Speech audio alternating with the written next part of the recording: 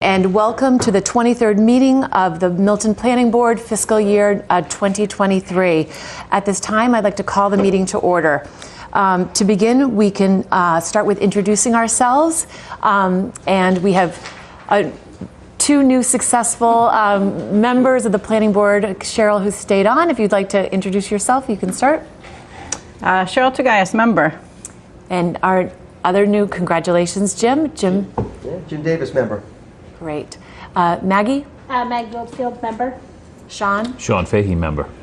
And myself, currently serving as chair. And now introducing our staff. Tim? Tim Zerwinski, Director of Planning and Community Development. Josh? Josh Eckhart Lee, Assistant Town Planner. And Julia? Julia Getman, clerk. Great. Thank you, and welcome to those who are here attending the meeting, and for those of you who are on Zoom. Beginning with our administrative items, we can begin. We have two sets of minutes that we are needing to approve, and they are April 13th, 2023, and the other is March 30th.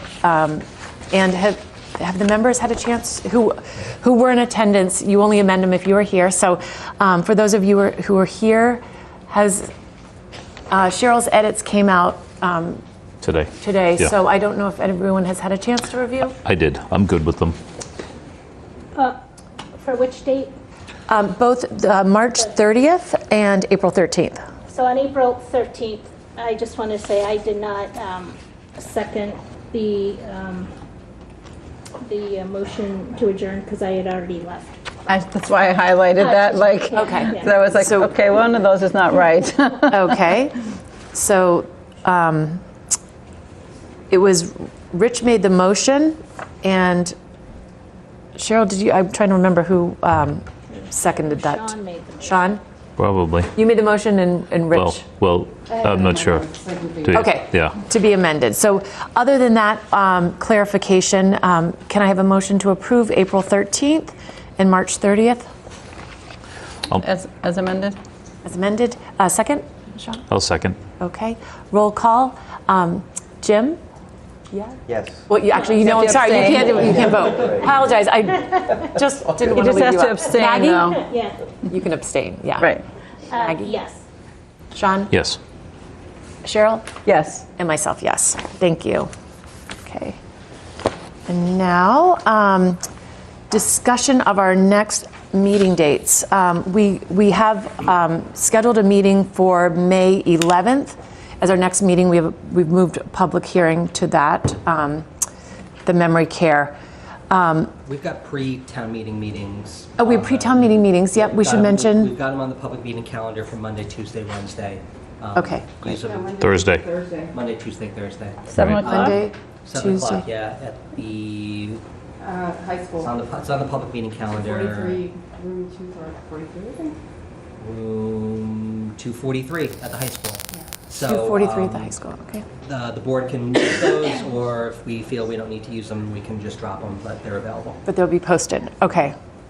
Terrific. So then we have our May 11th. I actually have, it would be our next meeting would be the May 25th. I am going to be actually out of the country now on the 25th. As am I. Where are you going? I'm going to be in France. I'm leaving for France on the 25th. Okay.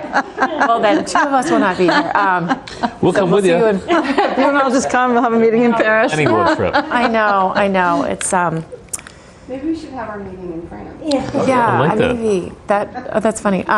So I was wondering. I do feel like we really do need to do something with our MBTA communities. We talked about doing a meeting exclusively on that important topic, and I don't know what people have on the May 22nd, but I was thinking if that would be a possibility. I leave on the 23rd, but maybe that would be a meeting that we could hold and just hold that for strictly MBTA. That would give enough time to util if there was any revisions after tonight. But So Monday night, the 22nd? is it a Monday the 22nd? I'm sorry. That's a Monday. It's a Monday? Yes, it would be. Is that a possibility That for works people? for me. Fine with me, yeah. Good. Tim, how about you? And Josh, your schedule is Julia, obviously. That is It's fine. currently open. Okay, so we could do a meeting, and we can talk about that agenda, but I think primarily that would be what we would want to put on there when we get to that. Okay, great. So then May 11th and May 22nd. Meredith, on May 11th, do you expect significant agenda items other than the memory care? We, Or Tim, the do you Brush Hill, I expect think, I was actually going to, we're going to need to address 1200 Brush Hill Road. I'm thinking maybe move that to the first meeting in June, just to make sure they have plenty of time to do things. So I wasn't going to put that on. Has that been the Won't have one, the 1200 Brush Hill recodification. Road you said? Yes. And do you, I think have you I- checked with them if that's acceptable to them? We don't have, We got an email from Ned today. They'll, Yeah. we'll be continuing that, and they said. Sometime in May. They'll be ready in May, so, I mean, just, Okay. it's a crazy schedule, so I'm sure at the first meeting in June. is Okay. fine. yeah, so, other than that, I mean, I really, memory care, and again, we may have some follow-up for MBT, some other MBTA discussion. Just recalling the last discussion of memory care where it got very late and public concern about that. So that's why I was asking. It's Yeah, just we if want to give them plenty Right. of time and put them early on the agenda. I agree. So yeah, but that should be primarily what we'll be discussing. All right, so that is for our meeting dates, and now we can move to staff update. Tim? Josh? So I just wanted to open us up. We have a new staff member in Town Hall. Mira Patel has gone to India, and our new environmental coordinator, his second day was today. Jack Turner is really excited. He comes with a lot of stormwater experience in particular. So he and I will be working closely with him on the MS4 projects that Mira presented before she departed. Right. So we're really hoping to have a slate of excellent stormwater and low impact design sort of articles for you all to consider over the next few months. Great, That's great. fantastic. Anything else, That's Tim? it for now. Okay, great. So now we'll open it up for citizen speak. If there's anyone on Zoom or in the public who would like to speak to anything other than if it's on the agenda, we will certainly give you time to speak at that time. But if you'd like to speak now in advance, that you're welcome to do so as well. But you will have time when we get to the agenda items. We've got one hand up on the Zoom, Jay Fundley. Great. Welcome, Jay. Jay, go ahead. Hello, I'm Jay Funling, 39 Sias Lane. Can you hear me okay? Yes, welcome, Jay. If you could just state your address for the record, please. Okay, Sorry, did you say- Jay Funling, 39 Sias You did say Lane. it, sorry, good. Okay. I think I'm going to break your rule. I'm going to talk about something that's on the agenda. That's okay. You can throw me out if you like. No, that's So- fine. Thank you. So I understand you're discussing the recodification of the town bylaws tonight. I'd like to say I'm very glad this is coming up because the bylaws on our website are embarrassingly outdated. The general bylaws on our website are from 2007 and the zoning bylaws are from 2009. I compared this with other communities around us, some of our peer communities, because I wanted to see when they last updated their bylaws. Now, some of you may have seen me speak at town meeting a few times. You may know I like to show charts and graphs. I thought about making a graph showing when towns around us last updated their bylaws. It would have been a very boring graph because every other town has updated their bylaws since 2019 or more recently. We are not only the farthest behind when compared to our peers, we are extremely embarrassingly so. I would like to thank the town clerk, Susan Galvin, and the building commissioner, Joe Prondak, for visiting this board on September 22nd and explaining how we got into this situation. If anybody wants to know where we are, I encourage them to listen to that meeting starting at about 45 minutes in. It's available on a podcast and it's also available on YouTube. As a town meeting member, when thinking about this issue, as a town meeting member and a warrant committee member, I was a bit nervous about what was being asked of us. Several months ago, before this was finalized, I was afraid that town meeting would be asked to approve the wording of all the bylaws. That would be a tall order and a difficult thing to ask 280 town residents to do. Fortunately, town meeting is not being asked to approve the wording of the bylaws. The warrant articles clearly state that all is being asked of town meeting is that the town approve the new numbering system.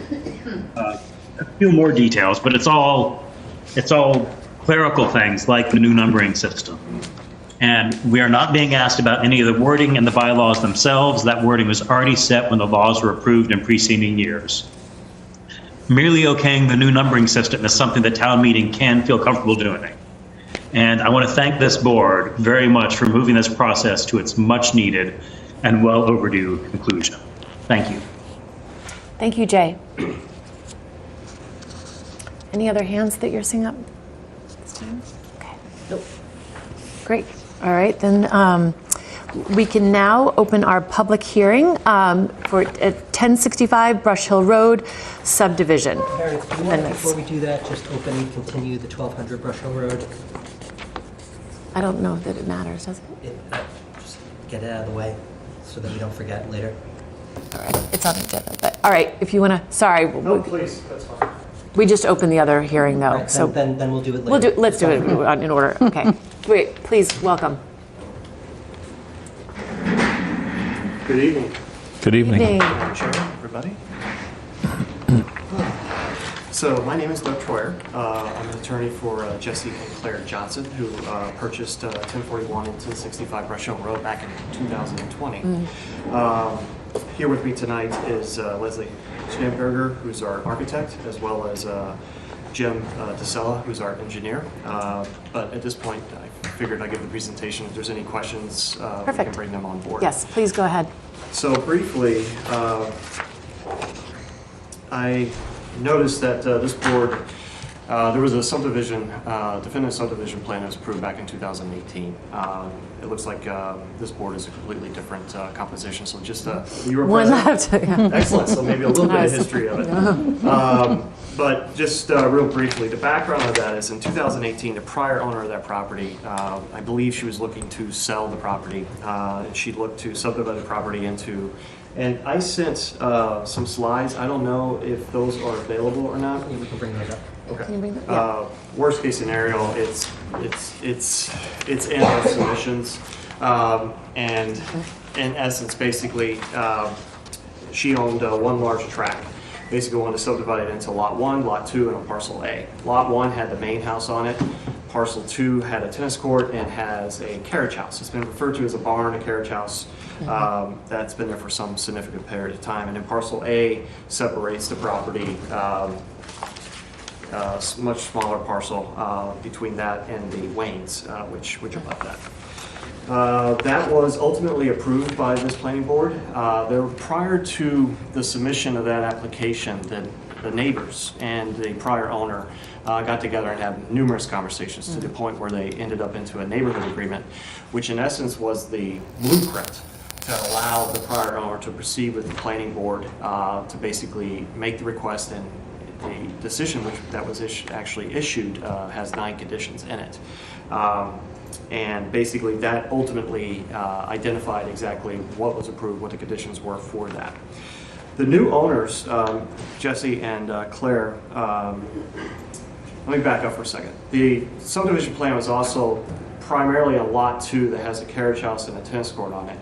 At that time, it was the plan to leave the carriage house as a pre-existing caretaker estate, but allow somebody who purchases property to construct a new dwelling on that lot. As a result, there were certain additional setbacks that were put onto the plan. There was a 50-foot setback. Yeah, if you can go down.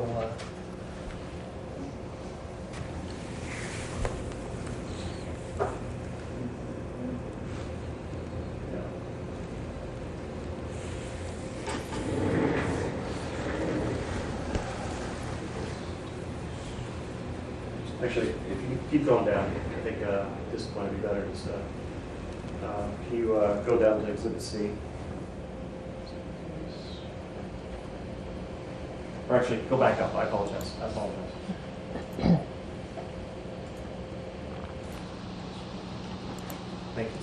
Yeah, what do you want to look at? This is good here. So in essence, the original Can you actually, can you come back and grab that? Absolutely.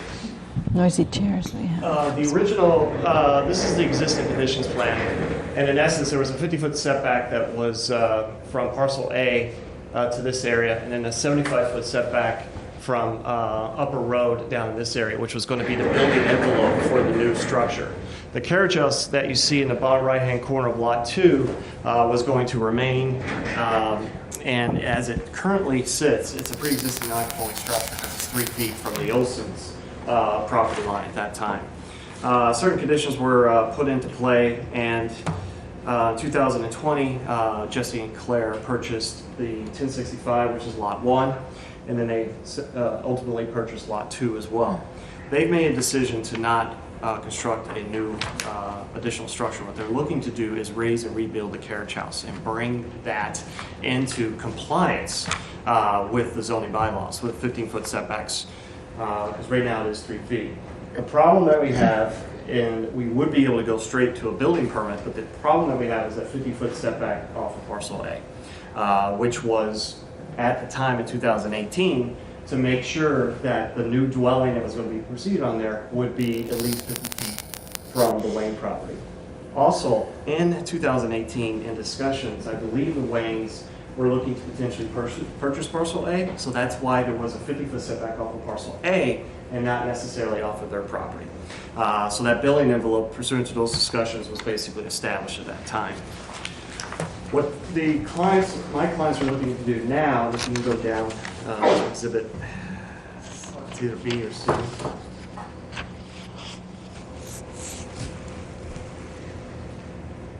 What my clients are looking to do now is the carriage house in this location. They're looking to significantly actually raise and rebuild the carriage house. They're looking to rebuild a smaller structure and move it further over, and also move it about 20.8 feet off of the Olson property, but also basically within the 15-foot setback off of parcel A. In essence, what we have here is about 55 feet from this structure to here, no longer really needing to have the 50-foot setback in this area. We met with the town officials prior to submitting this application, and it was highly recommended that we have a neighborhood meeting. And on February 8th, we sent notice to everyone who's on the abutters list.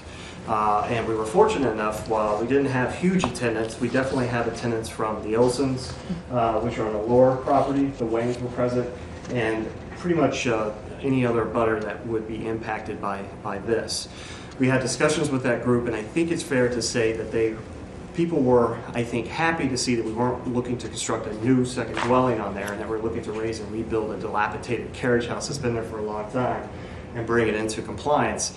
There's one issue that I'll talk about when I get into the conditions with the Olsons that did not make its way into the subdivision decision back in 2018.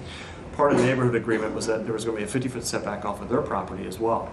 And my understanding is that there is concern that while what we're looking to do is not an issue, they want to make sure that there's a condition that's placed on this decision that says that any additional dwelling or structure that is constructed after we do the raise and rebuild of the carriage house cannot be within 50 foot.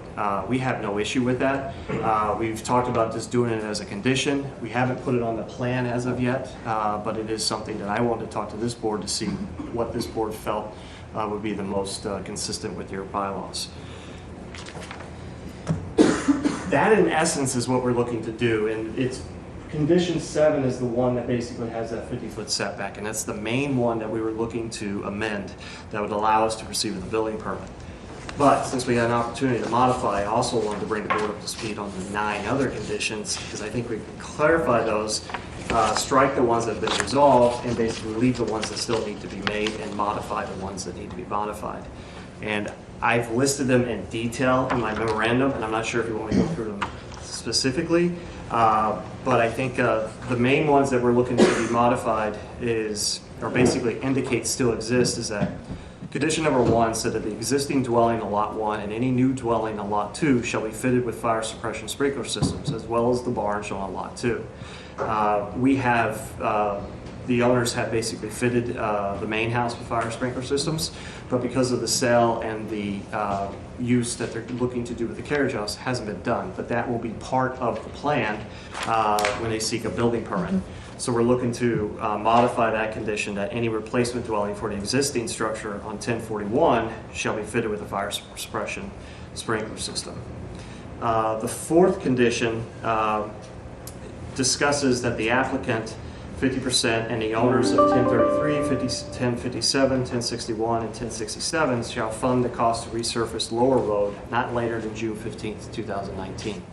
This property was sold in 2020. My clients, it appears that 2 of those owners have also sold and moved on, and that has not been completed. But prior to the sale of the property to my clients, the applicant, excuse me, the prior owner funded her 50% of it, so we have complied with that. And what we intend to do is basically have discussions with the new owners about doing that work. So in essence, we're looking to amend that condition to allow additional time to give us a year from the approval, hopeful approval of the amended subdivision amendment. The other one we're looking to improve upon is lots 1 and 2 in parcel A shall all retain the natural vegetation that exists along the frontage of the road. Want to leave that one alone and basically maintain that condition. The big one is number 7. Any new dwelling that may be constructed on lot 2 shall be set back a minimum of 75 feet from upper road and 50 feet from the new lot line between lots 2 and parcel A. And that's what I was talking about earlier. What we are looking to do is maintain the 75 feet. We're not looking to amend that. So we keep it, any replacement dwelling on the existing structure on lot 2 that may be constructed on lot 2 shall be set back a minimum of 75 feet from upper road and 15 feet from the lot line between lot 2 and parcel A. That brings us into compliance with the bylaws. It modifies the 50-foot from the subdivision approval in 2018 and allows them to proceed with the building permit. We, in discussions with the Olsons at the neighborhood meeting and subsequent thereto, there's a concern about the fact that that 50-foot setback from the neighborhood agreement never made its way in. And we have agreed with them to add an additional condition that after the existing structure on lot 2 has been raised and rebuilt, any additional structure that may be constructed on lot 2 shall be set back 50 feet from 1053 Brush Hill Road's property line. We feel that that's a sufficient condition and gives them what they are looking for, but we were open to discussion on how best to address that. And then the final, condition number 9, we're looking to leave the same. All of the other conditions have been complied with, and as-built plans have been submitted, and they have been identified on these submissions, the fire hydrant, the sewer line, the water line. All of those things have been completed and are no longer necessary to be conditions. In essence, we believe that what we're looking to do here is there's a new owner in town who's looking to basically be a very good neighbor. And we are hopeful that the neighbors are happy with what we're looking to do there. And it seems from our neighborhood meeting that what we are looking to do there is actually an improvement. We're basically raising and rebuilding a non-conforming structure and making it compliant with the bylaws. We're actually improving upon that structure, and we're actually cleaning up the conditions and identifying those conditions so that all of those conditions can be met and allow Jesse and Claire to proceed with the building permit to construct what we all think will be a great addition to that property, and only have one single-family dwelling on there instead of a single-family dwelling and a carriage house that's pre-existing non-conforming. I have, I don't because it's not on here, but we have renderings of what it's going to look like. I don't know if we really need to get into that with you guys, but Leslie's here and she can talk about those. If you have any questions about the actual plan itself, Jim is here to answer those questions. But I thank you for your time and happy to answer any questions this board may have. Fantastic.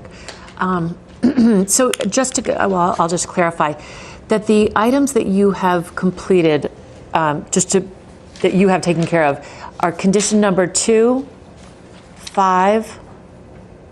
You've partially taken. I'm sorry. Sorry. Yes. If, If you want to go through and just Yeah, say let's go. exactly, just so we can work maybe So from. condition number 1 requires a fire suppression system on the main house and the carriage house. Right. The main house has been complied with, the carriage house needs to be done. Right. We'll get that taken When that care will of. be done, So that's why I'm exactly. proposing in my conclusion that condition 1 be modified to require that Yep. the new structure have a fire suppression system. Exactly. Number 2, replace the water line that exists within Upper Rome. That has been Been done, complied with. right. And we're asking that that be removed, and the plans which we have submitted show those. Great. Number 3 has also been complied with. Install a new fire hydrant proximate to the property on 1033 Brush Hill Road. That has also been complied with and is identified on our revised plans. Number 4 is the applicant resurface Lower Road. That one basically had a deadline June 15th. Something happened, and basically the deadline already passed by the time my clients purchased the property, but we're willing to adhere to that condition. We just need a little bit of additional time to do it, so we're requesting that deadline be extended. Number 5 has been complied with. They have repaired and replaced the storm drain at the bottom of the driveway at the intersection with Lower Road. The plans demonstrate that as well. Number 6 is really a condition which this board put on to maintain and retain all the natural vegetation. We're not looking to change that. We're saying that should stay in. stays. Number 7 is the 50-foot setback conditions in which we're trying to have removed, which is the main purpose of this application. Number 8, the existing septic system located on parcel A, which services the accessory barn on lot 2, shall be disconnected and closed in accordance with requirements of Title V. That has also been done. So we're asking that that be removed. And then number 9 is just a catch-all one, that there should be no further subdivision on either lots 1 or 2, and there should be no driveway access from either lot 1 or 2 to Upper Road. We're asking that no changes to that be done. Great. So I have a question on number 8. It says further that the accessory barn shall be connected to the new sewer septic service to be installed with the new dwelling. Are you planning to have a new sewer septic installed with the new carriage house? There is one. There's a separate Can you system. come up and... Jim DeSalvo. Hi, Jim. How you doing? When they did the septic system for the big house, around the same time, they installed a separate system for the carriage house. So that's a brand new system. And we're going to reuse that when we build the new carriage house. Okay. And that pumps to Upper Road. So it seems as if that would need some further revision in that condition as well then, Clarification. because it is connected to a new one already, is what you're saying, right?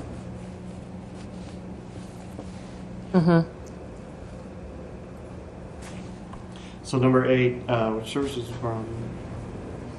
Well, if it has been disconnected It has been disconnected already, and closed in accordance with the requirement of Title V, an accessory dwelling. Oh, you may be confused. The new dwelling, that concerns the new dwelling. Basically, the carriage house was to remain, and they were going to construct a new dwelling. And I think that condition is referencing that new dwelling. But it says, all right, but it says the accessory barn shall be connected to new sewer septic service to be installed for the new dwelling on lot 2. So it's talking about not only the dwelling, but the barn. Right. So So we need to... I think we need to Clarify. clarify that, yes. Agreed. Okay, Great. That, Thank you. you're welcome. any questions from? I do, can we go back to the plan where it shows the setback line, the proposed setback line? That's going to be... What's that said? Yeah, this is... Yeah, so the 15 feet, what you've suggested is that where this is marked on this plan, you're not asking, or you're agreeing to keep it at 50 feet where that 15 feet is shown here? Is that, am I understanding that correctly? If a new dwelling was built, that it would be 50 feet there rather than 15? No, so basically, I It's the think what lower. I was referring to, the Olsons live here, and in the original decision, the neighborhood agreement identified a 50-foot setback from their property. Yeah, That okay. was never on there. Okay. It never got approved, it wasn't in that plan. And in connection with our discussions with them, they were upset that that was never there. And as a result, oh, I'm sorry. I'm sorry. And as a result, that's why we were looking to add a condition to 7 to basically say that after this proposed raise and rebuild is constructed, no additional structure can be constructed within 50 feet of the Olson property. And then at the end of the day, nothing else can be constructed because we are converting this caretaker accessory use into the single-family dwelling. So in essence, it's belts and suspenders because we wouldn't be able to do it anyway. But pursuant to conversations with them, we are happy to cure the issue that happened last time and ensure them that the protections will be found. So sorry, one more question on this. So where it's showing 20.8 feet, that's been acceptable to them, that this new structure, let's call it, is going to be 20 feet rather than 50 feet? My understanding is that with the carriage house, by taking the 3 feet that is currently there today and increasing that to 20.3 feet, and they're here and I'm sure that they're going to speak to you, but my understanding is that they are okay with that, but the biggest concern was that if anybody else came on this property and tried to do something, they wouldn't be able to construct within 50 feet. And like I said, once this is raised and rebuilt, it turns into the single-family dwelling on that lot, so no one's going to be able to do anything anyway. It's more of a belts and suspenders trying to address a concern of an abutter. So Tim, if someone wanted to do an addition to this later, would this be considered conforming or pre-existing non-conforming? That's a good question. I can't imagine that it would be, and Doug, you can opine on this. Yeah. It's no longer pre-existing at this point. It's a new structure. Once we build it, Right. yeah, we would lose our, can't say the word anymore, pre-existing non-conforming. I was going to say the word you're not supposed to say anymore, pre-existing non-conforming status. We would lose that by basically raising that. So we no longer have a pre-existing non-conforming because what we're doing is what we're looking to do is comply with all of the bylaw setbacks, but add a belts and suspenders condition in an effort to address an abutter concern that. But that becomes a setback now, right? Because it wasn't done. So I guess what I'm thinking is, my preference is not to have anything because at the end of the day, I can't. No one once we lose a pre-existing non-conforming status, and we come into compliance, nobody's going to be able to come on there and build anything within the 15 foot. I think what their concern is speculation. I think the history of the prior owner, I think, is still weighing. And I don't know if the board knows about the history or not, but I think the prior history of the prior owner is still weighing. And we are looking to appease those concerns and trying to find what would be the best way to do that. so I'm just trying to think ahead to the day when your clients may not be the owners and someone else may come forward, and just to make sure that what we do would provide the protections that we think they're providing today, right? Yeah. So down the road. So that's where if someone came to do an addition or some other structure, are we thinking this through completely? And that's all I'm trying to ask this question for. Yeah, I've got a problem with it as well, and I'll let Mrs. Olson speak to their concerns. It's my attempt to try and address an abutter concern, but I believe once it loses its pre-existing non-conforming status, and because we are increasing it from 3 feet to 20.3 feet, it should address their concerns, but I think they're looking to have a belts and suspenders on it. So, I'm not sure how best to address it. So do you think that the way you've conceived what you're requesting, if someone came in the future that to do an addition to this carriage, that they wouldn't be able to do it within 50 feet? Any additional structure, I think it's how we craft. Or in addition to this structure? Or addition to structure. I've crafted it as any additional structure, not an addition. I've basically done it. I'm trying to address the concern that no one's going to be able to come in there and build another new structure on that building. And if they do it, it has to be within 50 feet. That's why I structured a language, any additional structure. So they could come in and do an addition, but it would have to comply with the bylaws. So my concern would be that the addition continued, let's say, if we're looking at the screen, to the plan to the left. Yep. And so that 20 feet 8 continues. Yep. And I don't think that sounds like what everyone's talking about wanting to achieve there. Yeah, I think we need some clarification from the Olsons to determine what exactly their concerns are. This is my attempt to Okay. try and address those. Okay. Thank you. Yeah, thank you. I understand the concern. Do we want to show that 50-foot line on this map, on this plan? I think so. I mean, I'm still trying to conceptualize how this We have a- gets we have a plan documented that in a way shows that that's, line. yeah. I like- have it here if you want Okay, to see. sure. Because as you noted at the beginning, I'm the only one that was here when this plan came through Yeah. us before. And down the road, there will probably be the same situation.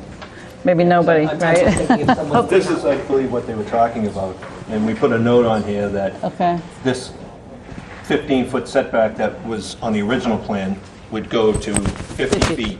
So anything in this area here, they could add on to it, but you can't build anything in here. okay. That was Is that's not that was what the we have? intent that I thought originally.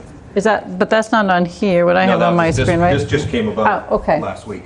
Okay, that helps me understand better what you're talking about. Okay. Would you get a variance and build within the 50, or no? I guess if you've got a variance for it, but. You could try. If it's a condition, Wouldn't allow it, you wouldn't be able to do it. given that it's, these were conditions for the subdivision approval, Correct. so, So, I mean, I'd like to, see that line on the plan with Right. the reference to wherever I don't know if you would be able to know the book and page, but just referring to the decision. Just because I know, sometimes, especially with the subdivision, you'll look up the plan and maybe not look up the decision at the same time. So if the decision is loaded up with conditions, you want to make sure that you can get back to that from the plan. well, I think it's much clearer to see on a plan than to try and understand it from words. There's room for misinterpretation and misunderstanding. But I want to follow, I think, a thought that I have that I think you are presenting. A person could build an addition to this. And what restriction is there on how large that addition is? I think that's something for us to discuss, whether that's a language we want to change. Well, I think it'd be good to know the intent, right? The intent is for that not to happen, right? But the language doesn't, I know. isn't clear enough then. I know. Right. If you would like, and I'm assuming you guys want to talk? Yeah, sure. Yeah. Maybe have her talk about the concerns, and maybe we can. Sure, Yes. so we can That'd be helpful. make sure we, appropriate language.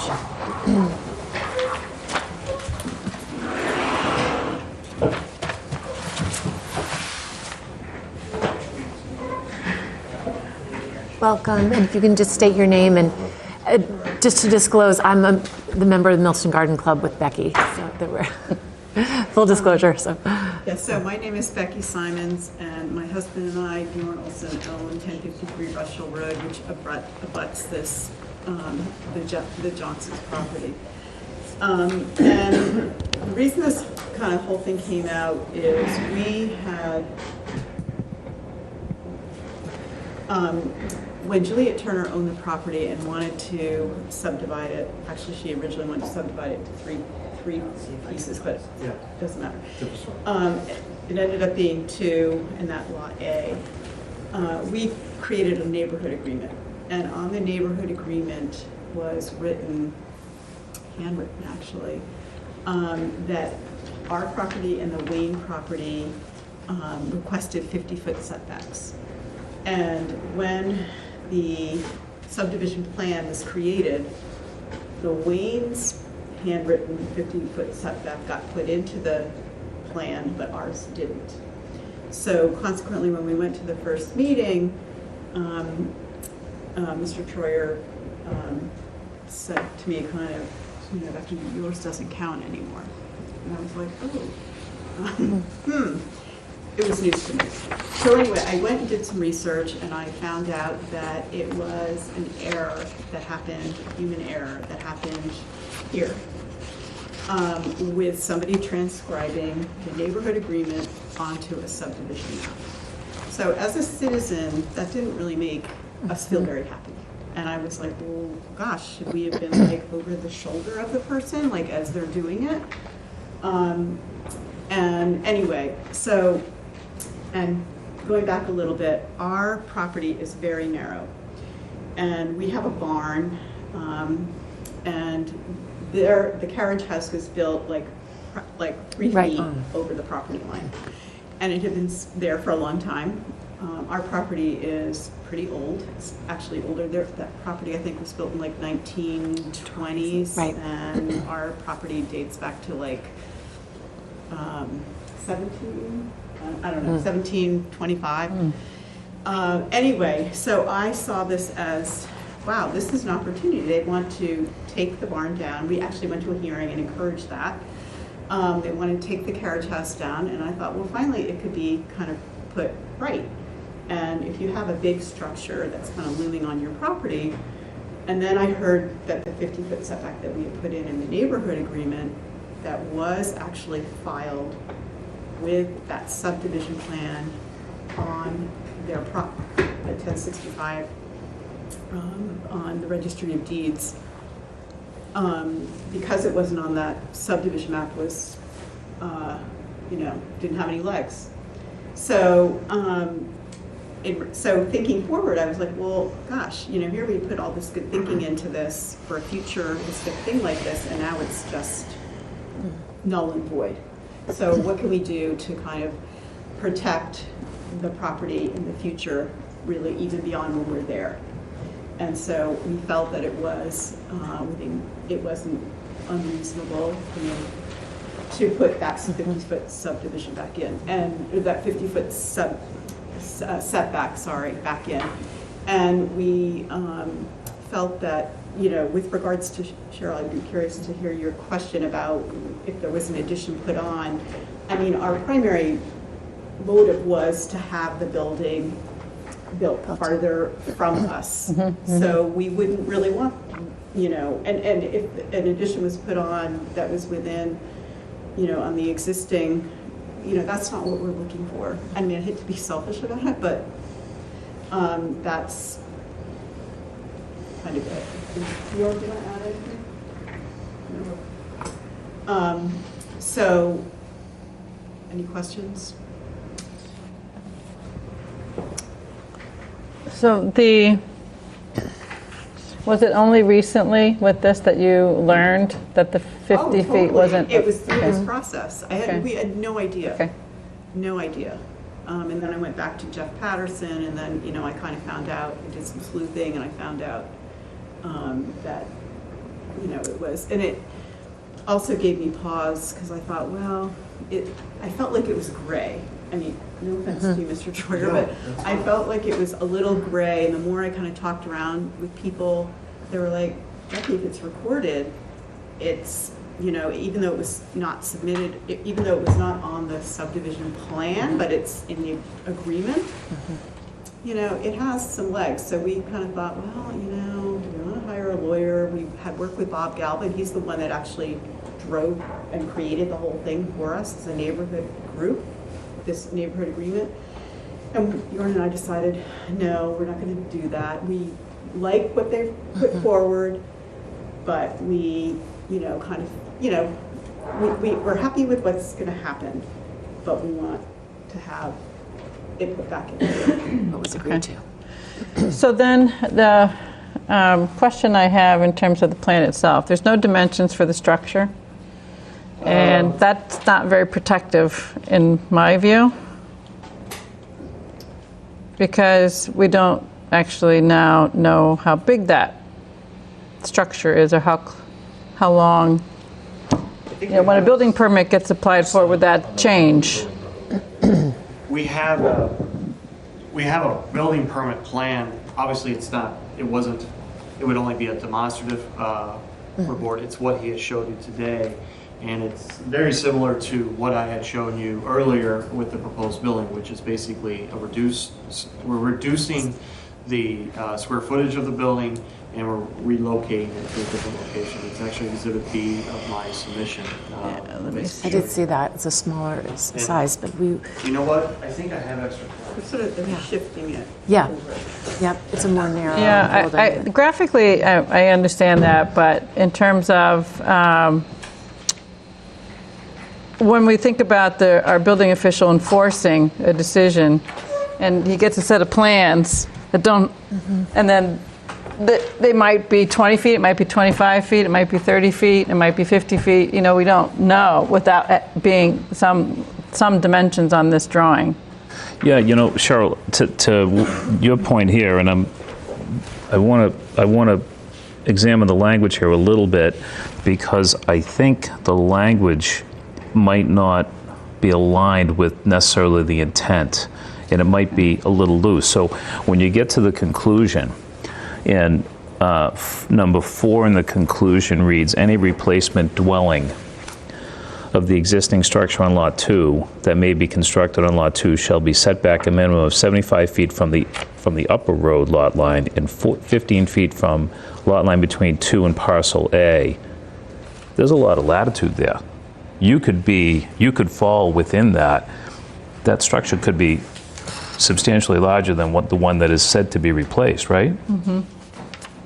So I don't think that's I mean, it would necessarily be- the issue. it would I know be that's- sub- The setback. It would be I realize that, but if we're talking to the language and making sure that the language aligns with the intent, I think we just might have to work through the language and get language that that protects the interest of those. So what I would say to like the footprint of, let's say, a dwelling, it would be subject to the other requirements in the zoning code. But what we're looking at here is a specific requirement for a distance back, right? So while that became a condition of the subdivision. Right. Yeah, so there would still need to be like, you know, lot coverage and Right, this would that not sort of- overrule the existing zoning. It would be just a right, setback but would be- my Yeah. Can I provide this to the board, which Sure. I think may assist in this conversation? This is a demonstrative. oh, okay, thank there we you. go. That's what I was looking for in our electronic. We don't Thank you. have this in our electronic, is that what? I sent it, but for some reason it's not. Okay, okay, thank you. That's what I'm asking for, yes. And what we can do, and it's the 1, 2, 3, 4, 5th exhibit in. And Jim can probably talk more about this, but this is the proposed building permit plan that we would file. And my exhibit B has an overlay of this proposed structure, and that's what we were looking to propose. And maybe the language is, once this is constructed, no other structure can be located, no other structure, addition, or whatnot can be located Yep. within 50 feet of the Olson property once this proposed raise and rebuild is constructed. Yeah, I think that's something which we could live with. I think, you I know, think that there's- language of an addition. right, I like the addition included in that, and I like the fact that it has dimensions, so the plan that we would be referring to, this is, We could have something specific. we would have to have those dimensions on it. So I'm not, so this was for information only that it was submitted because not part of the application, is It's that not part of the right? application because it's not relevant to the application, but it's relevant to this conversation. Yeah. And we put together, I knew because of my conversations with Miss Simmons, I apologize. It's her, I kept calling her Miss Olson, so I apologize.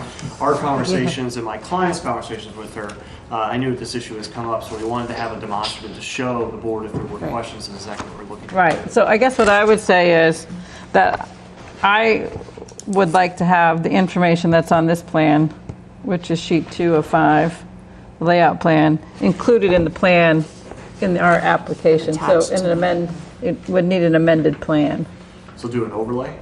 No, you just add it to this plan. The document. You add the dimensions to the, I'm sorry, I'm pointing to the plan that's Exhibit B. So maybe you can put Oh. Exhibit B back up, I Tim. gotcha. I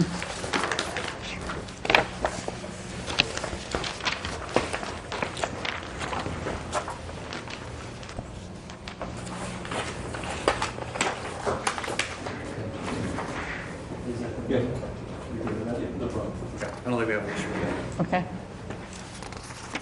And do you want the 50, and then And the 50 and then put feet, the 50 foot on the Mylar? yes. Right. Okay, that's the final plan. As well as these dimensions. So the 50 feet and these dimensions would be on Separate the, plans, so 2 plans. No? one plan. This is my being an idiot when it comes to being No, busy. this, He understands, Yeah. which is all that matters. Okay. All right, great. that's great.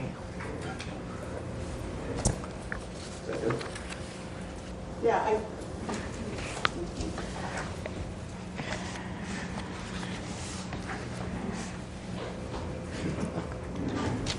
yeah, I'm fine with that. I just don't want to get into the situation that we were in before. So whatever, I was about to say that we, after we finish our discussion, we would continue the hearing until we receive an updated plan.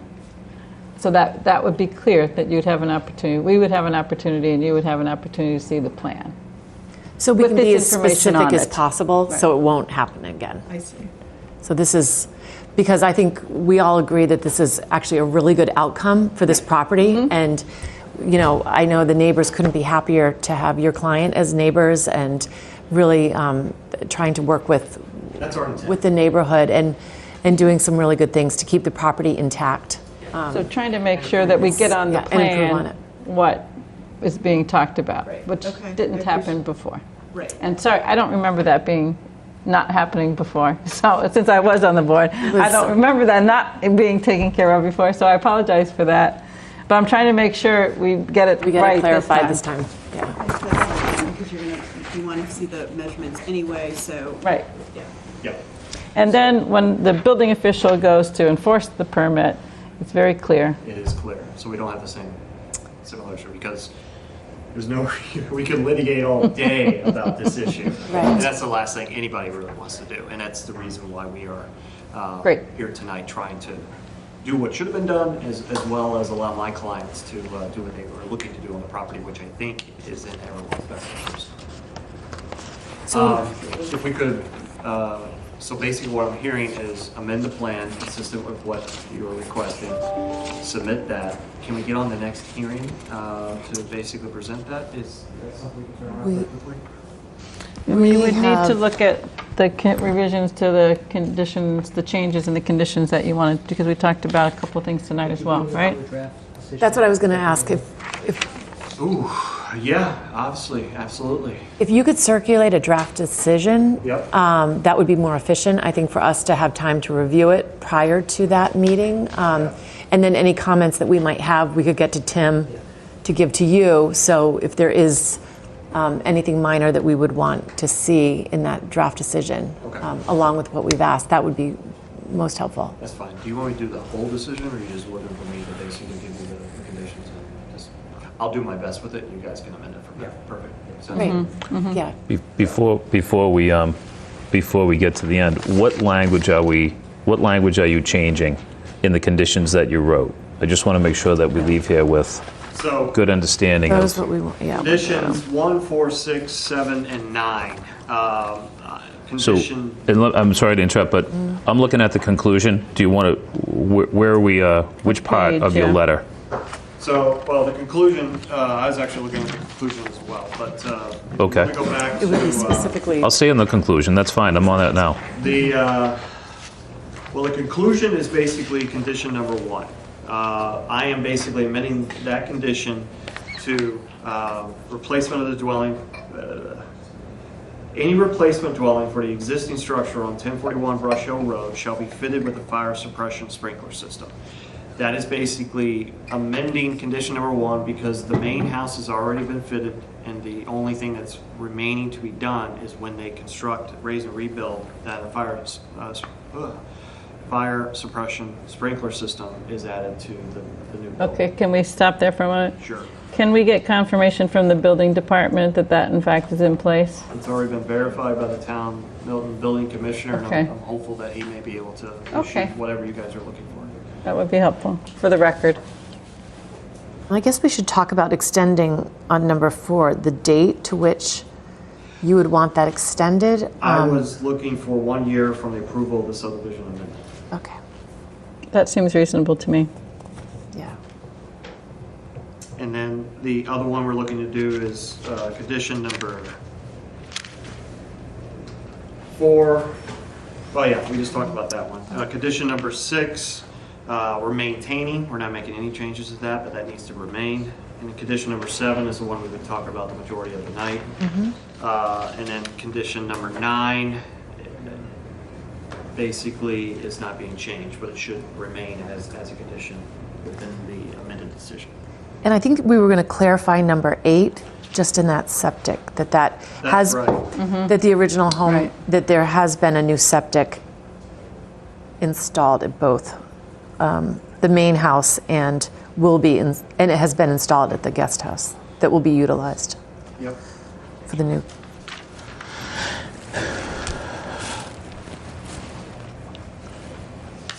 So the way that this is written, someone could put an addition on this new structure.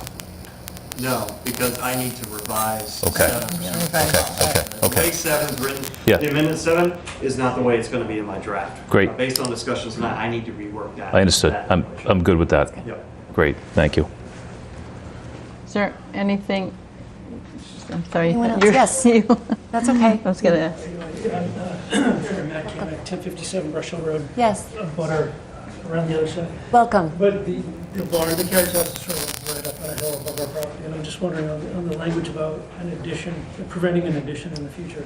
Right. Does that include, someone puts not the Johnsons, but if the Johnsons move out someday, someone puts a big sun deck on top or builds up? Does that fall within what you're talking about, or is it? That would fall within the existing zoning, and it would not be pre-existing. It would have to follow what is current zoning and what, So it'd be permissible to build up? for what, it would be under the height and relevant requirements, so. So the bylaws are on a single family. Is this considered an accessory structure? Well, it's a good question. Because the heights are different on an accessory structure than a, No, they're not. It won't be an accessory Yeah. structure. Are they? Are they? oh yeah. You sure about that? It will I'm pretty not sure. be, it's, But I'm not going to swear on building the it. fact of Right. So I say it's a good question because we're talking about there's no intention of this is effectively the house on lot 2 Yes. is what you're saying. But it's. I just think it's another thing to make sure it's clear. Right. I agree that it's accessory a, structure now, but like if we're talking about there's not going to be a primary structure on that lot, then this wouldn't be an accessory structure. It would be the primary structure. Right.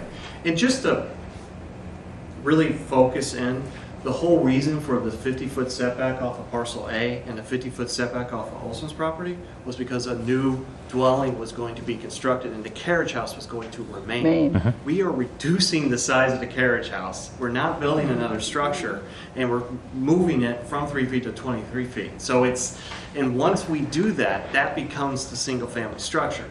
The whole reason that 50-foot was there or requested to be there in initial was because of the construction of the new dwelling. They didn't want another dwelling within 50 feet. We're not doing that. We are merely raising and rebuilding. I could go for pre-existing non-conforming, but that's not what I'm doing because it doesn't rectify the problems that are in there. And it's a new neighbor in town, and we've gotten everyone on the same page. That's why we're proceeding this way. So in reality, the neighborhood agreement that was entered into was for a new building, had nothing to do with this carriage house. We could leave the carriage house 3 feet. Basically, we could do whatever we want with that as a pre-existing non-conforming. That's not what we're looking to do. We're not looking to maintain it at 3. We're looking to bump it and reduce it.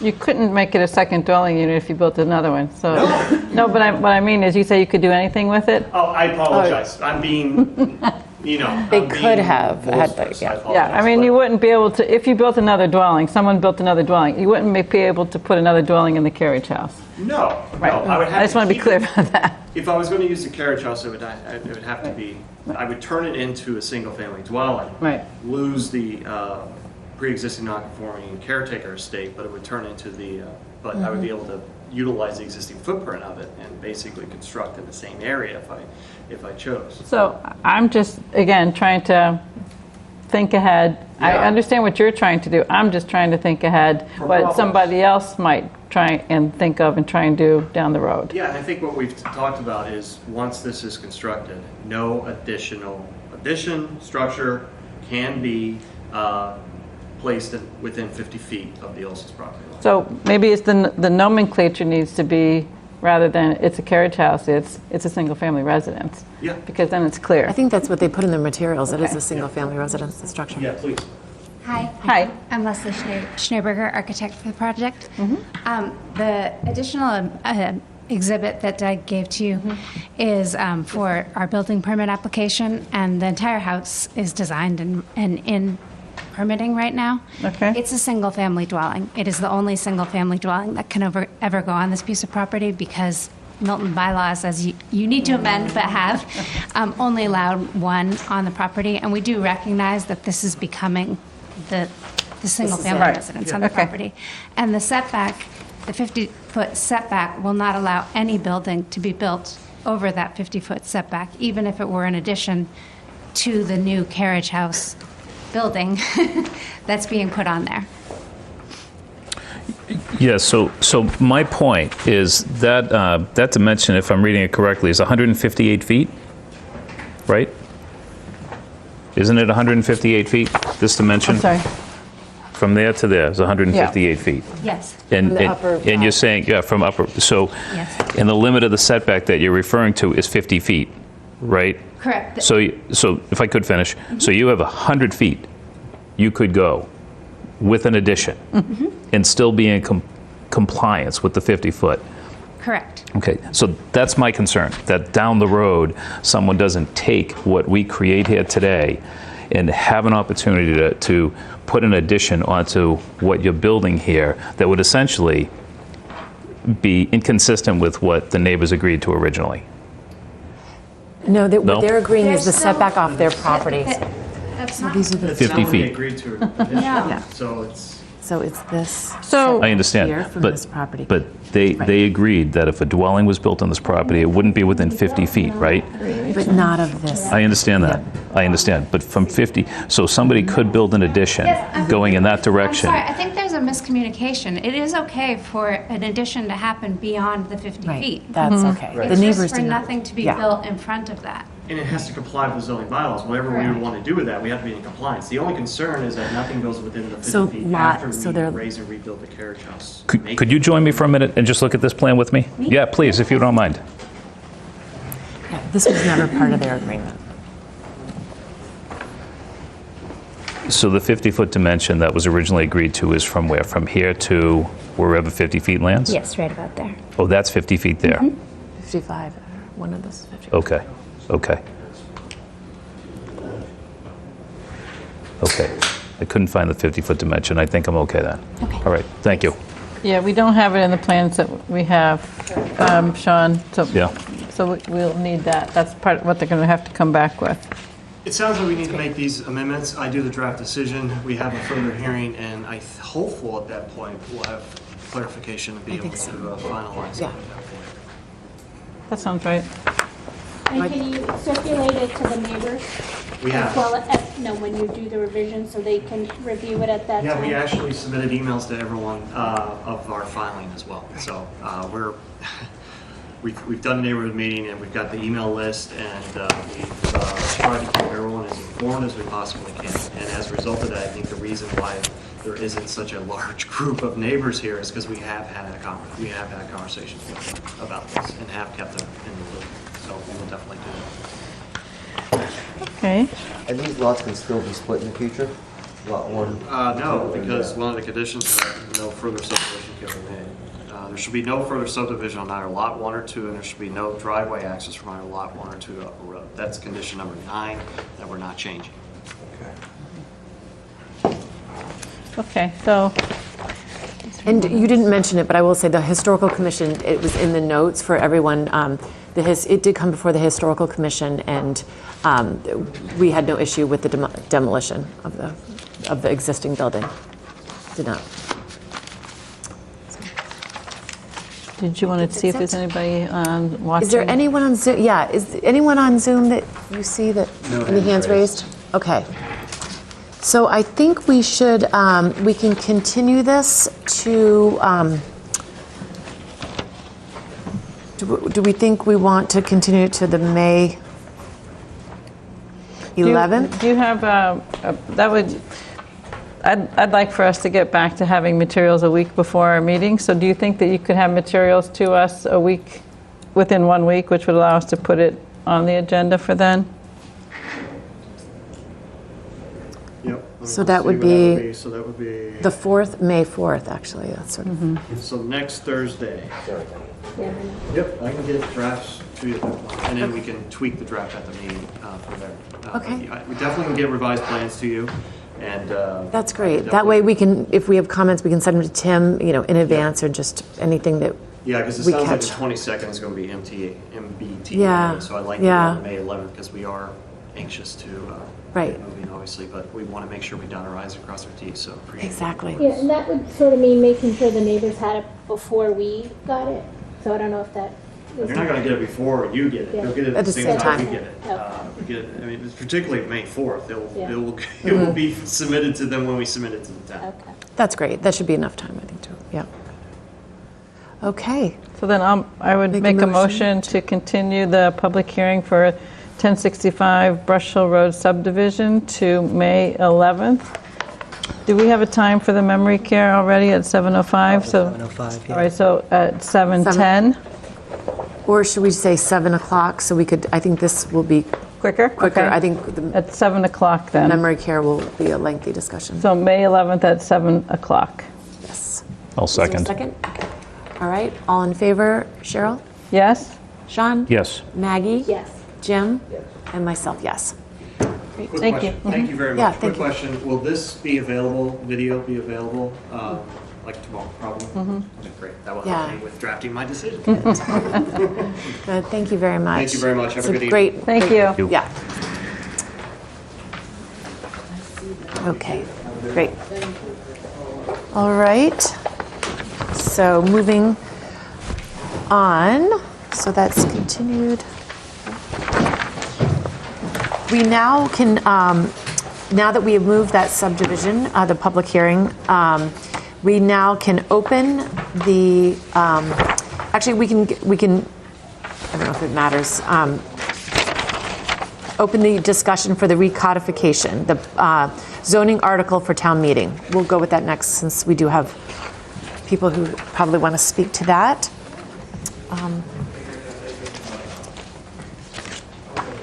So this hearing is officially opened, and we can begin. If there's anyone who would like to speak to this zoning article, please feel free to come forward and raise your hand if you're on Zoom.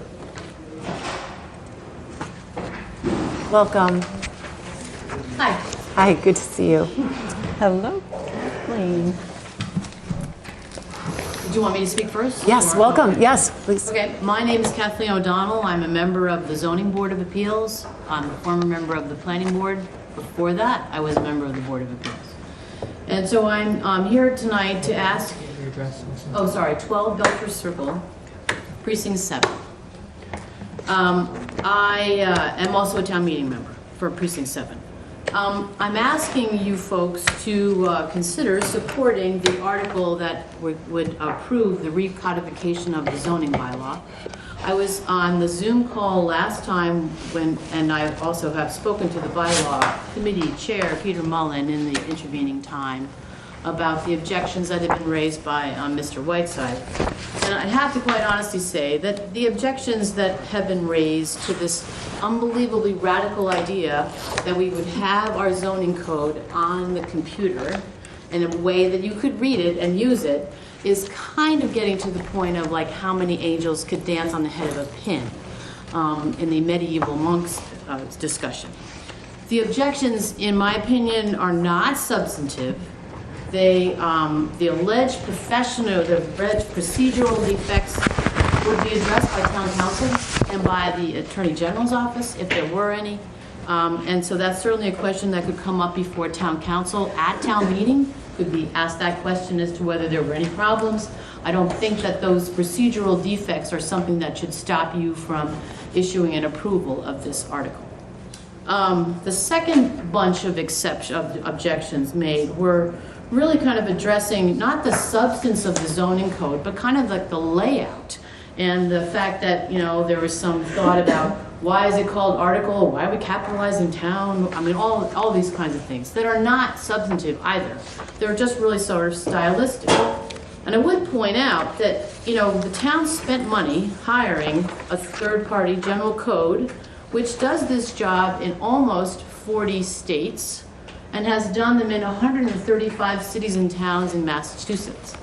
So it's not like they don't know what they're doing, and that, I mean, of course, we paid them to do that. And so the suggestion was made last time that what we ought to do is postpone this article and offer it for further, back to the planning board for further study. And as we all know, saying it's going back to the planning board for further study is essentially putting it in the graveyard. It hardly ever gets a further study. And so the idea that with somebody in the town hall would be reviewing what is being done by general code and sort of going through all of that all over again as either a staff member, which none of them have enough time to be able to do that, or a volunteer who clearly would shoot themselves, because you could definitely, you hire a company to do this, you would not do it yourself. And as I think, you know, I could explain by sort of looking at it over, after talking to Peter Mullen last week, I did sort of a look at it myself, and I thought, oh my gosh, my head will explode. That's why we hired general code to do the job. And so it turns out, when you look at the town meeting reports that we just got the other day, the bylaw committee says in its report for fiscal year 2022 that they'd reviewed this 3 times. And that they had reviewed the zoning code 3 times, and that they were working with general code. So to come up at the last minute, like right before town meeting, and say that there's a problem with the production that general code put together is kind of embarrassing, since all along they've been working with them, according to their report. And in the meantime, all of these objections sort of ignore the fact that people who need this code need to be able to use it. That's you folks, that's the Board of Appeals, that's the poor building commissioner, that's the planning department, and our residents who can't, if they want to look up to see, can I put on a dormer on my house, can't look up anything because it's not in a form that anybody can search. Now, I said last time, it is true that the town of Gosnold, which is Cuttyhunk on the Elizabeth Islands, has their zoning code in e-form that they can look up and decide whether or not they can put a dormer on their house. We can't. And so the idea that we would hold all this stuff up because of some sort of thought that there's fatal flaws that will somehow, you know, make everything in town illegal is just nuts. And we all know, if you've been a town meeting member for a long enough time, you know that we routinely pass zoning bylaw and then come back the next year and fix it because there was some mistake, there was some problem with a semicolon, and it has to be addressed the next time. So if there is a fatal issue in this new zoning code that gets found because we can now search for it, it would be fabulous, is that the fact that we could fix it the next time at town meeting. And just for an example, I will point out this is the table of contents of our existing zoning code. So if you go online, you find something that this is the table of contents. It was done in 2009. The new table of contents, 4 pages long, with sections, with headings, with a layout that you can actually use. And so this would be fabulous. Appears to be restored. So those are the general bylaws rather than the zoning bylaws? Yeah. Well, that's the charter. Yeah. But we're focused just on the zoning bylaw, right? I mean, according to our public hearing. I understand that. This is something that's okay. Except for the fact that the zoning bylaw is part of the general bylaws, and when the general bylaws say the general bylaws are hereby repealed, that would include the zoning bylaw. So you have to think of both. You can't just say we're talking about the zoning bylaw because it's part of the general bylaws. That seems like a town council question for me, rather than a question for, I'm not a lawyer. Asking the planning board to be lawyers when they're not lawyers, I don't expect them to have legal answers. I just say there are legal issues. I get it, The legal issues have to be addressed. And the planning board, is going to have to rely on town council to answer these issues, but they shouldn't, they should understand that there are legal issues. So Alex, when you say it could be cleaned up in a month, is that by you or by general code or what? Or by the... A year and a half ago, I gave a draft of what was needed to bring the zoning bylaw up to date. I did a draft and I put in the amendments and I gave it to the planning department. I don't know where it is, but that was a year and a half ago. And all that was needed was a typist. All that was needed was a typist. Can I just, Jim, jump in on that? Because what came back to us was that town council said that we couldn't do that because we needed a version of the bylaw that town meeting members could track the changes. So you sort of need a starting point, and then amendments that have to be traceable.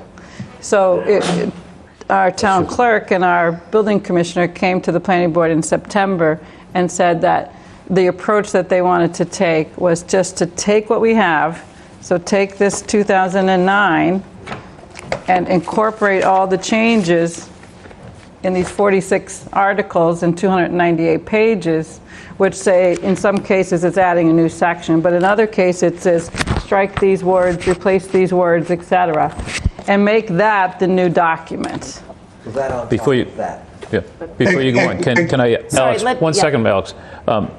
Does that accomplish what town council said we needed? Something that's traceable? Is that Yeah. traceable? So what they've done, so that's what's being discussed, right? Is that the baseline, and is that the baseline that can be worked? So there's this, the baseline. So then the way I understand from reading General Code's memo, they say that the content is this. So they've taken what Alex said someone could do in a month, which I said I would never be able to do, because it is taking the language that they have a system that they've been doing for all these other communities, is taking these things and reconciling them. I understand. They have that system. Nobody in our town has that expertise and system in place to do that. And then we would come back and make amendments that, well, there's spelling errors, there's other mistakes, there's things that are out of date with state law, there's all sorts of things that would need to be a phase 2, because then we can go back and trace them against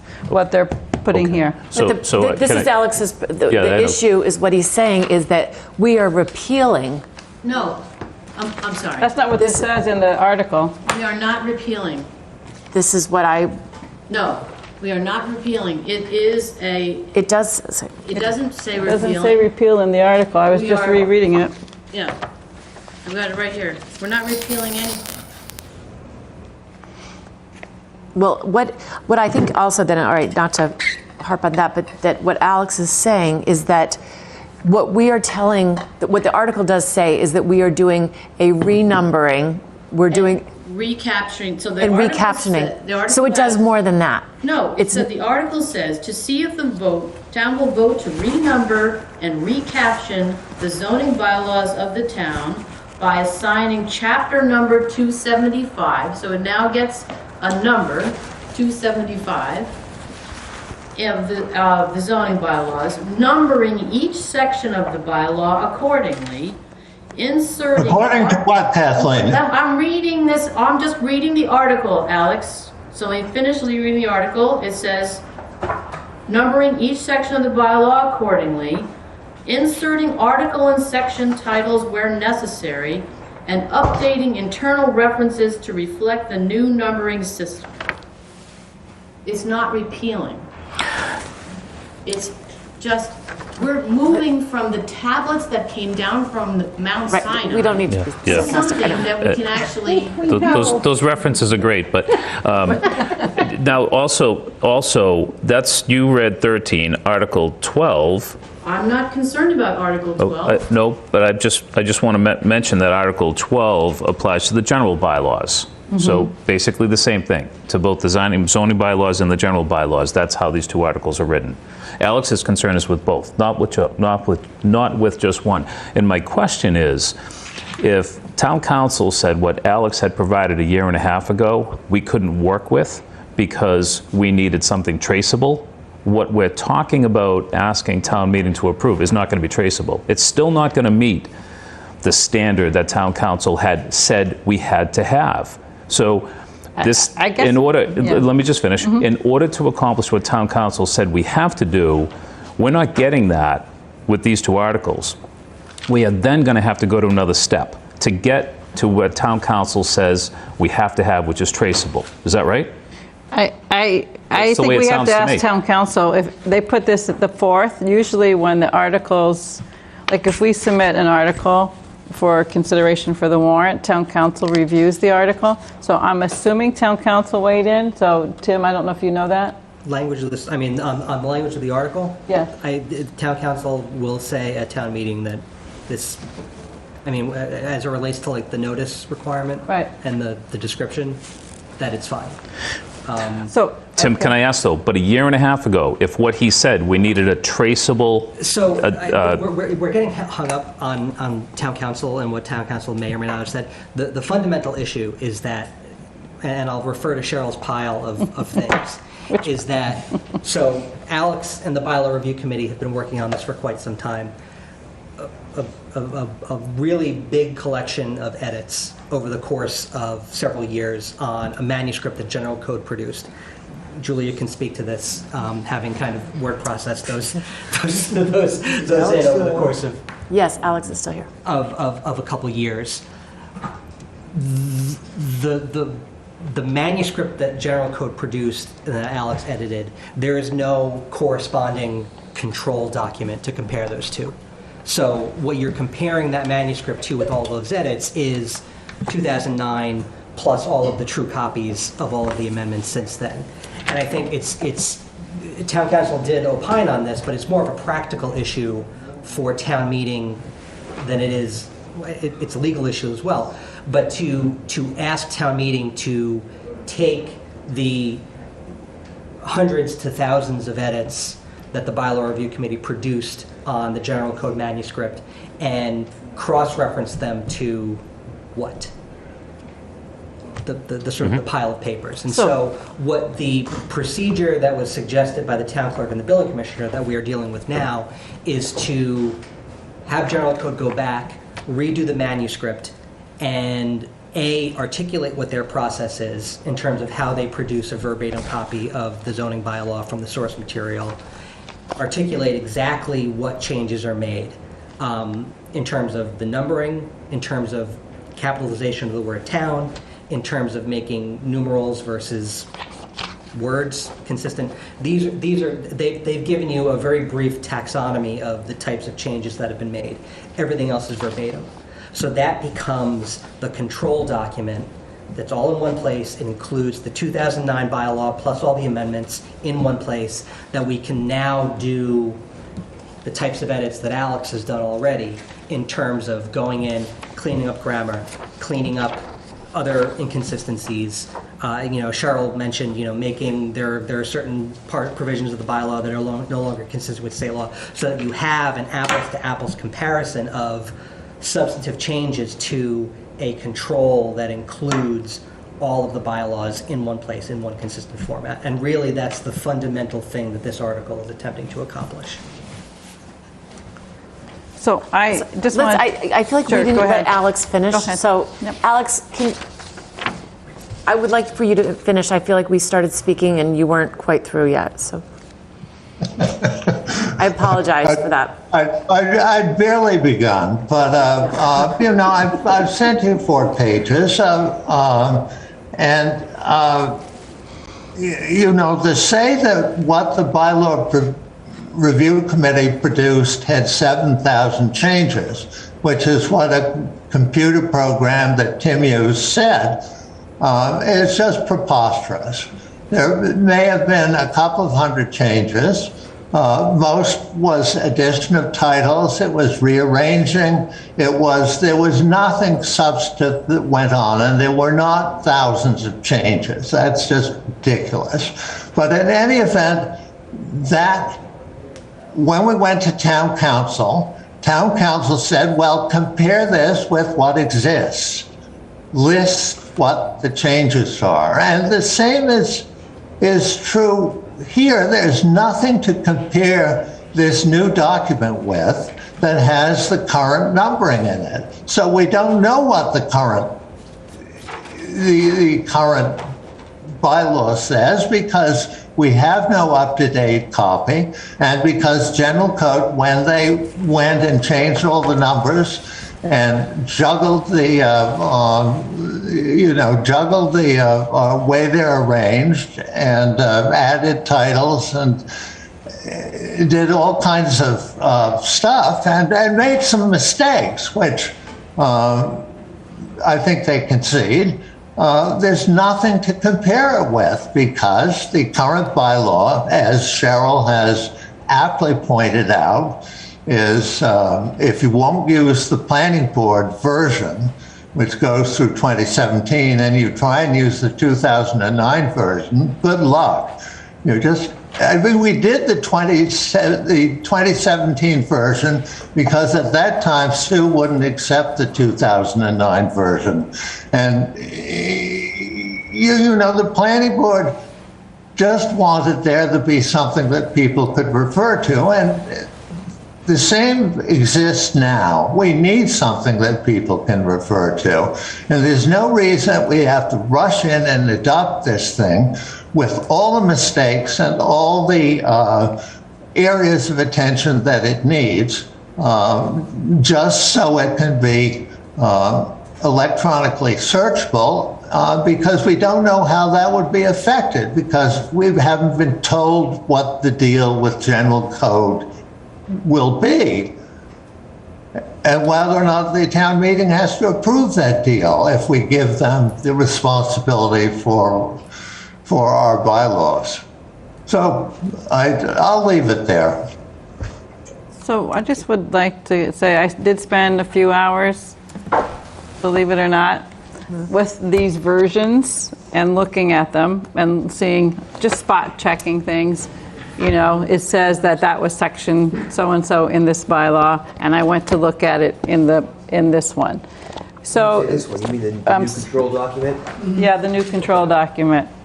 But it's the only way to actually, the 2017 version that Alex refers to, somebody had to go in and do the same thing General Code's doing, which is to take these amendments and modify this to reflect these.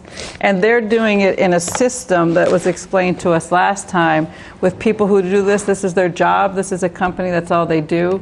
And so we're comparing that to, no offense to Julia, but somebody like Julia doing it who doesn't have that expertise.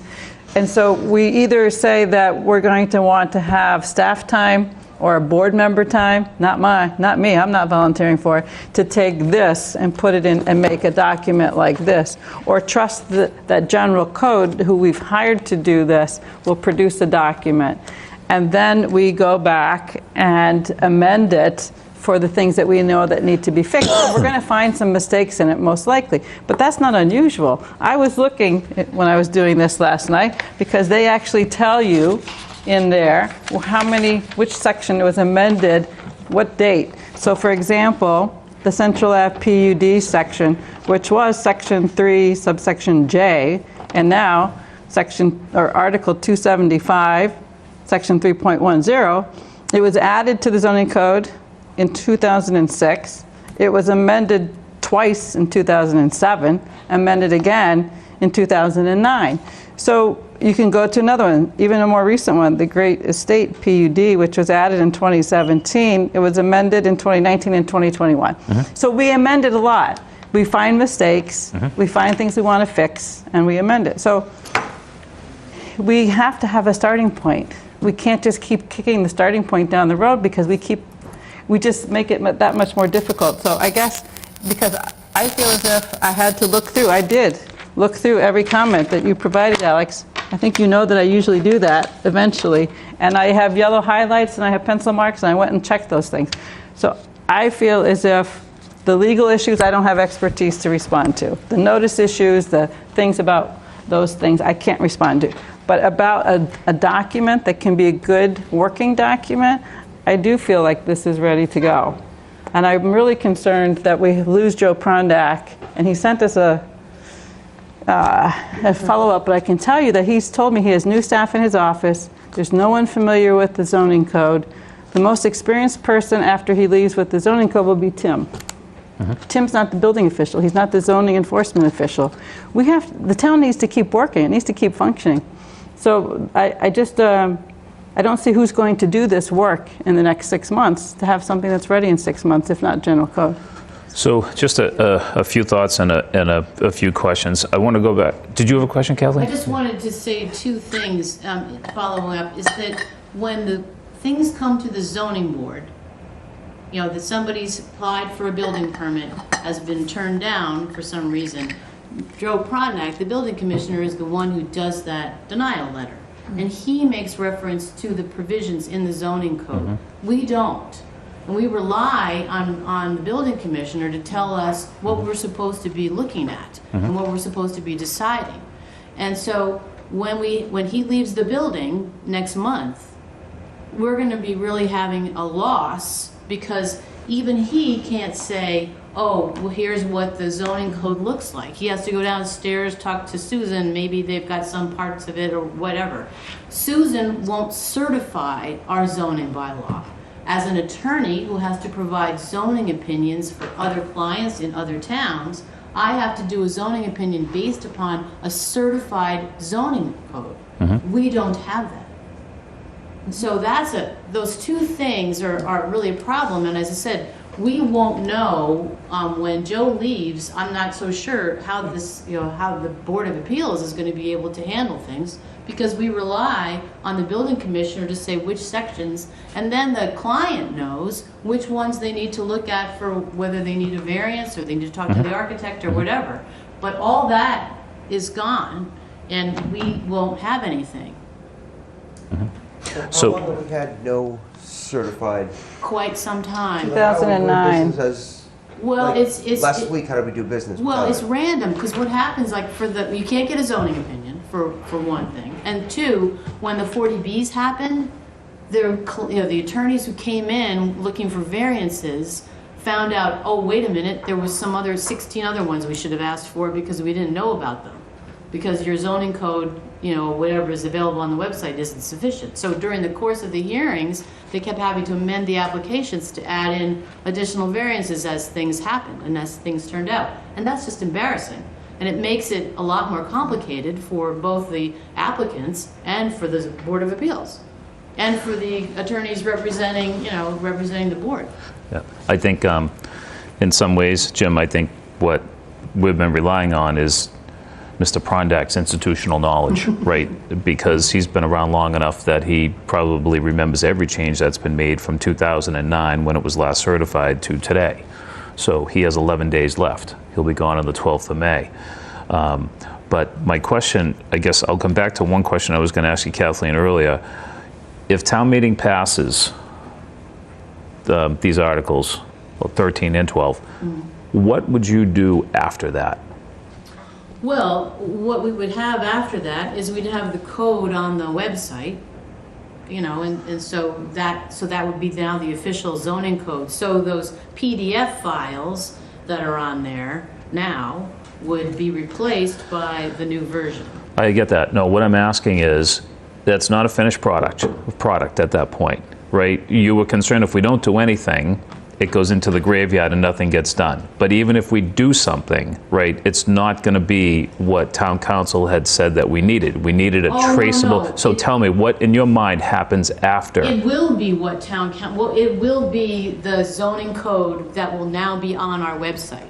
I understand, but I Clerk will don't. certify it. And the clerk will certify. Yeah, but it's not necessarily what we want, right? Well- I mean, we've all said, I think what I've heard from those that work needs to be done, amendments need to be made. Probably every issue that Alex has addressed here probably at least needs to be considered, right? So we have work to do, even if town meeting approves. But right now, we've got a mound of paper. Yeah. We would have, instead of the mound of paper, we would have this new zoning code, and that's on the website. That's going to be our I understand. baseline. So that will be the official code, that will be certified by the town clerk. And then, in the next years, you can start to look at that zoning code and say, oh, wait a minute, like when I was on the planning board, we took out the requirement to have surveys submitted on linen, which was still in our zoning. So I guess I have a question, and this is. So that becomes the certified zoning I get it. bylaw. I get it. Just in the interest of saving time, I understand that. Yeah. But here's where I have a problem, and I'm trusting. And I think I was a town meeting member in 16, so hopefully I should remember this too. But in 16, town meeting authorized a recodification. Mm-hmm. So that's probably 7 years ago. And it seems like there's a rush now, maybe within the last 6 months. How long has General Code been really working at this? 2018, 2019. Yeah, and the reason, Really? there was, Our first draft we got in January. no, This has been in the The second. bylaw review committee. no, it's been Right. at the bylaw review committee, and it was there for these Yeah. 3 or 4 years, and then it got to town council, and it got a reset. And that reset is when town That's- council said, we can't work with this the way it is. We have to kind of reset how we're doing it. And that's when Joe and Sue came to the planning board and said, here's what we'd like to do. We want general code to start over again, all over. And they were provided with these 2 documents, so the 2009 and then all these amendments. These are what they were provided with, and they put those in. There's been no changes other than that. So then the next, I think to answer your question, Sean, really on the next step is, I would ask Joe Prondak for an exit memo. Can I ask you to hold with that first? Go back to so when Joe provided his point of view and Susan provided hers and General Code started over, what happened to the bylaw review committee? Were they not working hand in hand and side by side with General Code? I'm reading I have the report that's in the town report that just Yeah. was issued. Thank you. And they say that they were established by the 2015 annual town meeting, blah, blah, blah, blah, downtown. At the 2019 annual town meeting, under Article 39, they voted to expand the scope of the committee's mandate to include the town's zoning, personnel administration, and wetlands and stormwater bylaws. So 2019 was when the bylaw committee was officially tasked with looking at the zoning code. But that was 2019, not only 2017. for recodification to get it, Right. not to amend it, because the amendments So they were say that intended to be a during- different process. Yeah, during fiscal year 2022, the committee focused on the town's zoning bylaw, conducting 3 reviews of a version of the zoning bylaw prepared by General Code, a third-party vendor. The committee reorganized portions of the zoning bylaw and added headings, but made no material changes to the substance of the zoning bylaw. Members of the committee met with the town clerk, the town planner, town council, and the planning board to discuss the proposed revisions and the process for presenting the proposed revised zoning bylaw to town meeting. They completed their review during fiscal 2023. So I'm just going to, Yes, Alex, please. I'd just like to, initially, when General Code was hired, General Code was given the planning board version of the zoning. And the bylaw review committee worked that over, updated it, and came up with a proposed recodified bylaw. and that, Up to date. But this was about, when the bylaw review committee's recodified bylaw was brought to the planning board. Sue said, no, it's no good because you used the planning board version general code uses the planning board version, so everything that you've done for the last 3 years has to be discarded, and we have to start again. And that occurred at the beginning of 2022, after a completed or next to completed zoning bylaw was prepared and approval was sought. We went back to the drawing board in 2022 because Sue said we've got to start in 2009 and that starting with the planning board version was a terrible mistake. That's what happened. Yeah, the terrible mistake because it was uncertified. So it was but it was accurate. It was accurate, and no one has ever questioned the planning board version. Except that Sue Galvin wouldn't certify it, so she's the one who has to. Yes, so we had to go back to that point. Yeah. So now we can only move forward on this. That's right. So my question, Alex, for you. Can I just come back to one thing that Sean asked about next finish steps? that, I'm sorry, because I had some thoughts on it. I have a couple suggestions. One is an exit memo from Joe Prundeck. He's the one who has the most experience with the zoning code. He knows where there's some flaws in it, where it's hard for him to make interpretations that he feels are defensible, like in court, if an applicant or someone challenged his decision. So that exit memo, I think, would be really important. The bylaw review committee and Alex and his experience with the bylaw, have them take a look at things that they know are out of date. We're not talking about significant things like a new business district or a new multifamily district. We're talking about things to clean it up, to get it compliant with state law, to get rid of inconsistencies. One of the things that I found is really hard as an architect. I use zoning bylaws. The dimensional requirements are not in a table, and you have to look in multiple locations. It's easy to make a mistake. So get those kinds of basic user-friendly things done, and any mistakes fixed. That's sort of the next step in my view. So you're getting the information from various parties. Get it from the ZBA. Like, what do they see? How many variances are coming in? Like, one of the things I asked Joe Prundeck one time is, and one of the things that we fixed here was the definition of story, because historic homes were getting triggered, like that all of a sudden the basement is considered the first story and they're out of compliance because now they're a 3-story or a 3.5-story instead of 2.5-story. Things like that are triggering variances that are sort of, we can fix it. We fix that with some pretty easy language. Find that kind of stuff. And find those things from the people who have a lot of experience with the code. Tim, where is general code with this task right now? You have their product. So they would consider that done?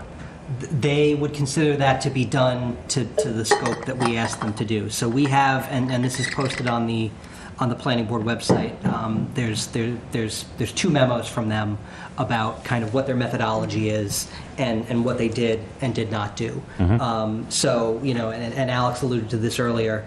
The only changes when we talk about a verbatim transcription of the zoning bylaw, capitalizing the word town when it refers to the town of Milton. Yeah. Changing the spelled out number 10 to numeral 10. Yeah.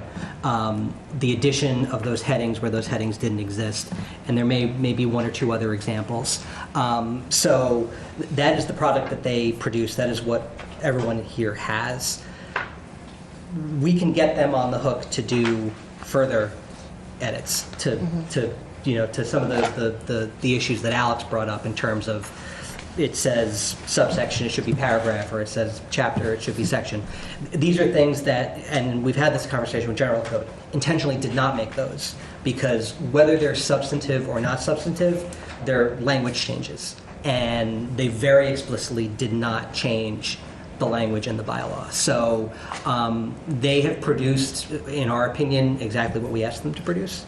And then it would be up to the town, whether it's the planning board or the clerk's office or whoever wants to sort of bring general code back into contract, or we have Murphy Hesse do it, or we have volunteer, whoever does it. Whatever other additional kind of phase 2 changes we want to make are there to be made. And I think, Sean, to kind of, I think address something you were getting at earlier in terms of this is not the sort of the finished product that we ultimately want. I don't think anyone, whether it's myself or Sue or Joe or anyone, would disagree with that. I think the issue before the planning board and the issue that's going to be before town meeting next week is we have what is effectively a 85% or 90% or 80% product. And there's additional work that needs to be done to get it to 100%. And so what is the trade-off between adopting the 85% product and then continuing to do the work for the next however many months it's going to take? And we have a lot of other zoning issues and a lot of other issues before town meeting between now and whenever this gets done. We could have that 80% product to use and work with every day, or we could have the 0% product that we have right now. The work still needs to get done, but in the interim period, we would still not have, we would be exactly where we are today, encountering the same exact problems that Joe articulates in his email, that myself and Sue Galvin and others have testified to in previous hearings. We would still have those issues, and we would still be working on this project, which has been going on since 2016. And so, that's, no one is denying, the majority of Alex's comments I don't disagree with. It's just my position and others' position is that let's take that big step forward and then continue to take those smaller steps. So three concerns. One, I think we definitely should have town council's opinion as to Alex and Alex is an attorney, and I do consider him an expert in all of this type of writing. Do we create any legal exposure for the town by the change that we would then certify? We'll have to get town council's opinion. I wasn't asking Kathleen to answer that. I wanted to say something going back to Mr. Whiteside's question about the fact that if you have changed things. Can I finish my three things? sorry. Yeah, that's all right. So, Tim, I do think we should ask that question, and town council should tell us, is there any legal exposure for the town? And if there is legal exposure, help us understand to what extent we have it. My second. Can I amend that a little bit? Of course. Does he see exposure in working with what we have now, especially with a new commissioner coming in? And to follow up on that, personally, I would want reassurance that no special permit is affected by that. I want something in writing from the town that anybody who has a special permit will not be at risk for losing that special permit because of the way the numbering is. So that I just want town council to put it in writing that all the special permits.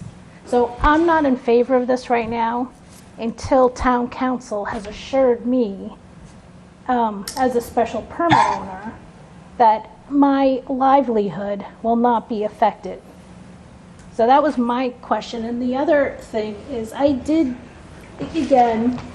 took our bylaws, the general code, and I did a search. I took one section, the earth materials removal, deposit, and fill, which I've been talking about for years. And yes, I did see, that they, on the general code where they put the amendment, that it was amended in 2021. But my concern is there is a new number 7 in general code that talks about treescape, and I couldn't find that in our existing current copy. So maybe it's in one of the amendments. This is precisely the thing that we're trying to correct for. Yeah, so I'm just going back and forth, it's hard like this. So I'm It's so trying hard. to, where would I find it? General code said it was amended in 2021, but they didn't say when they put it in here where I could reference it. So that's what kind of I'm looking for. I would like to have our current copy with their current copy and say where I could find that, where the amendment was. So that's the derivation table, I think. Yeah, I think this is. I mean, the project is to produce that, and so there is in the materials. Let me just bring this up real quick.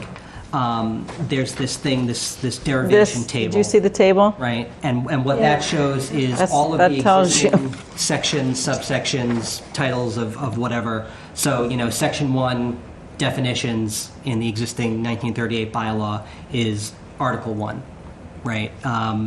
Section 3C, business district uses, in the general code version is Section 275-3.3. So that's where you would go to do that sort of back and forth kind of look. But again, the fact that there have been amendments since 2009 that, you can't, immediately go back and forth to is I think exactly the purpose of the project and the problem that we're trying to correct So for. could they, I understand they put it in that, that table, but to be honest, it would have been helpful if they put it right next to, like, where they, right here. So I think what they're producing That changes this. what they've produced is a zoning bylaw, and not necessarily sort of like the workbook to help us interpret the changes to from the existing to what they've produced. And so again, that is something that maybe they could do. It would cost us. We don't have them under contract for that type of work. We do have the derivation table, which I think is handy for this purpose. But what you're looking at, the document that they produced is what is proposed to be the zoning bylaw, and so loading it up with those kind of cross-references is useful today. It won't be useful in a week if and when this gets adopted. So then you would have to sort of just chop that work. So for example, here, I mentioned the Great Estates, for example, PUD.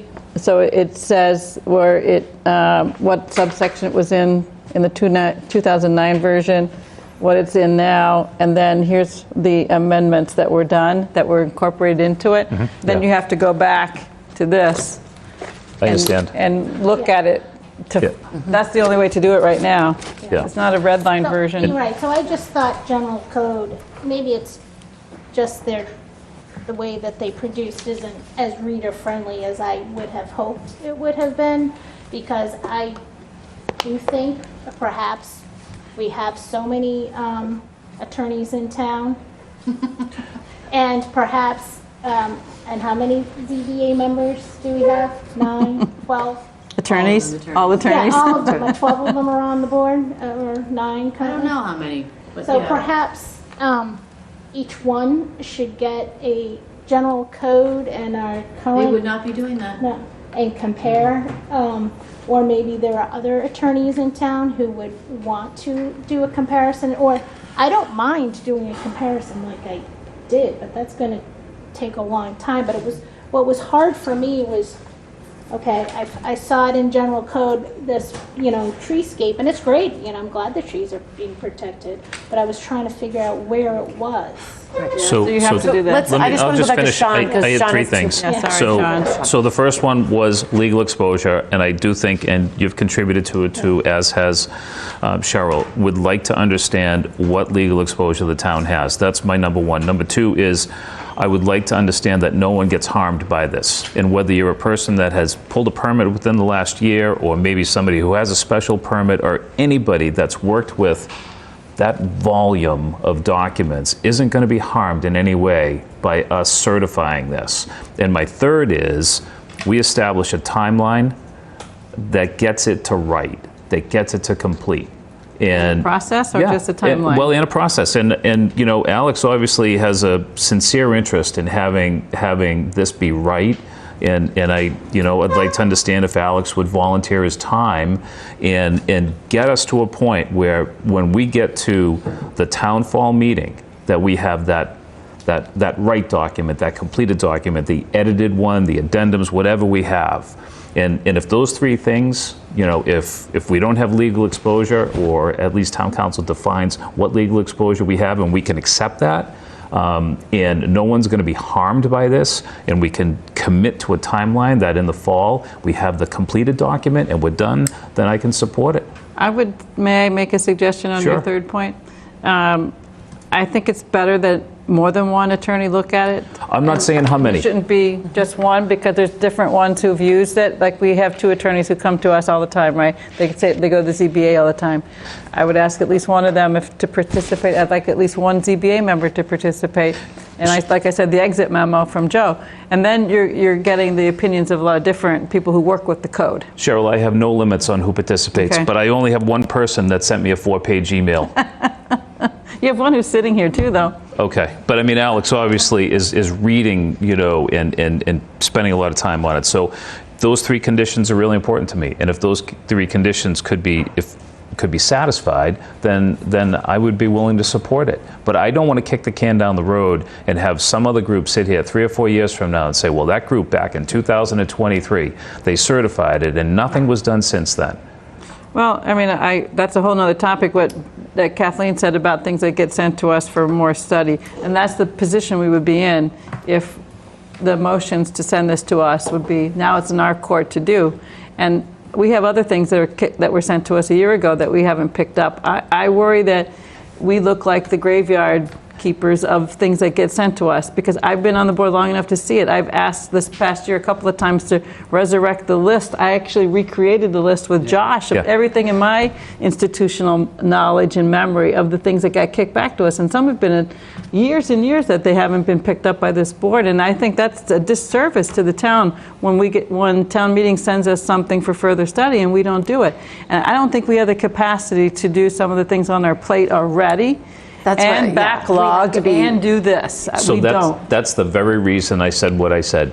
I'm worried that we're gonna certify this and it's not gonna get fixed after that. And yeah, we will have the document that Tim refers to as 85%, accurate to what we want it to be, and then it sits there. I think it's more than 85%, frankly. And I would want clarification that the new document that is accepted by town meeting, if this article were to pass, does not replace what we had It doesn't. prior. Can I just speak to that attorney who signs those permits? I just would want to make sure, because for exactly Maggie's reason, that existing permits, that this is not, Does not affect a permit. it does not affect that we have both, we have a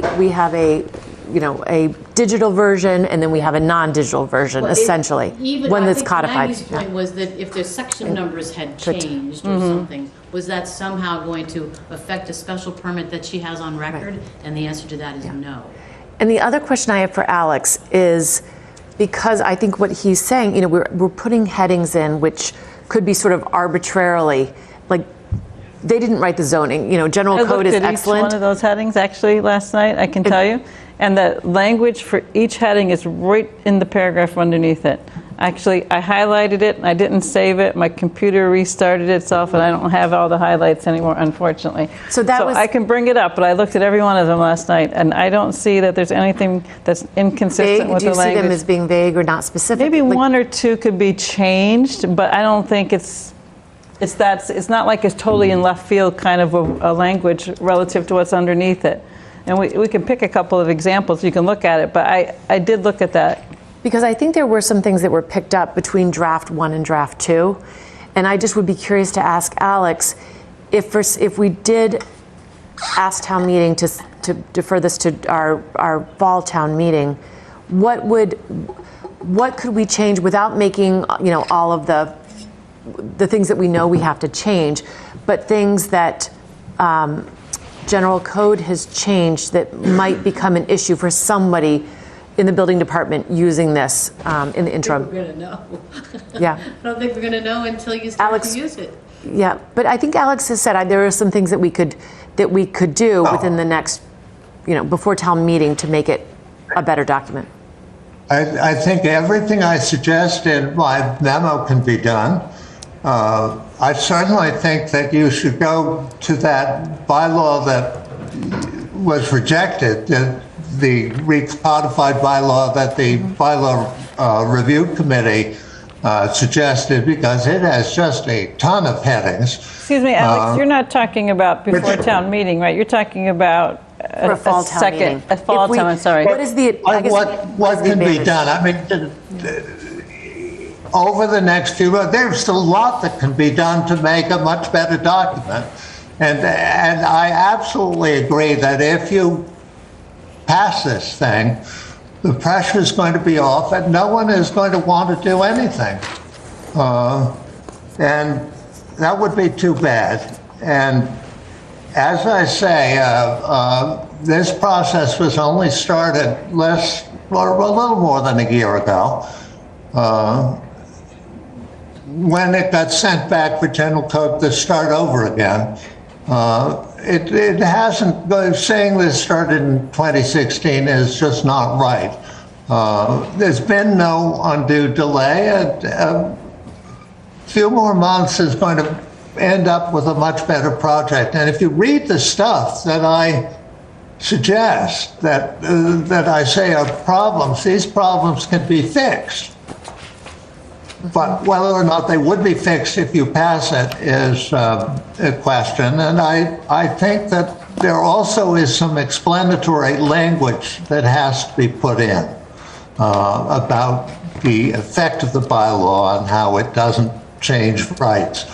And so, once again, I think the general code's proposed involvement, ongoing involvement, needs to be described because we have no idea what it is currently. So, yeah, I was going to make a suggestion that we see if there's any other comments, and because I think now we're getting a little repetitive on, and I just think if we get any further comments, and then talk about what our next step's going to be, so we can cover the next agenda items. We've got Jay Fundling with his hand up again. So, Jay. Jay, welcome back.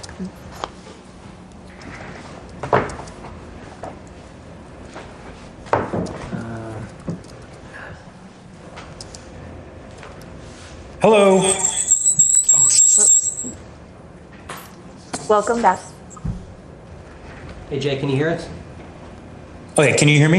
Yes. Yes.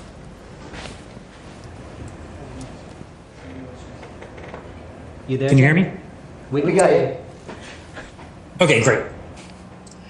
Okay, sorry about the technical difficulties. I'm on my phone and my laptop at the same time. Okay, so I would just like to, take a look at this. I'm again, sorry, my name's Jay Fundling, 39 Sias Lane. I'm taking a look at this from the point of view of a town meeting member, which is what I am. I'm sorry, can you confirm you can hear me? Yes. We can hear you. Okay. Thank you. Sorry. So I'd just like to take a step back. So as far as I understand, the town asked General Code to pull together our bylaws and get a current document that is searchable. Now, if that was all that was done, that by itself would not require town meeting approval because it would change nothing. General Code then came back to us and said that with their process, if they want us to work with them, they need the numbering system changed. So changing the numbering apparently is what needs town meeting's approval. So town meeting, again, as I said an hour ago, much to my relief, town meeting is not being asked to approve the bylaw language. Town meeting is not approving any document. Town meeting is being asked to okay the renumbering and the recaptioning and to capitalize the word town and to write out numerals. That's all.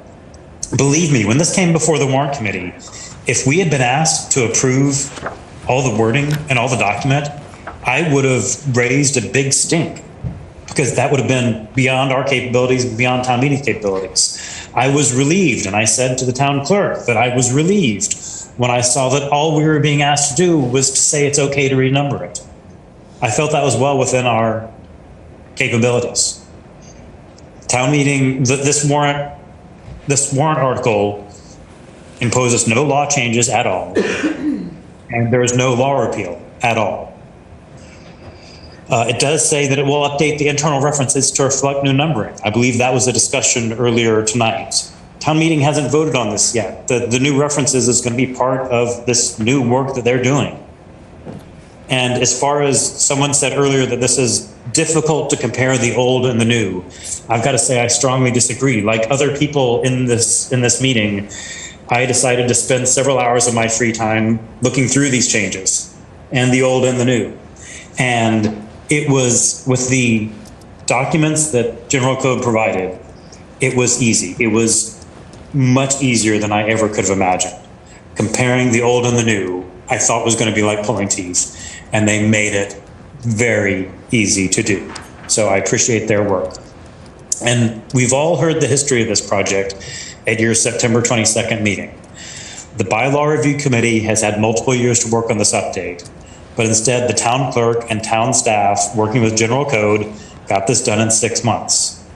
I'd like to thank the town clerk, and now please, I would urge this body to support making this available to the public. Thank you very much. I'll go on mute. Thank you. So, so it's still, I think, you know, there are questions just that we would need legal advice on. One is the name, the document is, there is no document draft of the town of Milton, Mass. There is none. And it's dated January. There's two things on two different websites. One is dated January, one is dated February. So I think if we can amend, that's something that we would have to ask legal counsel if that is within the scope to redefine what is the draft of the town of Milton, because there is no such document. And So which document are we referring to? Are you thinking, we have to make a recommendation. That's a requirement of any zoning article, right? Yeah. We have to decide about whether we're going to close a public hearing. I'm just wondering if you're kind of like making some notes about, like, we would support something conditionally, or are you looking for more information before we decide to close a public hearing and take votes? I'm just because we've talked about some of the things. I think we all agree that there's some legal questions that we'd like clarification from town council, but process-wise, I mean, we could take a vote before town meeting in our 7 o'clock, but we wouldn't have a lot of time between 7 and 7:30 and the start of town meeting to wait for town council's opinion to be provided to us. I think I would feel more comfortable getting some.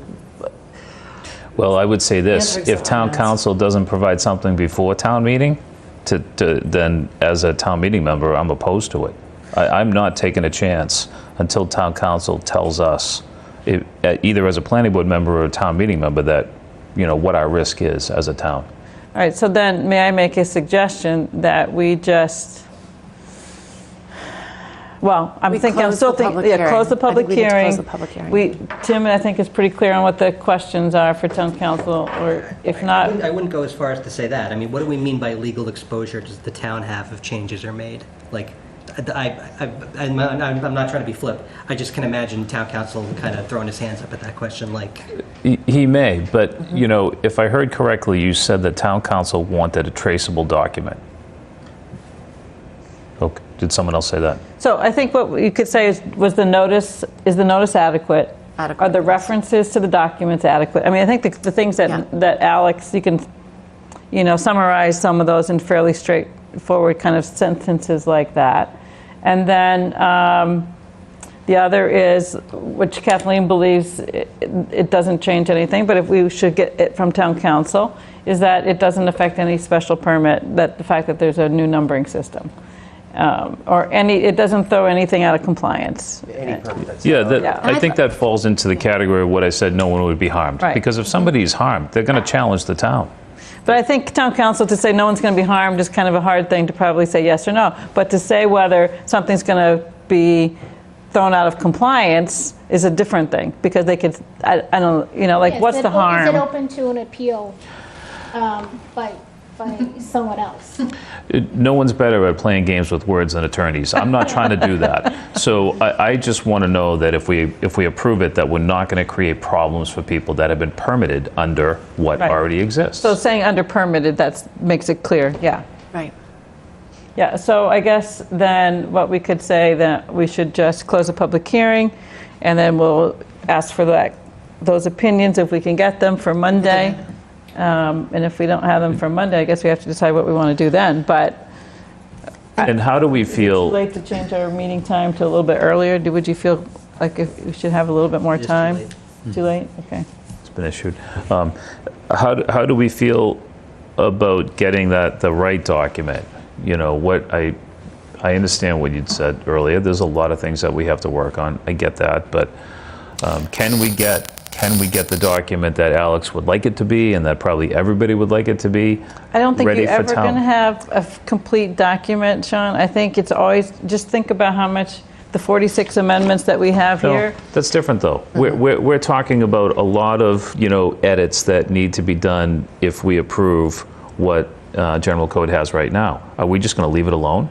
If we can't work on the edits that Alex wanted to do the last 3 years until we get this document approved, because we need the baseline document. I'm not saying that. So that I'm we're saying, just no, you kicking those misunderstand what I'm amendments saying. down the road I'm not further. explaining myself well. We approved this thing in town meeting. Now we have the document that's 85% correct. What's the timeline to get it from 85 to 95 or 100? We'll have to discuss that in a future meeting, and I think we'll have to really fund an attorney, or we have to discuss the process on that too. What I'm wondering is if General Code, if they do have the document that we're currently looking at, the renumbering, the baseline, and we have a corrected version, which Alex has a red line version of what they've, with all of the corrections, which are apparently so numerous that we can't use that document. Can they compare those and be able to identify what items have been changed and sort of list those, since they're substantial? But that's combining what we said in September should be a phase 1 and a phase 2 into one phase. Could it be simplified? Could that be a? But I think that's a future discussion. Yeah, I think I think the best thing is to get the baseline, which would be a certified version of the 2017 Planning Board unofficial copy, but a 2022 version of it. And it really, for people who use it, I just think, like I had the phone conversation, so you can read what Joe wrote, and you can get a sense maybe from his words on paper. But if you talk to him about his frustrations, he's going to another community that has everything in a much easier way to work. And Certainly, it's going to we recognize that. And so we're losing talent. Are we going to be able to attract talent to replace them? Are we going to impede our ability to grant permits? Are we going to impede our ability for our zoning board of appeal to do any work? No one wants to do that. We want to move forward, but Meredith, to I think try to begin to answer your question. There's two kind of potential courses of action that we could take if town meeting kind of approves this. One would be, and whether it's General Code or another attorney or whoever that we sort of put under contract. So I'll use the example of sort of the discrepancy between paragraph and subsection, which exists. General Code's kind of house style that they have kind of put into this really only has, chapter, section, subsection. Those are everything below subsection is just a subsection. Our current zoning bylaw has several more gradations, right? So that is something that will need to be cleaned up. So the two potential courses of action are, you could ask General Code or another contractor, attorney, whoever, to do that work. Say, go through this and make this consistent. Everything that says paragraph should be subsection or whatever. The benefit of the product that General Code has produced is we can also make those. We don't need them, right?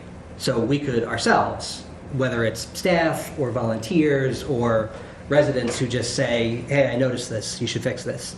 It's our bylaw. We have the capability to make those amendments. Now they'd have to go to town meeting, you'd have to make a vote, but we don't need anyone to go in there and fix it. We can fix it ourselves. It just becomes a matter of capacity, staff time, right, that's or a lot volunteer time, or whatever. But any of those changes, it's just like any other kind of zone. I mean, we would still be doing the same thing that we've always been doing, which is amending our zoning bylaws. We do it every year, except our practice has been, it sort of just goes into, I'm not going to say it goes into a hole, it goes into a file in the clerk's office, and that's where it kind of stays. If this gets passed, the day we get the letter from the Attorney General, that gets revised in the official copy, and it's reflected on the website. So we're really just now talking about bread and butter zoning changes that we've always done, except now they're reflected immediately, and they don't get lost. Okay. All right. So I think what we should do is we should defer to the the town's attorney on this and maybe attach Alex's concerns, legal concerns. He sent them to town council Did already. town council get those? Okay, all right. So then, and then we can maybe hear back, it would be nice to hear back prior to our meeting so we have time to process his comments. So I am on a town meeting prep call with the moderator, town council, folks tomorrow morning. If I can't grab them then, we'll grab them at some point before the meeting and get some clarity on those. Planning board needs to make a recommendation to town meeting, so that can be oral. It doesn't necessarily have to happen in the context of the public hearing. You can close the public hearing. You've done your duty in that regard. Okay, so we could close the public hearing. Yeah. So Alex, is there anything else that you would like to add before we close the public hearing, if you are still with us? No, I think that, the questions I think are phrased in the, adequately phrased in the 4-page production. And I'd be interested to see what town council has to say. And thanks for referring it. Thank you very much for your time on this. We greatly appreciate this and respect the work that you've done for the town. So thank you. Okay. Thanks, Alex. Does Kathleen want to add anything before we close Yeah, it? Kathleen, is there anything else? I just wanted to say that I strongly hope that you consider supporting it, because I think it really would help the zoning board, seriously help the zoning board, to have this baseline that we can work with. Because right now it's just it's a sad situation trying to figure out what we've got. And I really worry about the loss of Joe Prodnak and his advice for us, because he's just been a wonderful resource. Right. And so I really appreciate the difficulties for the town clerk. She came in and was facing this mound of paper, and and so I really hope that you would consider the staff and the residents, and I think this would be very helpful. That's great. And I thank you for listening to me. Thank you for your time too. Appreciate it. Okay, so can I make a motion to close the public hearing on the zoning recodification? Is there a second? I'll second. Great. Any discussion following that? Or are we good to? All right, then roll call. Cheryl? Yes? Do a roll call. We don't? Because we're all here. We're all here? Yep. All right. Motion to accept. Yes. Accept the motion. Yes. All right. It's just nice. Yeah, it is nice. Now Jay's off, everyone's off. Yep. All right. So now we can move. We now will open the 1200 Brush Hill Road Scenic Road application that we are continuing that public hearing. And with that, if I could have a motion that we would like to continue that to the first meeting in June, which is June 8th. June 8th. We will move that to So June moved. 8th. If So so moved. move second. Second. All in favor to move the public hearing for the 1200 Brush Hill Road Scenic Road application to June? Aye. Aye? Aye. Aye. Aye. All in favor? Yep. Jim? Aye. Okay. I think, Sean, you seconded it? I did. Sean seconded. All in favor? Yes. Okay. So that's moved to June. And now, for new business, we, Can I make a suggestion Yeah. that we move to the MBTA communities? Sure. Because in case That's- anybody's watching for I that, think that's great. they don't need to really be here for the. that's the other great. part. I think Okay. that's a great idea. Okay. So we're going to move item 7 and move that to, and take up our old business, MBTA communities, update on consultant work, discussion of scope of work for fiscal impact analysis. And Tim, I will give this over to you to make a presentation on this. So I've got, and we've shared this before, you've got a slide deck of some of the, I'll do it. It's fine. Unless you really want to real bad. Okay, I'll share it. Of some of the materials that UTIL has produced so far. And so where we stand on this right now is, we asked them to kind of do a really kind of broad test of the entire transit area and a couple kind of, what I would say, obvious districts outside of the transit area.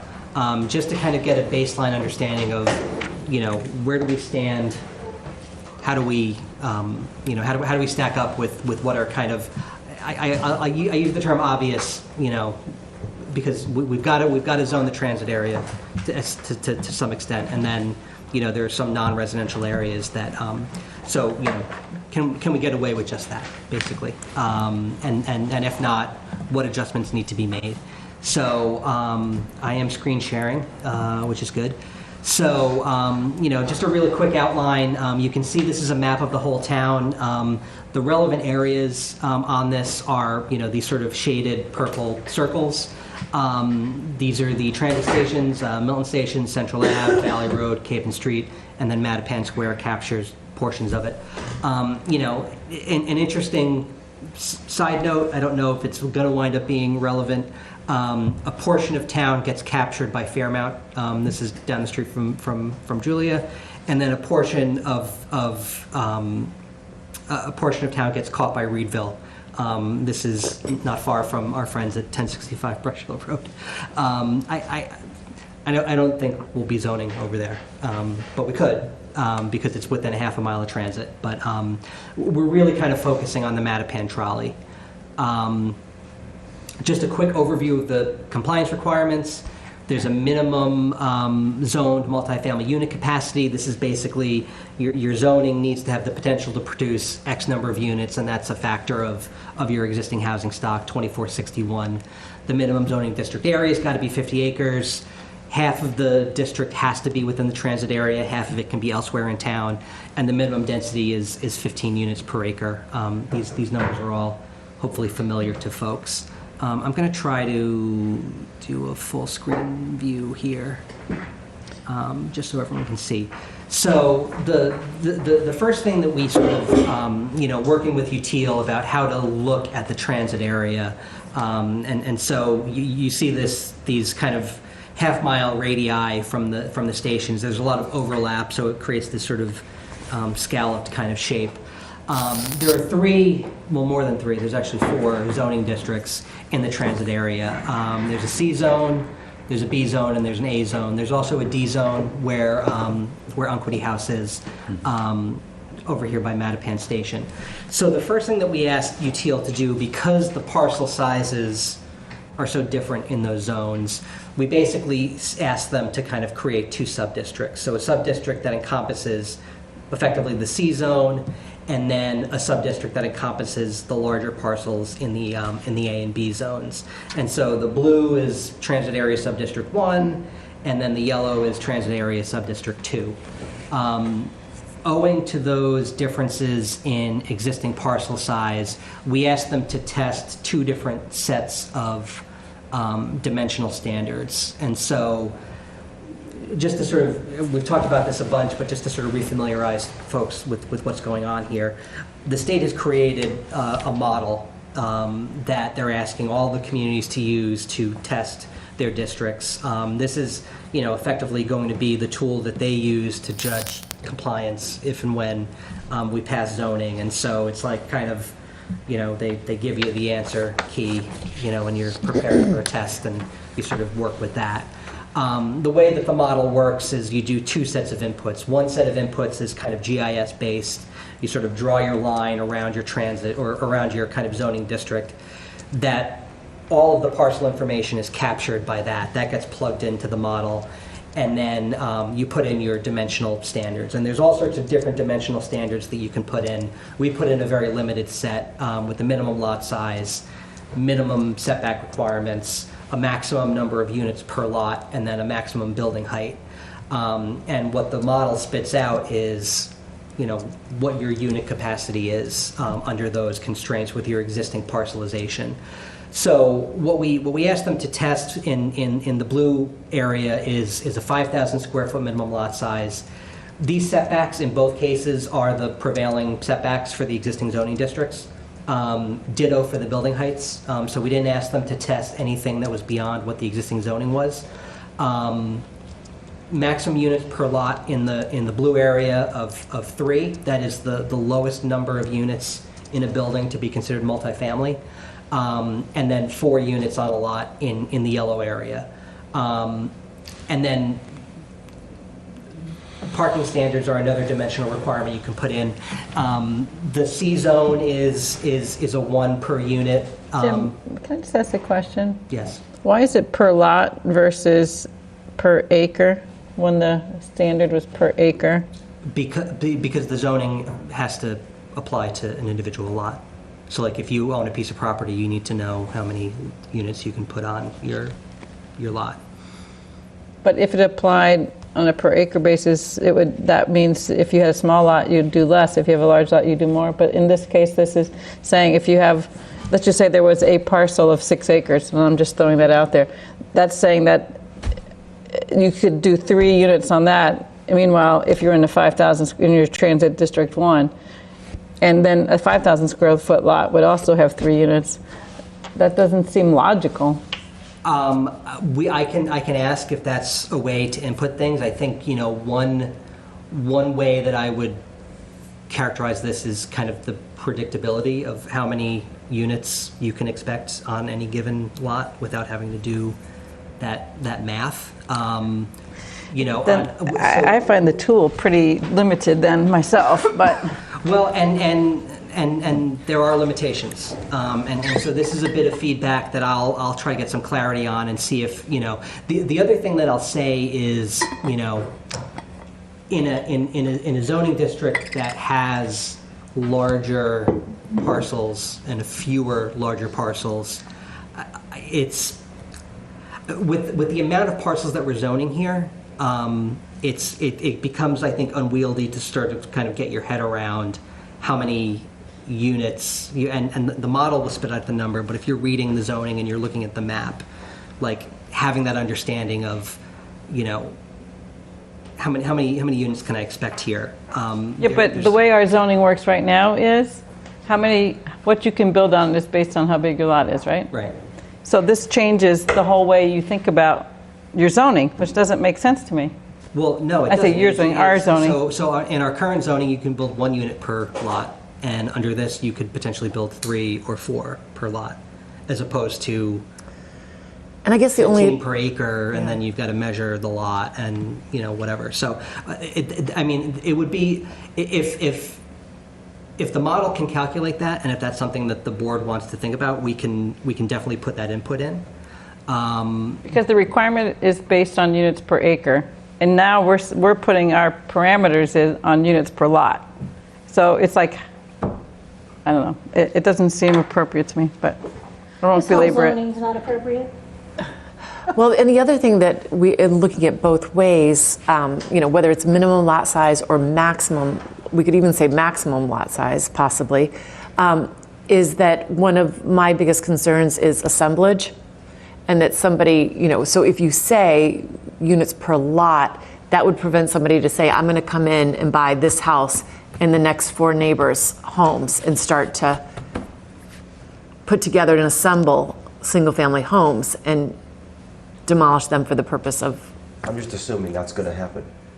Well, not if this would actually prevent that in a way. I think it's a good point, because I think especially in this area, the concern, and this is, you know, in my kind of, you know, feedback to everyone about this, you know, I understand the concern about the prevailing kind of physical character of these neighborhoods, and again, where you've got more of redevelopment of greenfield or brownfield lots, you know, where kind of the existing physical character is less of a concern, I think. But I mean, this sort of gives you that certainty that, you know. Then I have another question for you. A good point, I agree, Meredith. What if, though, if you had a scale that your parcel size of 5,000 can do 3, but a parcel size of something larger could be more, but it's not assembly, it's an existing parcel size, because these are based on existing parcel sizes, right? Right. So I think that's another way of approaching this, rather than having a sort of a physical boundary of sub-districts. You have a kind of, you know, sliding scale based on the existing. But I mean, you know, Can we just keep track of these so that we can kind of think about what these variables might be? Because I think there's some good suggestions generally, or you've made some, Tim and Meredith. I think my concern there would be, so the model right now is based on the existing parcel, and we'll get into kind of the implications of that in a minute. But, my instinct here on what the state is looking for is kind of, they want units to be produced, and they want the zoning to be something that is usable kind of going forward. So like the idea that like there wouldn't be site assemblage or subdivision, like.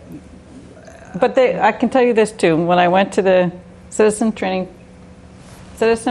Training Collaborative Conference, Lieutenant Governor spoke. There are a lot of questions about MBTA communities, and she said, we're not looking for destruction of existing fabric.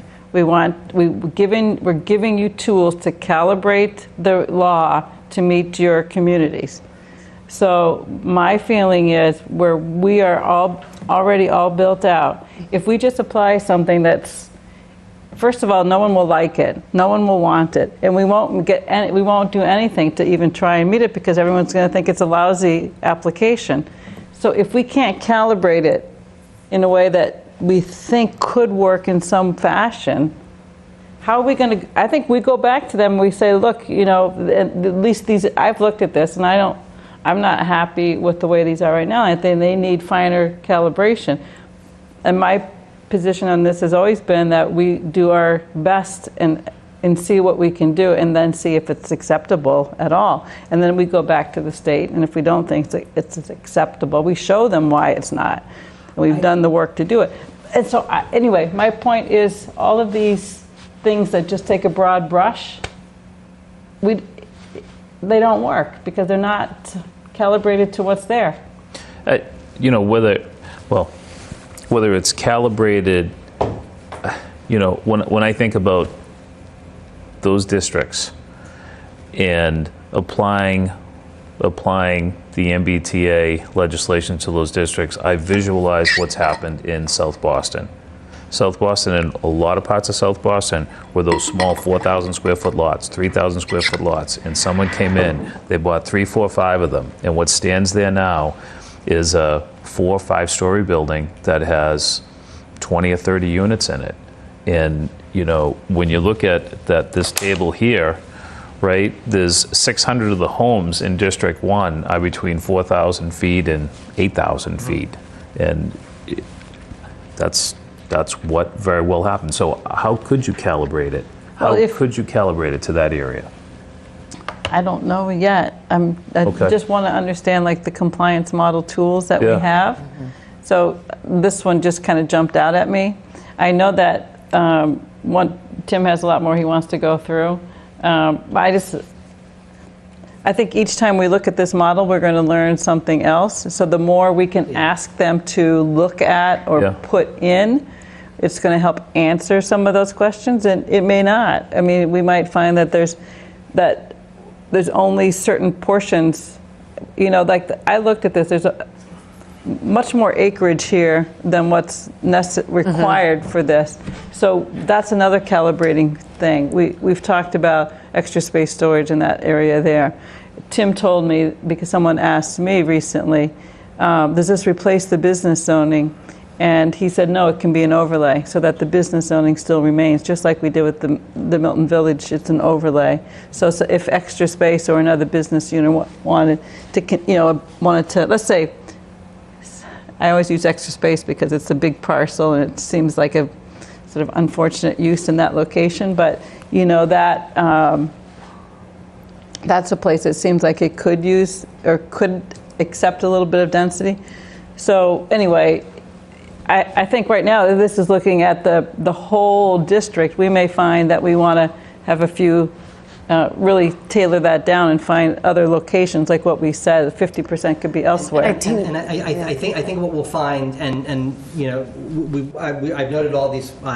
Josh noted all these comments, and we'll try to get some clarity. I think I've been saying a lot that like there are decisions that are kind of going to get made for us, and we just have to kind of direct our efforts to where there's more decision making kind of. Tim, can I ask you a question from something you said earlier before I lose track of it? I know there's this small piece of land, within the Fairmont, and also Reedville.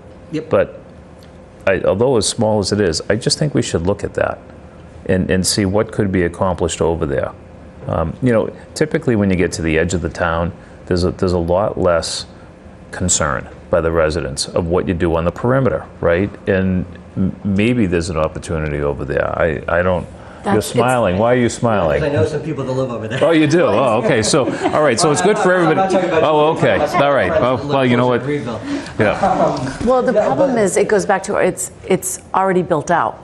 Oh, I know. All those areas are all built out. Most of the areas we're looking at are already built So, out. well, this is what I was saying to Tim, is I would love to almost work backwards and say, let's take 50%, half of our 2,461 units to zone for. Let's try to look at areas that are currently undeveloped, that are not residential neighborhoods. And this is why I know I rather zone in the DPW yard than I do the Columbine Cliff neighborhood, or, So one thing that Meredith said, this Milton. is going to be, I think we need one of these charts, these trade-off charts, because when you think about how many units you have to zone for, if you have an area that already has units, it's not really a net new number of units in the sense, like you say, 2,461 new units. If you do the DPW, there's no units there right now, right? So you are adding all those. But if you did an area, or even extra space, there's no units there right now. But if you did 88 Wharf and Milton Hill House and 131 Elliott and 36 Central, there are already units there. So you're not adding that many new households and potentially households with children or whatever impacts we're talking about. So I we do have like, that trade-off. So we have the Granite Ave parcel that we all think that we would like to go pretty dense on that, because right now it's sort of a little bit of an isolated area, although there are neighbors that are across the road. So we're not. Caveat. No, there's neighbors everywhere, We're gonna but say that for every single one. But I still think we, when I look at the guidelines, it's that we are to create a district of size, of a reasonable size. Reasonable size. So I don't know why we can't do the brownfield. I think that's a very reasonable site. It might be just under the 5 acres, but I don't see in the zoning it has to be a minimum of 5 acres. So, that's sort of an arbitrary. A sub-district, the guidelines say that a sub-district has to be at least 5 acres. So maybe that's where we ask and say we're really trying. Right. So and the trick on that one, because I think it may be 3.9 or 4 something, and the trick about that one is it's surrounded by state land, DCR land, that would we wouldn't be able to fold that in. The other issue, and we may, who knows if we're able to stretch on something like this. When it comes to public property, because they have a calculation of kind of developable land and excluded land. So excluded land is, the Blue Hills Conservation, Reservation, okay, yeah. right? The Neponset River Reservation, that's excluded. You're not going to develop that. Public land generally is considered to be excluded land unless it is referenced in a DHCD-approved housing production plan as a strategic housing location. And so that's how we get away with the state DPW yard on Granite Ave, because that's, even though that's state property, so like the state doesn't want you like zoning, the state house as, because we're never going to build housing there. But if you have identified a parcel as a strategic housing site that maybe the state would dispose of land, you can build housing on it, and DHC approves that in your housing production plan, then you can zone that. So that's how we get away with Granite Ave. We don't have such a document for the DPW yard. So what they're trying to avoid is, okay, let's just rezone Town Hall. There's 5 acres on the Town Hall campus, and if the town ever decides we can build 100 units on Town Hall. We're not going to do that. And that's what DHC is trying to avoid. So what they want to see is planning that already exists for redevelopment of public assets. Now, the DPW yard has been the site of redevelopment discussions in the past. Whether or not those are, I think those might be defunct, but also maybe you can get away with that conversation of like, hey, we've talked about, you know, doing this in the past, if we can find a new location, if we can work something out. So that's one limitation on this. But again, you know, I think as we sort of start to go through this model, and like I said, a lot of decisions are going to be made for us, and we're going to have to find areas where we have a little bit more leeway and a little bit more discretion. We may go into situations where it's like, look, I'll roll the dice with DACD on the brownfield site, even though it's undersized. You know, we think that there's still a strong argument that they should be zoned, it should count. And there's an argument, it's right on public transit. I mean, it's walkable to the Fairmont station. They're talking about building a River Street station if the T ever gets its act together. But let me go through a little bit more, because I think you'll start to see some of the limitations and some of the potential solutions for those limitations as we start to go through this. So when you put these two transit area subdistricts through the model, we're really good on unit capacity. So you remember that 2461 number. If we zone this entire area for what is effectively almost the minimum legal density that we can, you know, we get upwards of 3,100 units. So we're good on that. The district size, much greater than 50 acres minimum, so we're good on that. It's the minimum density that starts to hit us. So this blue area, when you take into account, because they're talking about gross density, which is another, gross density is in the legislation, so there's no way around it. That means the whole land divided by the number of units. Streets and everything. So all of that sort of kind of goes in. It's terrible. And so this becomes an issue where if you look at an individual parcel, a 5,000 square foot parcel with 3 units on it is more than 15 units per acre. So I don't have the math at my fingertips, but like on that individual parcel basis, you're good. But when you start to take in the size of the rest of the district and what else is in that district, that number starts to go down. So we're at 7.7 units an acre in the blue area, 3.3 units per acre in the yellow area. And you'll start to see another reason for why those numbers are so low, even though, especially in the blue area, the densities are relatively high on an individual parcel basis. And part of the reason, and this is one of the limitations of the model, is that it's taking a snapshot of today. What is your existing parcelization? And so anyone that drives down Capon Street or those other side streets understands. You look at the map, you understand these are undersized parcels. It's a 7,500 square foot district. There's actually relatively few actual 7,500 square foot lots in this district. They're all pre-zoning, they're all undersized. So you see this chart, and you know, this tall bar right here that I'm pointing at is where we've set the minimum lot size, right? So everything from this bar to the right, you could potentially build something on under this scheme of 5,000 square foot minimum lot size. So what that means is everything to the left of this 180 is still undersized and you can't build anything. So all of that area is in our denominator, and we're getting a 0 on the numerator because you can't build any units there. The other thing, and this it's relevant to both sub-districts, but it's more relevant to the yellow district now. So we set a 10,000 square foot minimum lot size in the yellow district, right? So this 19 where I'm here right now is where your 10,000 square foot parcels start. So everything to the right of this, you could build 4 units on, right? So there's a lot more parcels where you could actually get some units on it, but because, and you know, don't throw a tomato at me, but because the density is so low at only 4 units on a 10,000 square foot lot, when you have some of these, you know, there's 14 parcels that are greater than 100,000 square feet. The model isn't presuming subdivision. The model is saying you've got a parcel that meets the minimum lot size. Before. You can build 4 units on it. So we're only getting credit for 4 units on these 14 100,000 plus square foot lots, right? So again, our denominator of area is enormous, and the number of units that we're getting in the numerator is relatively low. And so even though on an individual parcel by parcel basis, and there's 4 units on a 10,000 square foot lot, maybe you could squeeze a couple more in, but that's not, I don't think Milton is interested in that.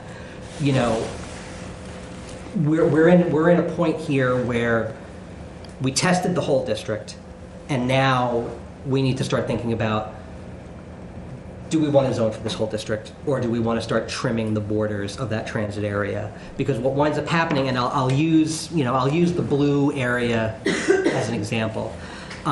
It's a little bit tougher in the blue area, but I think the yellow area is going to be a little bit more charged. These super undersized parcels, 499 and below, are kind of scattered throughout the district, but what you could potentially do to kind of juice your numbers of density in this blue area is find where there's the highest concentration of these undersized parcels, where you're just not getting any credit for anything, but you're getting dinged on the land, and just not zone that area, right? And so your denominator gets reduced, your numerator gets reduced a little bit because there's some collateral damage of actual, compliant parcels, but you'll see that 7.7 go up. Can that be done, Tim? Because there's 200 of those. I mean, are they like? So they're not like all 200 of them are together. Not all like together. That's what I'm thinking, right? I think if you look, there's a lot of them, and I'll ask UTL to give me the diagram. They didn't put it in the slideshow. There's a lot of them in this sort of triangle of Blue Hill Ave, Blue Hills Parkway, Brush Hill Road. Not all of them, but probably the majority of them. Okay. So if you just took that out, you'd kind of bump up the density. Okay. Ditto for the A and B districts, and so you're looking at along Adams Street where you have acre plus parcels, and you're only getting credit for 4 units on each of those, or 4 divided by 10,000, whatever. If you were to not zone some of these larger parcels, you would get that corresponding boost in that 3.3 units per acre, because again, you'd be losing a handful of units, but you'd also be losing a significant amount of area that you're getting dinged on. But that's a similar type of situation where, you would need to find a relatively contiguous geography, because what they don't want to see is just like, we're not going to zone any parcel that's under 5,000 square feet, because then you'd get this sort of like pock-bark zoning district, and DHCD would look at that and be like, bless you, what are you trying to do here?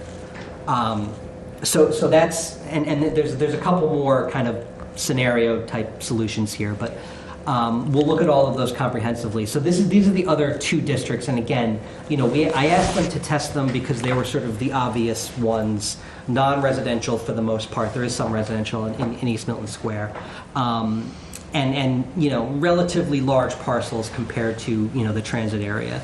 So for these 2, we didn't do a minimum lot size because the business district doesn't have a minimum lot size, and there's only 2 parcels in Granite Ave. A little bit of bigger setbacks, but the setbacks again kind of minimal. We may want to tweak that. No maximum of the units per lot. And then setting, 6 stories and 4 stories, respectively. Granite Ave, 6 stories, that's, a decent sized apartment building. 4 stories, we just did site plan approval for a 4-story building in East Milton. It's very broad. I know we're going to be talking about zoning in East Milton. We're not talking about 4 stories everywhere, but we just wanted to see what the effects would be. And again, this sort of, it doesn't get us all the way there, but it does give us significant numbers of units. The thing that becomes important is, the density over here is way above what we need it to be. So, with those dimensional standards, if we were to do that in these 2 districts, those would be real contributors to our numbers. So, Tim, were you explaining that having some districts that have higher density and allows you to have some districts with low density, so to reach the average of 15? So the law is all of, and we use the term district, DHCD kind of considers everything that you give them is your zoning district. And it's going to be multiple sub-districts. Part of it's not going to be contiguous, but that's like your district. So your district has to be 15 units per acre.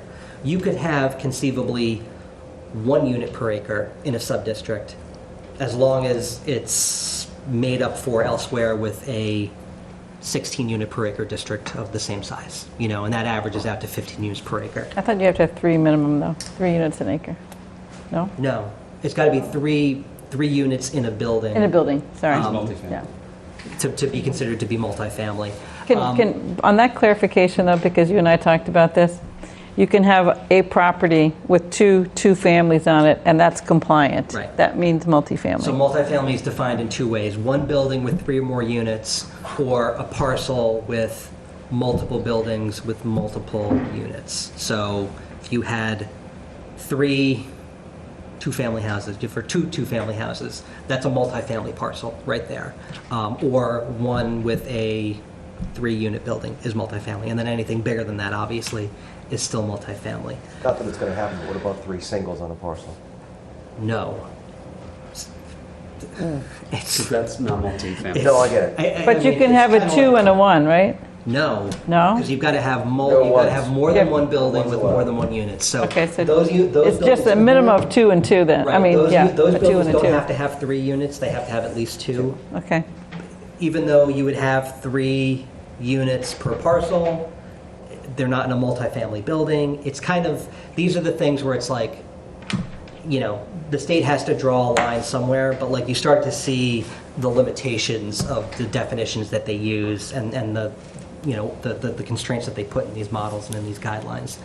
So this is all everything kind of cumulatively. So, the modeled, multifamily unit capacity, if we do all these districts with those requirements, we're way above our unit capacity. We're all set there. District size, no question, huge district. The density, if you combine all these, really only gets us a little bit more than halfway there, right? So even though Granite Ave and East Milton have a relatively high density, those areas are physically smaller. All right, so can we just give the feedback that this model then doesn't make sense in a sense? Because if they're after unit capacity in zoning, why does it matter? It's the density side, so right? This is it's something that I'm actually kind of struggling with, and if you saw some of my Twitter group chats, you would kind of see. I'm never going to show them to you, but you would, because I have this discussion with a lot of other kind of pro housing folks, where it's like there becomes this kind of disconnect between the law, which really only says 3 things: by right, reasonable size, 15 units per acre, 4 things, half mile of transit, right?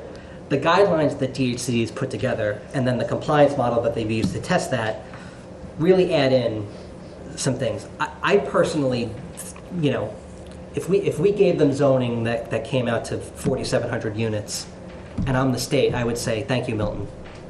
Good job. But that's not compliant, right? According to their rules. So, for better or for worse, I think we need to make more movement towards getting to that minimum density.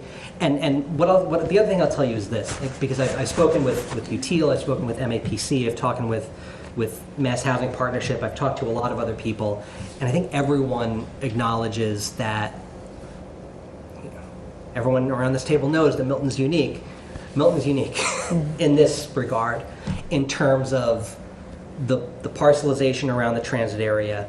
I use the Dedham example all the time. Dedham is rezoning Legacy Place, and they've got a couple 40Bs around Legacy Place. A kid could do it. It's easy peasy. Like this, we have, we don't have huge parcels. Our transit area, where we're legally obligated to put half of this district, is, I don't like the use of the term built out, because I think there's plenty of room to go up, but there's not actually a ton of room to go up, unless you're totally blowing everything up, which I think exactly. I was going to say, and so we're really kind of walking a real tightrope here. So there's a couple, and this is just kind of what the spreadsheet of the model looks like.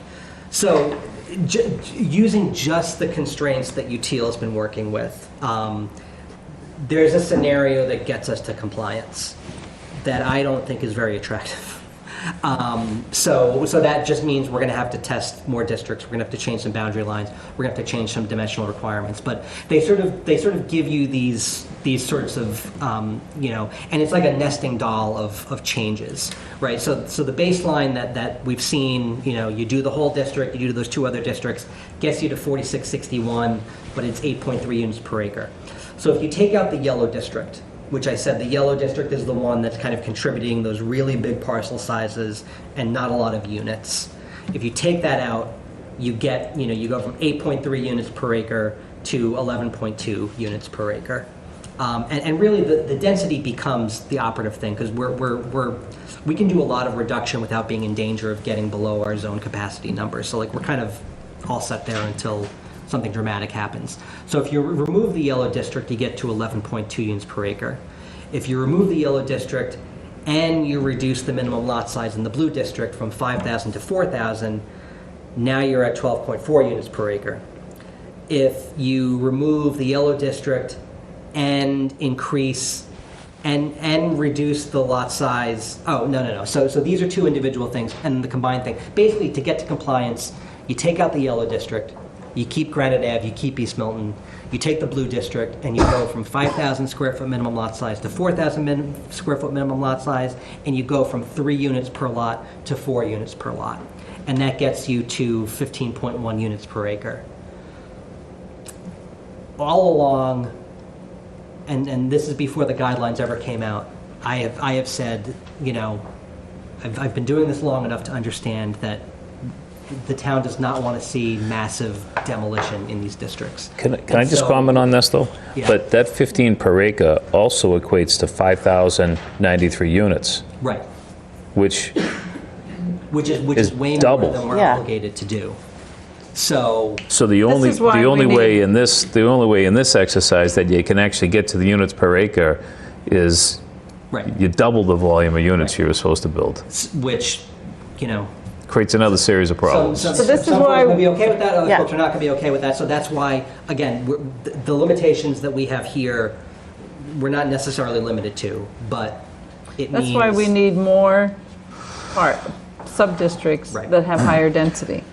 Like I suggested at our last meeting, if you drew a boundary, which I did using residentity, and you have to look at it, because the more roadway and unbuildable, it drops your density too. But 88 Wharf, extra space storage, where Steel and Rye is.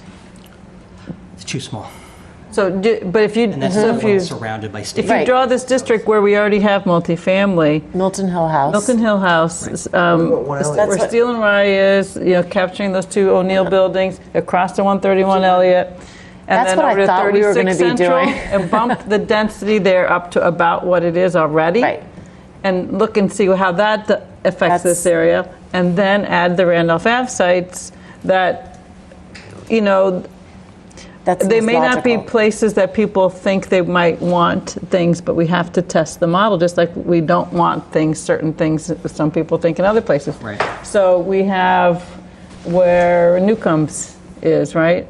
That, and then the businesses that are behind Newcomb's, right? I know, like, these may never change hands where they're owned. Those are the most logical. Just bigger parcels that we can look at putting And have the least more density. impact that you're destroying the fabric. So even if you do that, you still have to accomplish 50% within a half mile, right? But if you get more, you identified that we have many more units here than we need, right? I'm suggesting that if you can increase your density someplace else, you'll pull them out of here. And you're going to, it'll help your total density number because you're going to be able to concentrate them on a smaller area. Right. I think that's right, right? Was what Meredith was kind of getting at earlier in terms of like working backwards of like, let's leave the transit area for now. We understand we're going to have to come back and kind of modulate those district lines. Let's try to rack up units outside the transit area, and then to Cheryl's point, we already have density existing in these districts. All of the multifamily that we have is greater than 15 units per acre. So even if we just kind of like corrected those sub districts to, we would get a little bit more credit. As a strategy, I would probably take a parcel like 131 Elliott, has 38 units on it. We could zone underneath that for a little bit more than 38 units. I don't think Steve Connolly is going to knock down his beautiful new building to get a handful of extra units. We can kind of... And then that helps this whole district in terms of... There's a couple games that you can play. I mean, we're obviously going to have to do a lot of zoning, but like we can get credit for units in a way that, will be helpful. But I want to ask a question though, because this one, the 5,000, the 14 units per acre, that excludes sub-district 2, right? You took sub-district. So what does sub-district 1 look like? What would it ever look like in terms? I don't think you can use this. I think you've got to go back and add these other higher densities and not even just assume that you're not going to do what it says here you're going to do, because that's not the solution. So sub-district 1, Sean, looks like the blue. Yeah, just ignore everything else. Yep, yeah. So and I'll just tell you this, because you're the politicians at the table, right?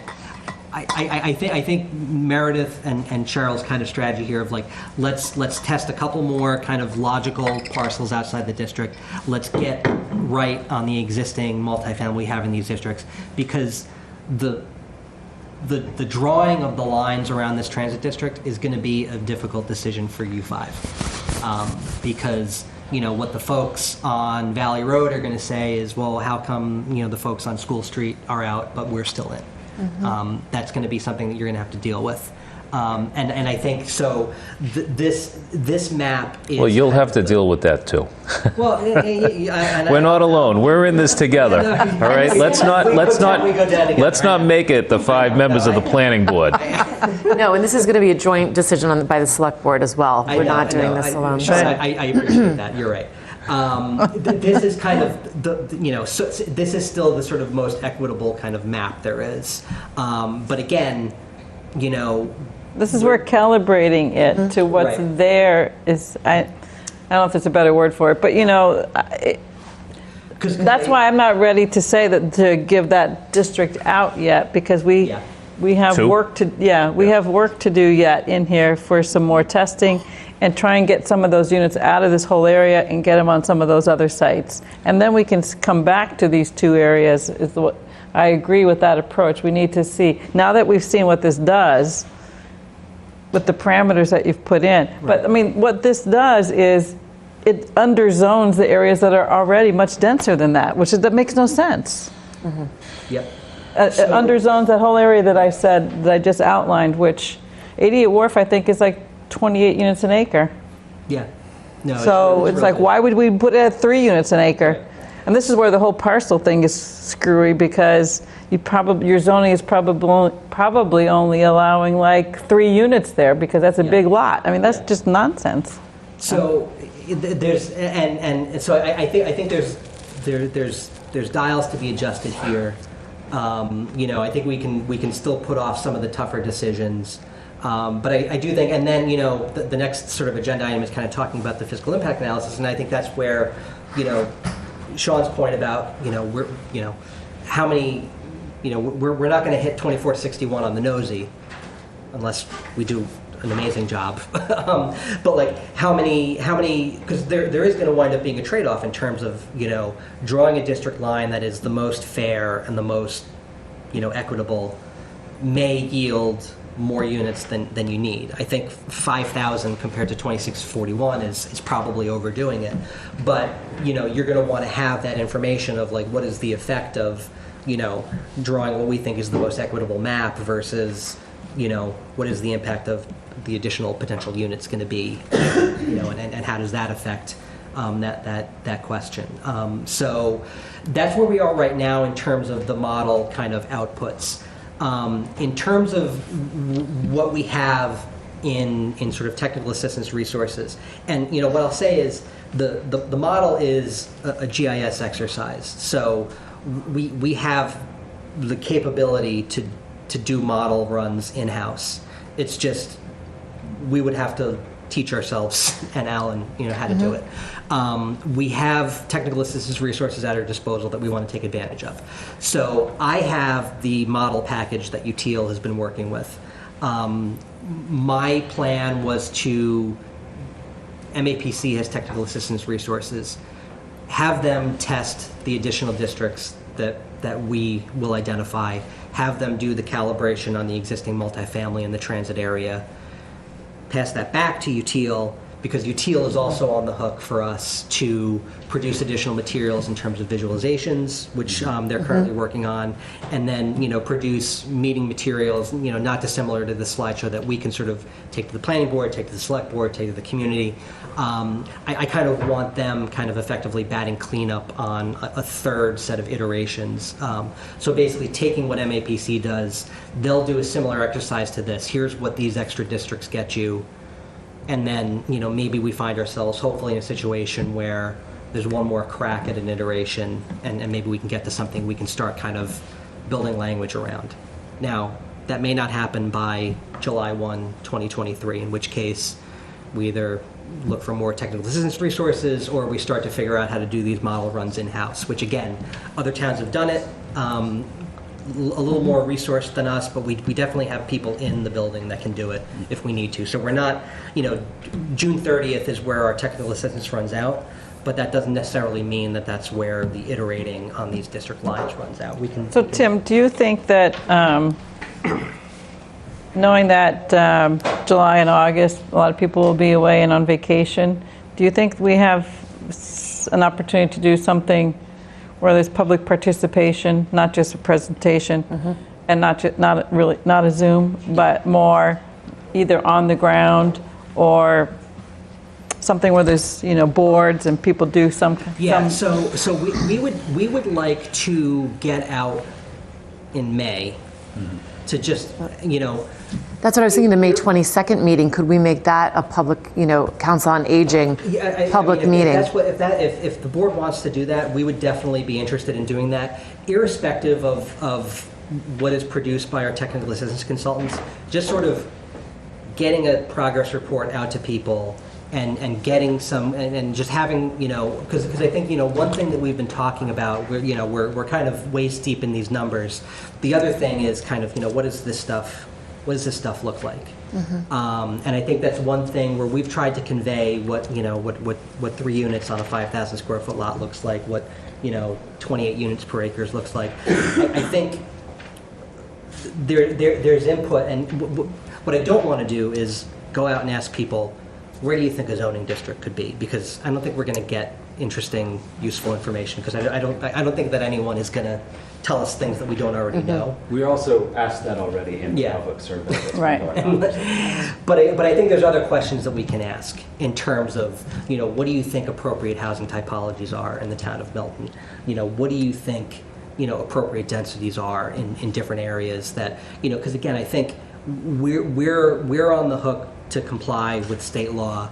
There's a lot of constraints on us. There's a lot of kind of doing things that maybe we're not inclined to do.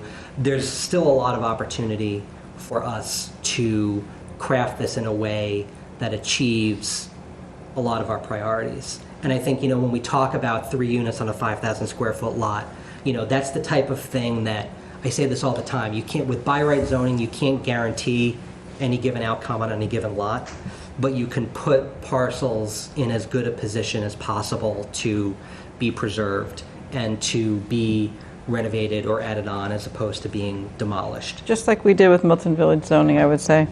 And the other thing is, I would say, is we have an opportunity to do design guidelines for this as well. And so one thing I spoke to Tim about is having some prototypes. Like I was also wondering, Tim, if when MAPC is going to begin work in East Milton, because part of their scope, as I recall, was to kind of document the existing conditions. And it's almost as if you'd want to do something like that in these districts that we're going to be, that these zones could be applied to, because then you start to understand better what might work there rather than just a numbers game. So then you could say, okay, well, this area already has 2 families, Are there places where two families on a lot make sense, right? So what would that look like? And so if you had some idea of what that looks like, and people can see that, you can say, is there a part of Milton that you think that this housing type is appropriate, right? And then you can even do like pictures of 36 Central and others and say, do you think this is an appropriate type for another location? Let's say, like maybe it's 88 Wharf for Granite Ave site, right? So then you start to get the visuals that go with the numbers that we're looking at. That helps people understand, I think, a lot better than just looking at numbers and maps. So one thing that I just want to kind of show people that, and I hope this gives folks a little bit of confidence or hope or whatever, because it is a daunting exercise. But one thing that is really important to note about the existing fabric in what is a significant portion of the transit area, which is kind of these really small lots on Elliott Street, off of Elliott Street, is that these are non-compliant in a number of ways, and a lot of it is due to setbacks, right? So if you were to create a sort of in a greenfield scenario, you're going to subdivide a huge area and you're going to put streets and you're going to divide lots, and you say, we want everyone, everyone's got to have, one parking space per unit, and we want you to have certain setbacks and everything. You would need to size your lots appropriately so that you could get a driveway. You don't want people parking in the front yard. You want them parking in the back. So so a lot of these lots, you see 48 is the frontage on a lot of these. And there's bigger frontage, there's 60 in some places, there's 40 in other places, and then there's, more frontage elsewhere. But, if you've got Cheryl, how wide is a house? 40 feet? 35 feet, Depends on the house. Depends on the house, yeah. In Milton, you can find a wide range. So if we set, and the typical, the side yard setback in a C zone is what? Is it 5 feet? Is it 10 feet? You set the setback requirements, and that kind of assumes on a narrow lot like 48, 10 feet. See?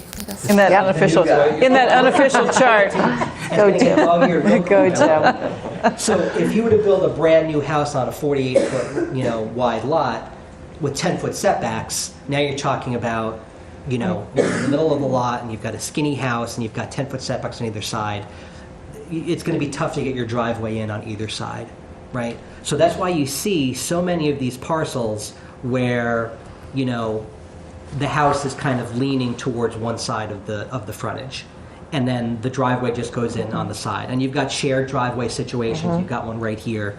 So if we set zoning that has the same setbacks as we have in the existing zoning, which I think is a priority because it kind of preserves the dimensional kind of character.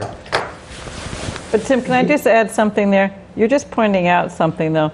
How many of these are non-conforming? They're probably all non-conforming. Oh yeah. And so why would we match the setbacks to the zoning when that doesn't match the district that's there? Well, so that's another thing. I don't know that that's going to affect our density numbers, because what we've been finding is that setbacks really don't.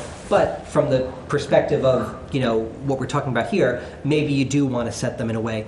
But what I'm trying to get at is, I think a lot of people, if they choose to avail themselves of zoning, are going to want to preserve that.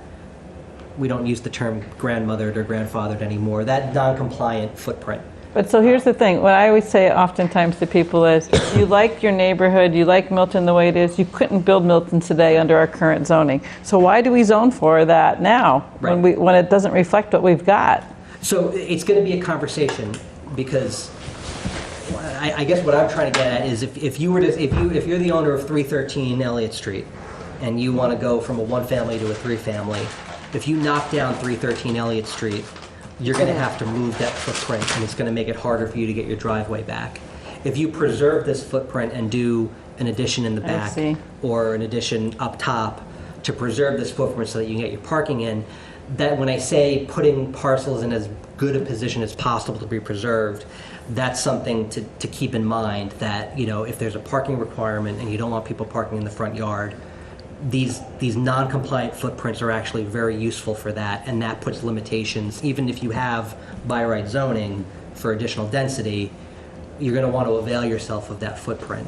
So again, that doesn't apply to every lot. But you can use design guidelines in a similar way, can't you? So the thing about design guidelines, and I have to look a little bit more into this, because the only town that I'm aware of in recent history that's done design guidelines for like a whole general purpose residential zoning district is Arlington. Did this a couple of years ago for their R1 and R2 districts. That's one family, two family, which is a huge geography. But what wound up happening was, and you think about when we talk about the code enforcement officer, like if you have a by right zoning scheme, who interprets the design guidelines, right, for a by right project? So what Arlington winds up having to do is they set these design guidelines and they only apply if you need zoning relief, right? So they didn't rezone their residential zones. So there's a lot of what we have here where you need variances for dormers, you need variances for decks, you need variances for additions. So you apply the design guidelines to things that need zoning relief, and then you've got the opportunity for a discretionary decision-making body to now have these guidelines and say, if you want, we think this applies, and like whatever. They have a special design review board that gets kind of triggered in a by right situation where, under MBTA communities, we're creating zoning that doesn't have to have discretionary review. It becomes really difficult to apply design guidelines, because then what you're saying is the building commissioner has to be the one that says. So can you have form-based code? Yes, you could do a form-based code. What is form-based code? So form-based code is basically, if you can imagine a kind of design guidelines that kind of live inside the zoning, and in a really broad kind of explanation, what we have right now is kind of dimensional based and use based. So this is a residential district, right? That's the thing that defines that, and then the dimensional requirements, height, setbacks, whatever.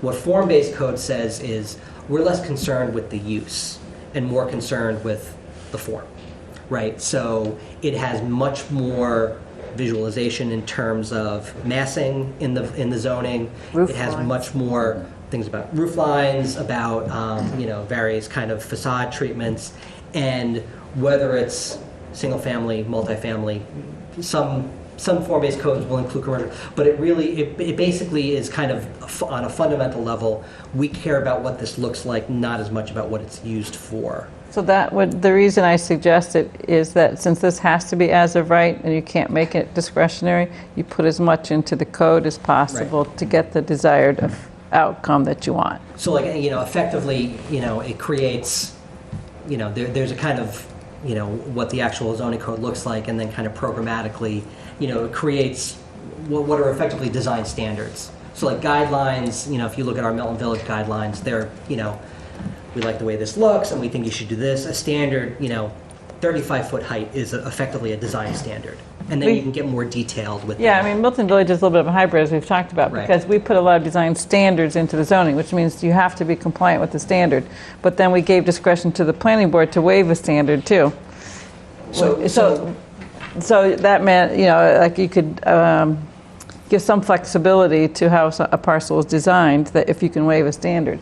So with the form-based code and with design standards, in a by right scheme, what you really need to be concerned with is taking as much kind of aesthetic judgment out of the hands of the zoning enforcement officer, who is a building guy, right? So you wouldn't write something that says like, we want to have beautiful ornate crenellations, because he's going to be like, hey, what's that? But it's got to be like numbers, shapes, things that you can kind of like look at and say like, yeah, that's it. But it's very graphic, so it's easy to see, and it's usually based on the character of what's already there. So that's why it's also something that. So that's an exercise that Brookline is engaging in. They're after a form-based code. A little bit of a different animal. They have. They're on Harvard Street is what they're looking at in Brookline, from Coolidge Corner to Brookline Village. But that is definitely something that in fiscal 24, we may want to talk about in terms. If we want to do something like that, we'll need help. But also, I think it's important. So no, but I mean, can this for this? Yeah. Can it be for this? Can we do it for this? Yeah. All right. So that. All right.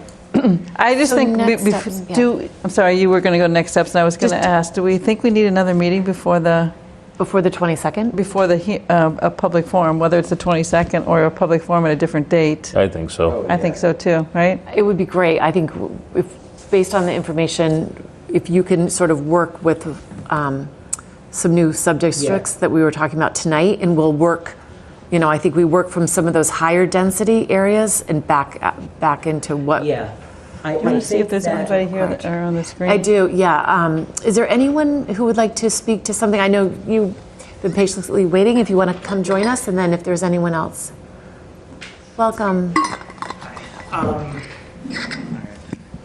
State your name and address for the record. Matt Morong. I live at 136 Elliott Street, so right in the thick of it, kind of around the corner from Craft and Crew. I've got to say, I had notes, and they were a little confrontational, so I'm going to discard them. But I want to share some frustration with this process that I have to say has actually been reduced as a result of seeing this presentation. So I feel a little bit better. But what I think I'm concerned about here is mostly process. Just to give you a little background, actually, I'm an architect. I have a background 20 years ago doing planning work as well. I know that these things take time, right? And I know that we, the town, are kind of under the gun as far as this law is concerned. So what I'm really concerned about in the immediate is what we're seeing, kind of like the process that we're seeing from UTL, right? That we're doing explorations, we're doing studies, and the result is not helpful, right?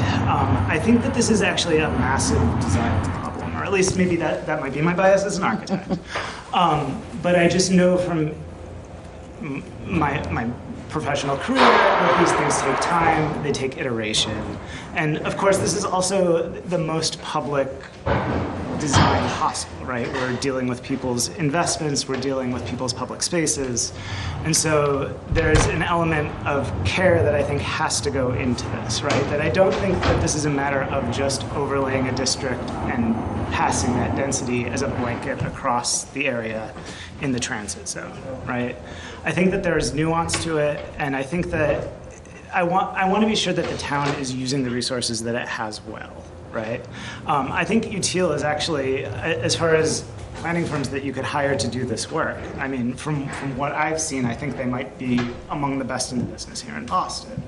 But what they're doing is not really design, right? They're kind of regurgitating information back to us that I think we could have probably figured out already. So that is my concern, right? Is this question of the oversight and feedback that we're giving to our consultants, and what the result is going to be from that. So that's what I'm here to ask for, I guess, is a more intensive process, because I believe in the good that will come out of MBTA zoning. I support it as an idea, but we owe it to all of your constituents to do this well. Assuming, and I believe that, yes, I think I said, I believe we should do it, but we should do it well. So that's what I'm here to say, is that I would like to see more emphasis on this. It's felt like in the past couple of meetings in particular, this gets pushed, kind of late into the agenda, and sometimes bypassed altogether. So I would, just because this has such a huge impact. I mean, I think it goes without saying, right? We talk about what happens on individual parcels or individual subdivisions that impact, maybe 12 households. This is going to impact hundreds or possibly thousands of households within this town. So I just want that to be emphasized, and I'm following the process very closely. You'll probably hear from me again, but I thank you for the opportunity to speak on this. And like I said, I feel a little bit better. I think that the discussion that we've had actually has brought up a lot of really good points and has been very helpful. But just know that I'm nervous, especially as somebody who feels like he's kind of in the thick of this. And I'm excited to see what comes of it. So, thank you. Thank you.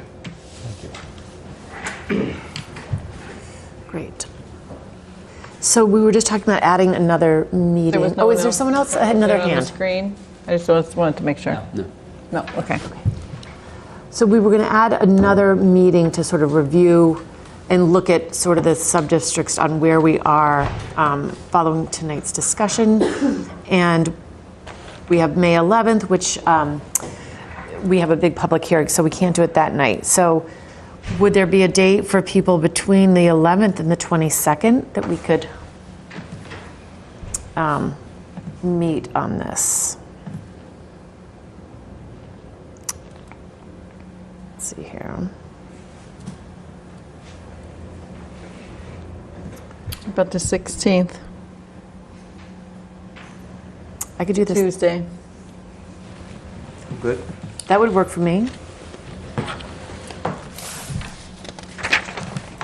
Tim, is that good? A good? Yeah. And we'll meet here at Town Hall on that. And then I think the 22nd we can talk about a venue that we could invite people to. The Community Preservation Committee is meeting on the 16th. There may be some sort of interest overlap, especially given the community housing aspect of what they're doing. What time is their meeting? 7. So we might want to consider Wednesday. Do we want to? So I need to. I have a I'm setting up a meeting with MAPC to kind of do the handoff. Can I have that conversation, or at least kind of get an idea from them, like what the turnover time is going to be? Okay. Because I think regardless of what they say, I think we need to get out there on the 22nd. I agree. And if the topic is just status report, I just think getting out there and touching folks on this issue is going to be important. Yep, I We'll give agree. them everything we've got, and if we need to do another one, we'll have to do another one. We're trying to sort of think more critically about, we don't want to have a big, huge public forum every week, but we do want to sort of be out there. And I think with the summertime, coming, there's going to be a lot more public events. We're going to be able to get out there and talk to people. But just in terms of organizing a kind of another planning board meeting, let me just check with them. Let me just get a sort of timeline from them, and then and maybe we still want to meet on the 16th to just maybe discuss what the conduct of. Or the 17th, I don't know. Or the if people 17th, have- whatever it's going to be. How long are you away? I actually have a conflict on the At the 17th, but 23rd through the 30th. Okay, I'm away until it's the 8th of June. So that's our next, we have that meeting scheduled. Yeah, But that might be. I'll be flying back in the afternoon, so I should be able to make it. Well, actually, I'll be a little late. It looks like I That's do it just at the, 6:50. that's the 1200 Russell Road we moved Oh, out. yeah, okay, So that's fine.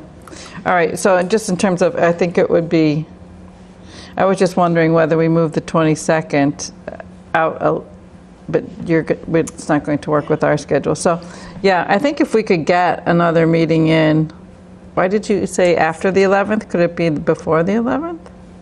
I mean, we're on the 22nd. How much time do you think they need? Yeah, maybe we should hear from MAPC Yeah, and I was then. going to say, I don't have a clear indication. It's not going to be Okay. like weeks and weeks and weeks. Okay. But it might be 2 weeks. Okay.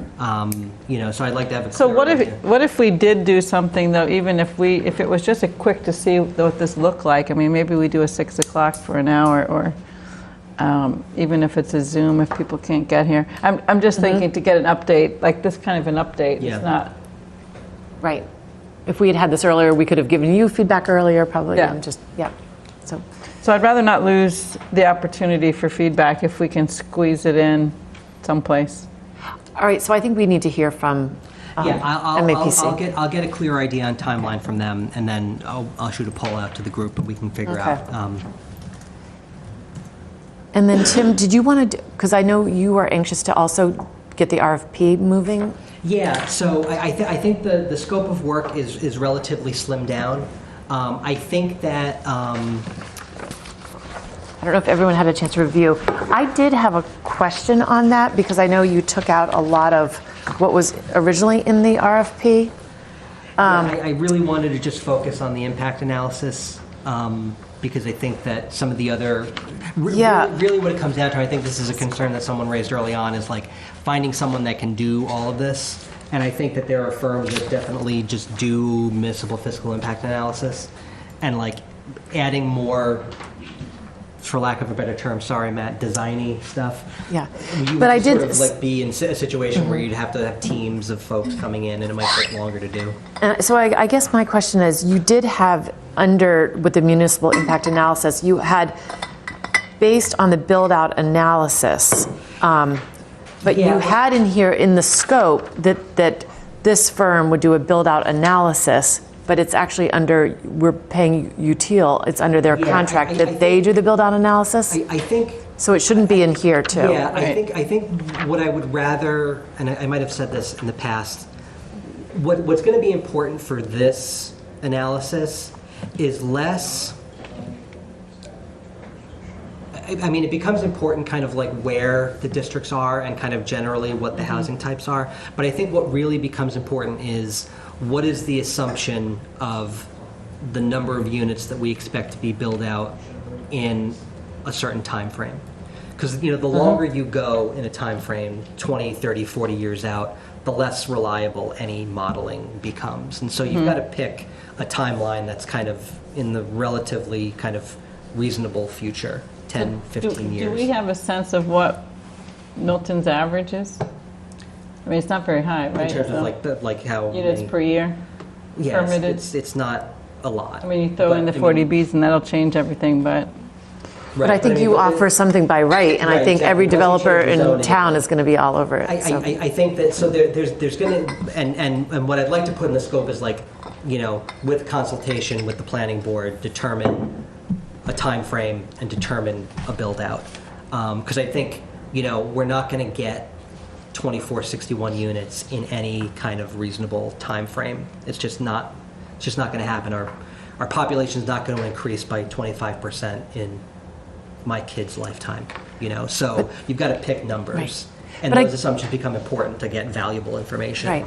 But I guess what I'm saying, and I guess maybe it's the visualizations, the build-out analysis that I'm referring to. That's going to be we can't hand over the cost base. We don't know until we have those districts finalized, and so we need the visualizations to present to the public on, say, maybe it's May 22nd. Maybe I don't know if we could have it that soon, but we need to have that before, because the residents in Milton could be really upset and say, no, this is ridiculous. We don't want this, and have a firm, and we have to redistrict. So we can't do a cost-based analysis until we've actually I think I hear what you're saying. I think what's important. We know what our districts are. Yes. I think what's important for like the fiscal impact analysis is less the size of the buildings, or even the location of the buildings, as much as the numbers. Right, because there's certain things where if you build a 20-story tower that has, we're not going to do that obviously, but like I wanted to pick a big enough number that like we don't have a ladder tall enough to go to, so like that becomes a very specific design-related impact. But if we're talking about hundreds of parcels with 3-family houses on them, like we generally know, there's no necessarily sort of special fire or police or whatever impact outside of population increase and more users and more kids in the schools, more phone calls to the cops, more. But one thing that is, I think that to Meredith's point, is if, let's just say the whole district were in areas that was non-residential now we'd be talking about the minimum of 2,461 units over a period of time. But if we're talking about some areas where there's already a lot of housing, we're really not going to get that same number. So that impacts the fiscal analysis, because it might be half of that number that's really the population potential increase. And who knows what family size is going to be, by the way. Family size, is a real big variable. I think there's a kind of a line between the speed with which we need to get some information versus how long it would take to get perfect information. Do you understand what I mean? Mm-hmm. Like, I think it's important to get some numbers on this. I think it's to inform the public conversation. If we wait for finalizing the districts. All right, then you would say, assume something. Assume 2,461 new units. And then do another analysis that assumes half that. Because I don't think you can, or what's a trigger number that's going to trigger a new school or trigger a fire department, a new fire station, or trigger whatever. Because It's less likely to be, you know, if it's zoned at right. 36 Central and, you know, the Right. Elliott Street and along that corridor, so. But if we're going to work with them in determining that number, then we don't have to hold up the issuing an RFP. By the time you get a contract underway and negotiated underway, it takes time. Right, so I guess, yeah, in lieu of a build-out analysis and in lieu of kind of, I'm going to take out the stuff of working with the consultants because I don't, we'll feed this vendor with whatever information they need. We'll put in some language on, you know, consulting with the planning board on appropriate chronological unit number, unit location kind of assumptions. Okay. And I'm assuming that for some of this, there's going to be some consultation with the school department on how they make their calculation. Because when I've seen Sean O'Rourke, Yeah. chair of the school building committee, he's talked about how they've been looking at like the 40Bs that are approved and expectations for new units. So I think we would want to get their numbers, how they calculate it, because I'm pretty sure it's a state kind of formula. So just in the title, it says request for a proposal for analysis, outreach, and drafting zoning language. Oh, yeah, should probably fix that. Yeah, probably. Would be my suggestion. Are you in there? This is why we ask you to look at these. I see the JE here. I can see who's typing away. So yeah, so that's a good one, and yeah, I just think that, you know, we need to get if you daisy chain these tasks, then we're out into November and December. Right. No, I totally. Really important for people to understand. And just under this consultant tasks number 1, where it says, you know, which is UTL, which is performing technical work through Mass Housing Partnership Grant on all relevant tasks. What are these relevant tasks? Maggie, I think I'm going to take that out because I think I'd rather replace that with like consultation with the board and the department on inputs. Can I just? Yeah, go for it, please. So then, on the utility infrastructure, so this is also a capacity analysis, I would assume? Yes. Like on our Sewers and and drain pipes electrical. and all that. Yeah. But are we relying on our DPW? Or I would think we are, right? To tell us whether we have limitations in our capacity? Yeah. Okay. So that's a DPW thing, okay. I mean, we can add something about consultation with relevant departments on that. And then also, besides roads and schools and police and fire, just would probably need more staff, you know, in the town hall. Do we have enough space in town hall for additional staff? To do some more land swaps for more municipal buildings. Well, I was going to ask about. Because I heard that we're renting space in Quincy for staff. Really? Heard that. Yeah, retirement officer is over there. That's the attraction of the cure. I'm actually in the retirement executive's old office. Well, it makes me wonder about the old fire station. And The procurement officer, it's a whole big shakeup. We don't have all night.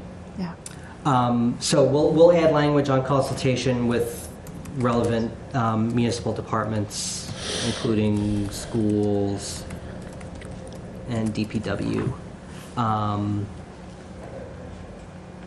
And I'll add an F there for just municipal government space needs.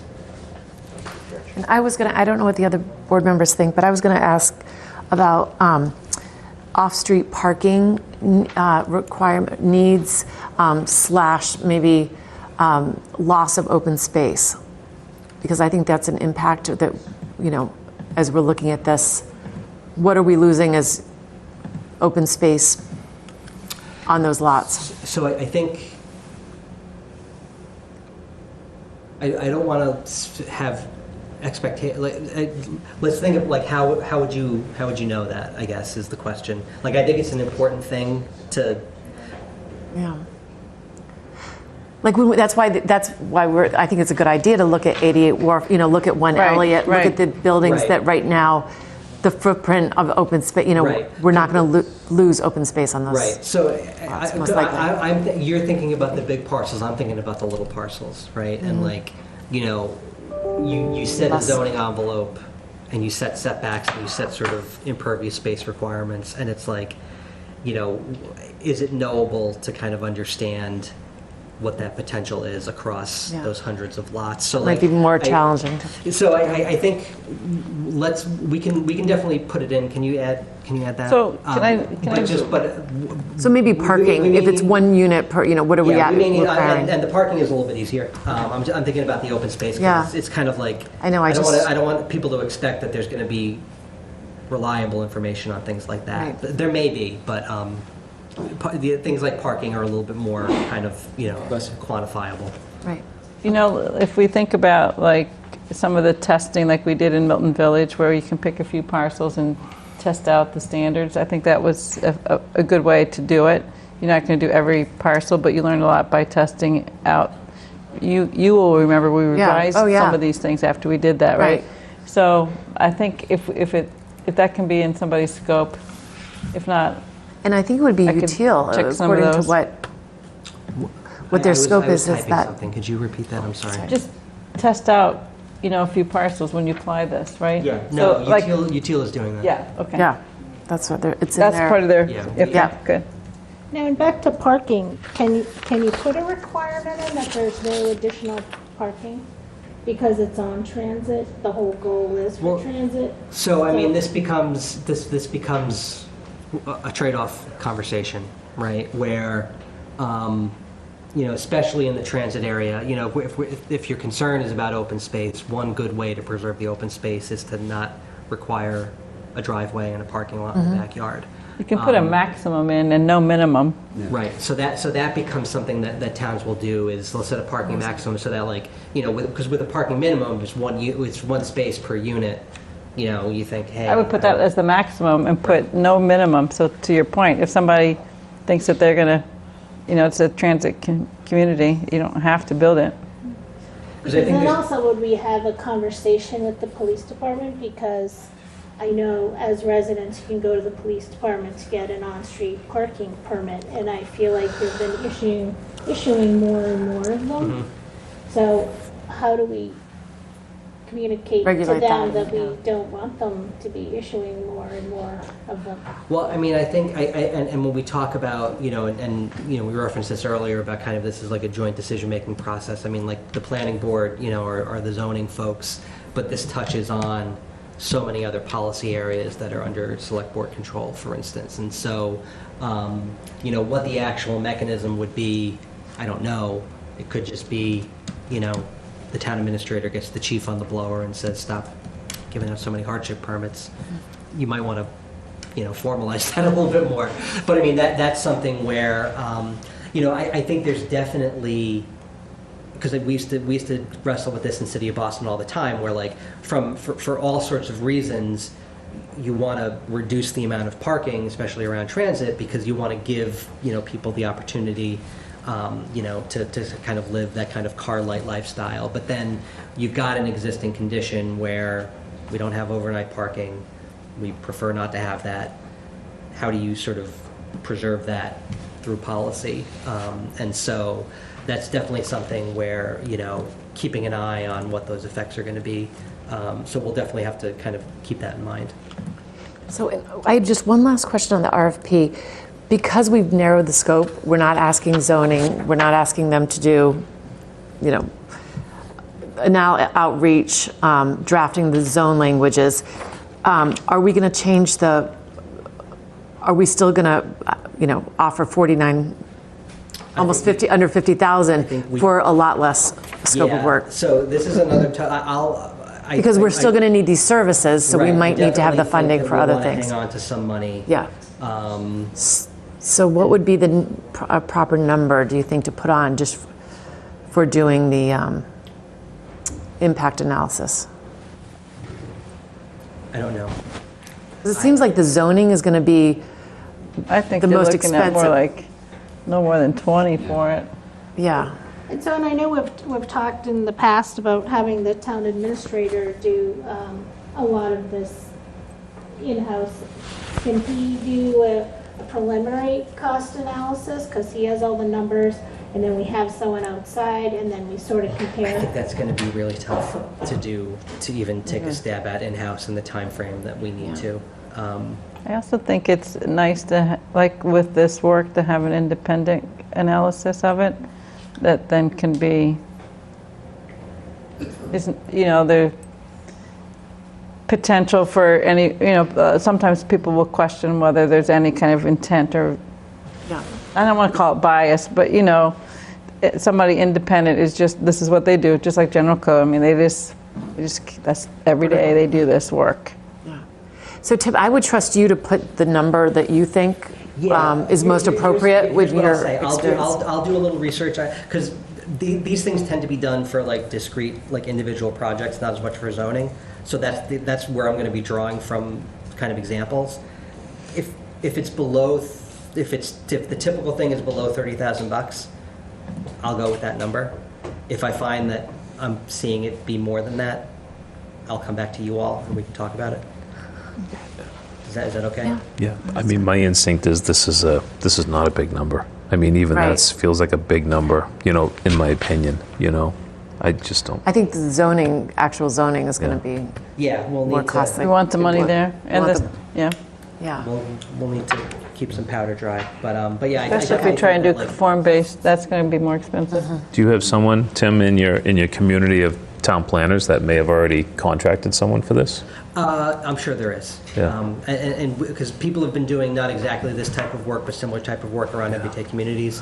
And then there's plenty of towns that will do, for big development projects, they'll do this type of analysis. So there are definitely firms out there, and then we can kind of try to figure out what corresponds to like the similar size of the project. I just think, as you guys both said, I think the money will be needed, for the zoning work.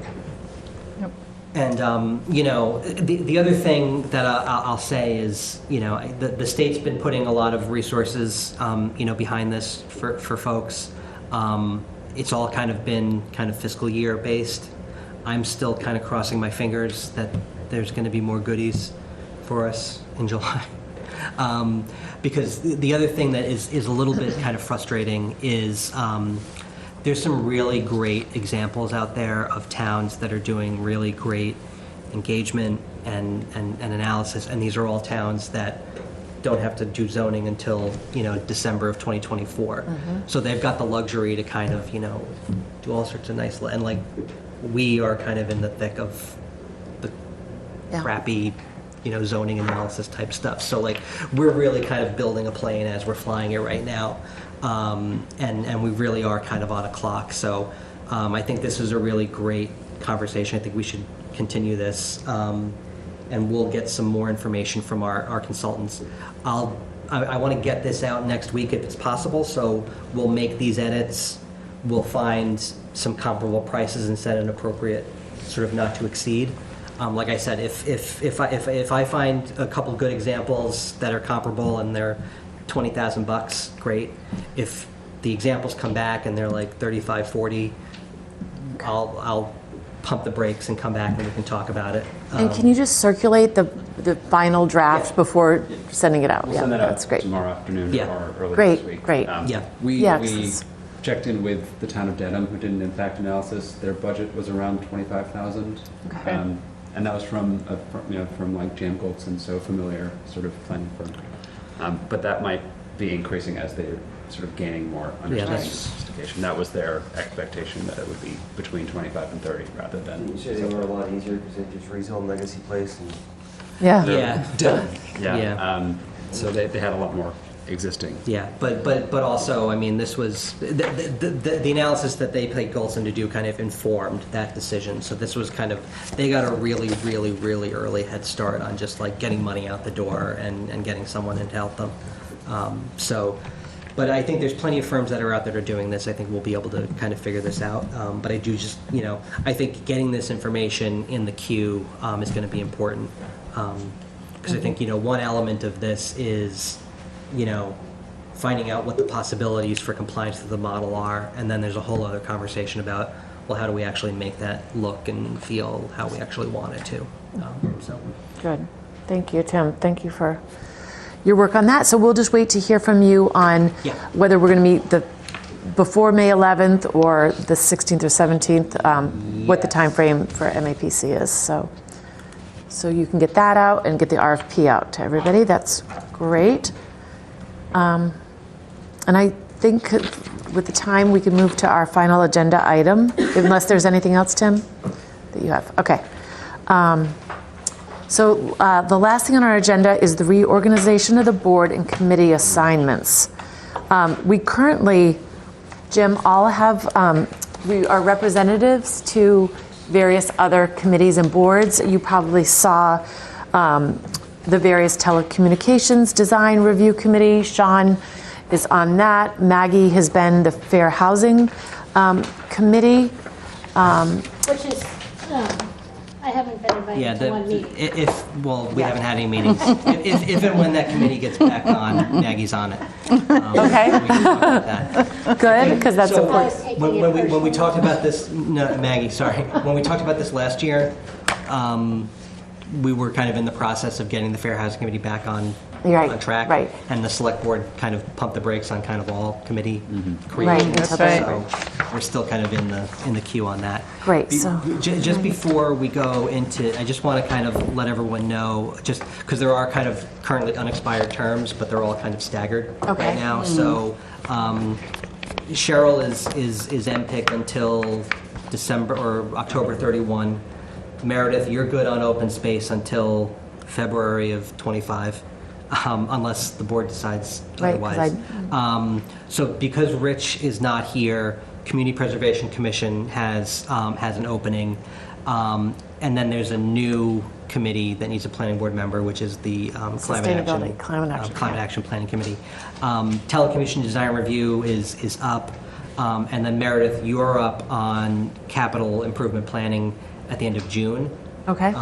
But so those are current terms, but I think the board is up to its discretion as to who it wants to serve on these committees. So I just would open it up to see what people would like to do, what they would like to stay on. The CPC, Jim, is a great committee. That was Rich's committee that he was on. And that's a vacancy right now, if that's something you would want to consider. Or any. It's they're starting a new cycle coming in June where they're going to be accepting applications. I think there's a meeting. You said on the 16th. Is their next meeting, and eligibility applications for the next round of funding. So it's a perfect time to be new on that committee. Of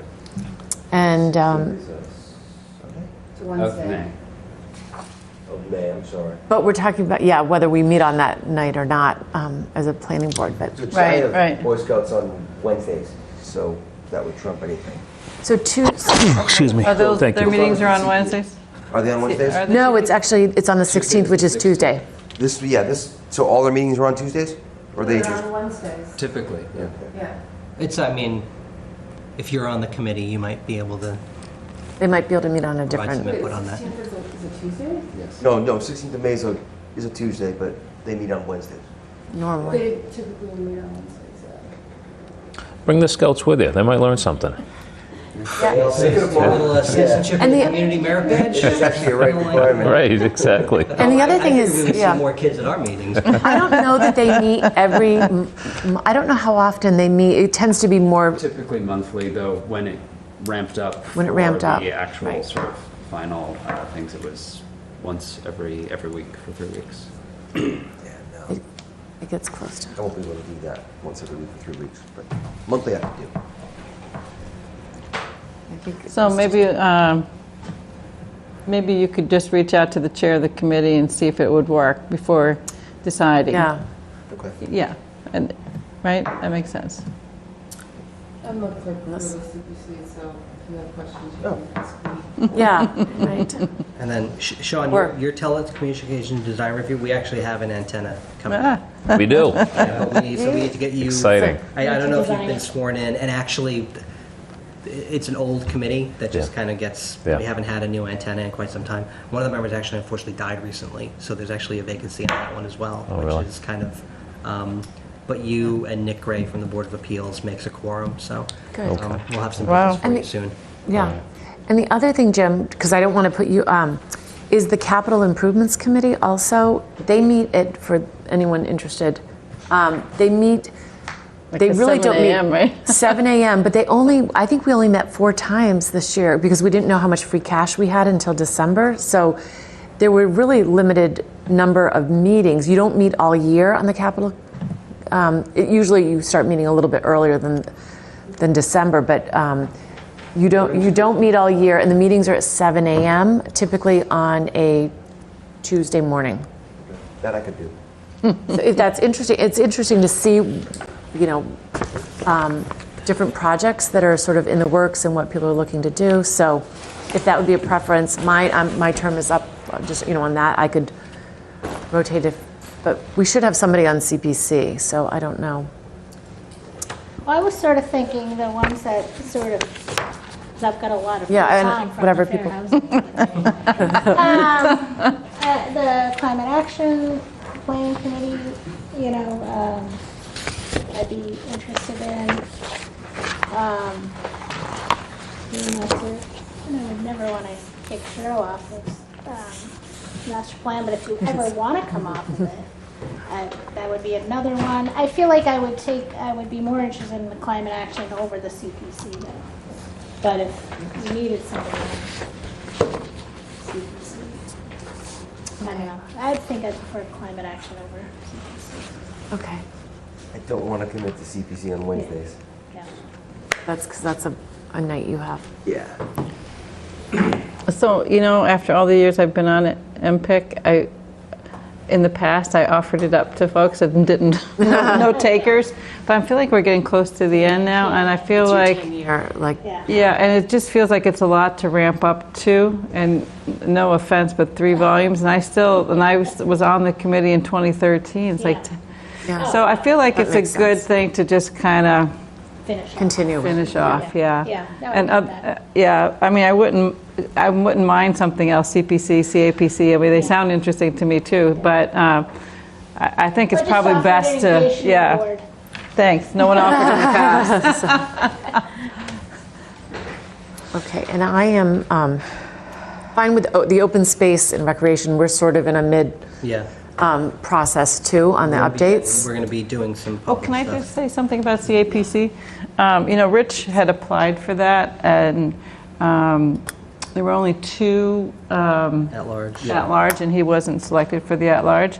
But there is a possibility. It says or designee. So if otherwise that is a possibility. We could ask Rich to be we could designate Rich to be our designee to that committee if there was interest in that. And I did ask him before I brought it up, because I spoke to him yesterday. I said, Rich, did you get appointed to that? Because we had talked about that before. And so anyway, that's how this conversation came up. CAPC? The CPC, yeah. The Climate Action Planning Committee. Oh, the Climate Action, I'm sorry. Yeah. But that's the one that you just said you wanted to do. She wanted to do that, yeah. Does he have a designee? I think No. No. That's why I remember Kathleen was our person, and then we had to swap her out for Rich. So that's okay. But that's I'm sorry. You said you wanted to see the Climate Action Planning. Okay. So let's think about the CPC. I mean, I would. So are we allowing Maggie onto the climate action? Yeah. Why don't we make a motion to? Or if somebody would like to make a motion. So we've got Jim for Capital Improvement Planning Committee, Maggie for Climate Action Planning Committee, Cheryl for Master Plan Implementation Committee. Sean, you want to stick with the telecom? I'll stay where I am, yeah. It's an easy one. I need something in my life to be easy. Thank you. No, I don't mean the committee's an easy one, because who knows, maybe we'll get some really awful That's probably how it'll go. cell tower one of these days. So that leaves the CPC still and the affordable housing? I could do the CPC. I was involved with the sort of the initial, when we were trying to launch the CPC from the historic. So I was very familiar with a lot of the projects because there's been a lot of deferred historic properties in Milton that have not had any funding. There's, the open space, I'm very concerned about, funding open space. I would be happy if nobody else to, and I don't know if we could have alternates to fit, like if I couldn't make a meeting, if we could have another. It's a very large committee, so quorum isn't usually an issue. Rich had some conflicts and that didn't run into. So if I just would want, to always make this sort of the focus, but if there's no one else, and maybe we think about it, if anyone else, do we have to decide tonight? I don't know I mean, if the housing hasn't really jumped up yet, but we can pick up when it actually becomes a committee. because if that's not a heavy lift, I might be interested in doing that. I don't want to take a CPC and MPIC because chairing MPIC takes me a lot of time anyway. So you would do fair housing might be. Fair housing might work if it picks up. Yeah, I think there's in some ways a correlation between the housing piece of the master plan that we want to be talking about, I think, in the next 6-8 months. So anyway. Yeah, I think in the new term, we'll bring that back to the select board and see if they want to reorganize And that committee. I don't mind being on it either, but so whatever. All right, so why don't we just wait until they see? We'll wait until it actually happens, if it actually happens, and then we can kind of revisit that. And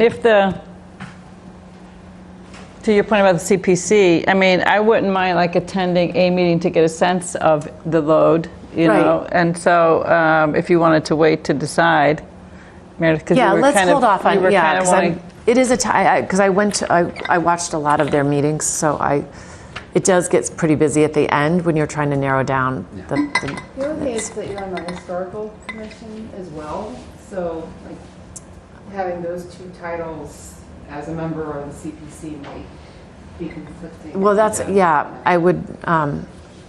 Because is there already a representative from the historical commission? Yeah, Linda Weld is on it, so she represents. Yeah, it's less of a conflict conversation and more of just kind of spreading the wealth.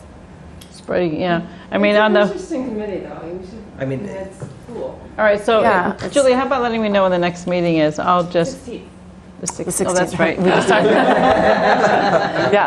No, Cheryl, if you want to do it, that would be great if you, I'm going to see. I'm not going to committing yet. And they're short. They're only an hour and a half. Okay. Yeah. They're not like these until midnight. Yeah.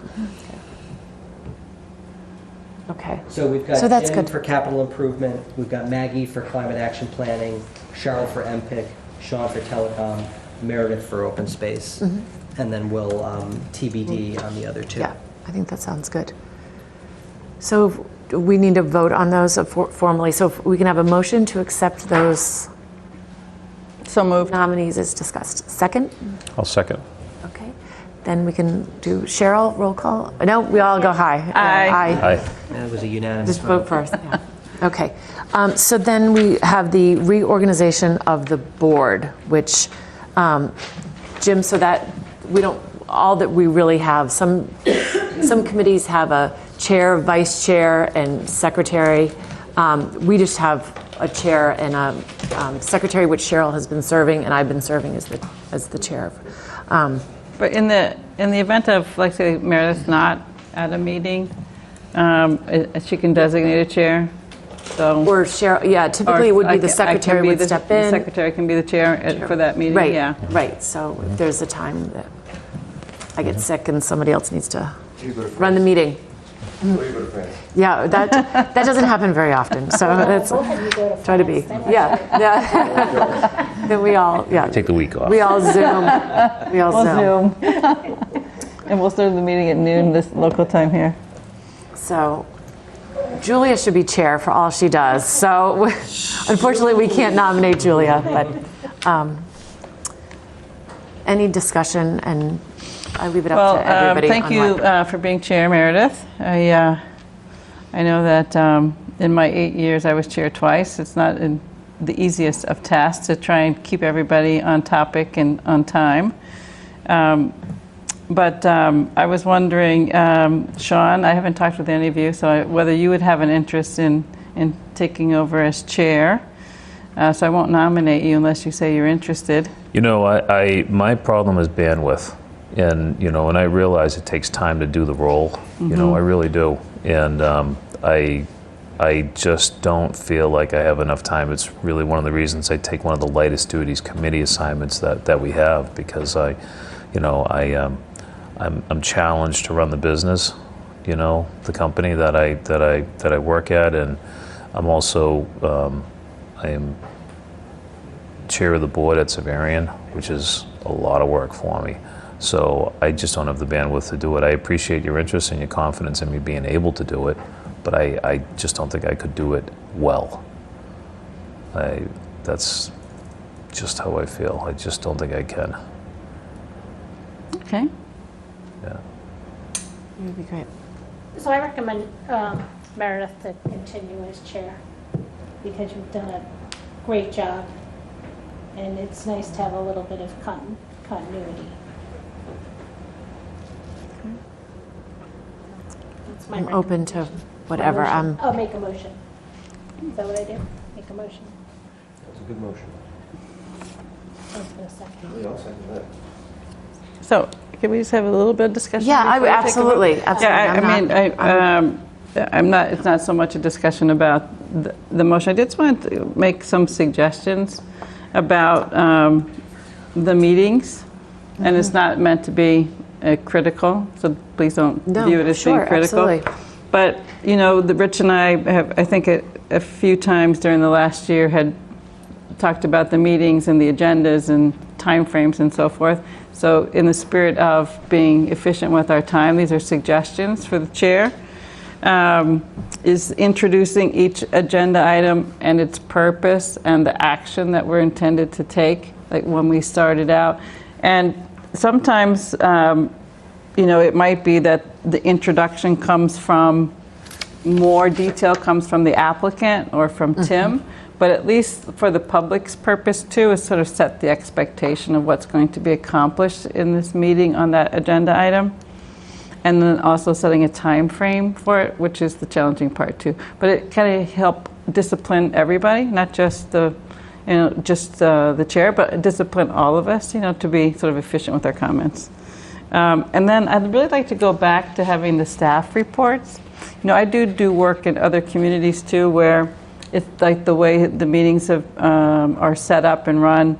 Like the chair will do the introduction of the topic, and then they'll go to the applicant, and then they'll go right to the staff report before any public comment or any board comment or discussion.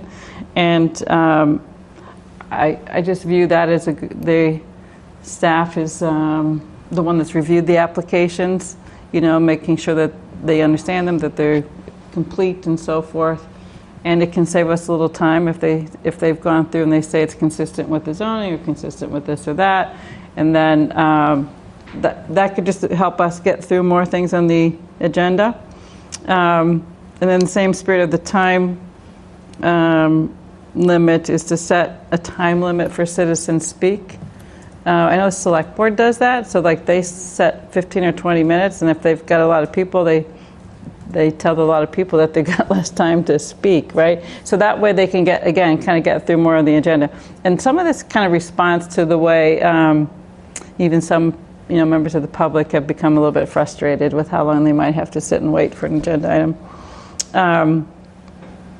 And then and limit our own comments. Yeah, that's what I'm saying. It's not to cut you off, but it's almost 11:30. No, I'm just kidding. But I would love, if I am nominated, I have two more, if I may.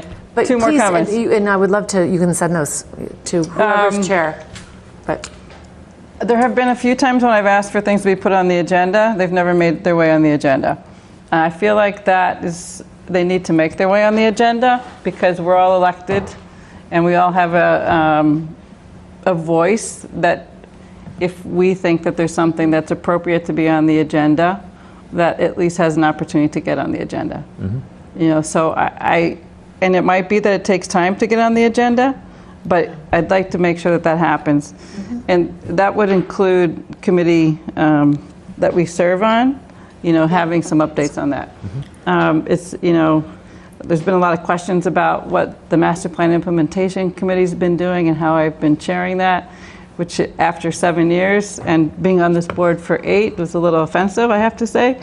But I'm trying to work in good faith and collaboration. And so I'd like that if we're going to do that with the MPIC, that we do it with all of our committees.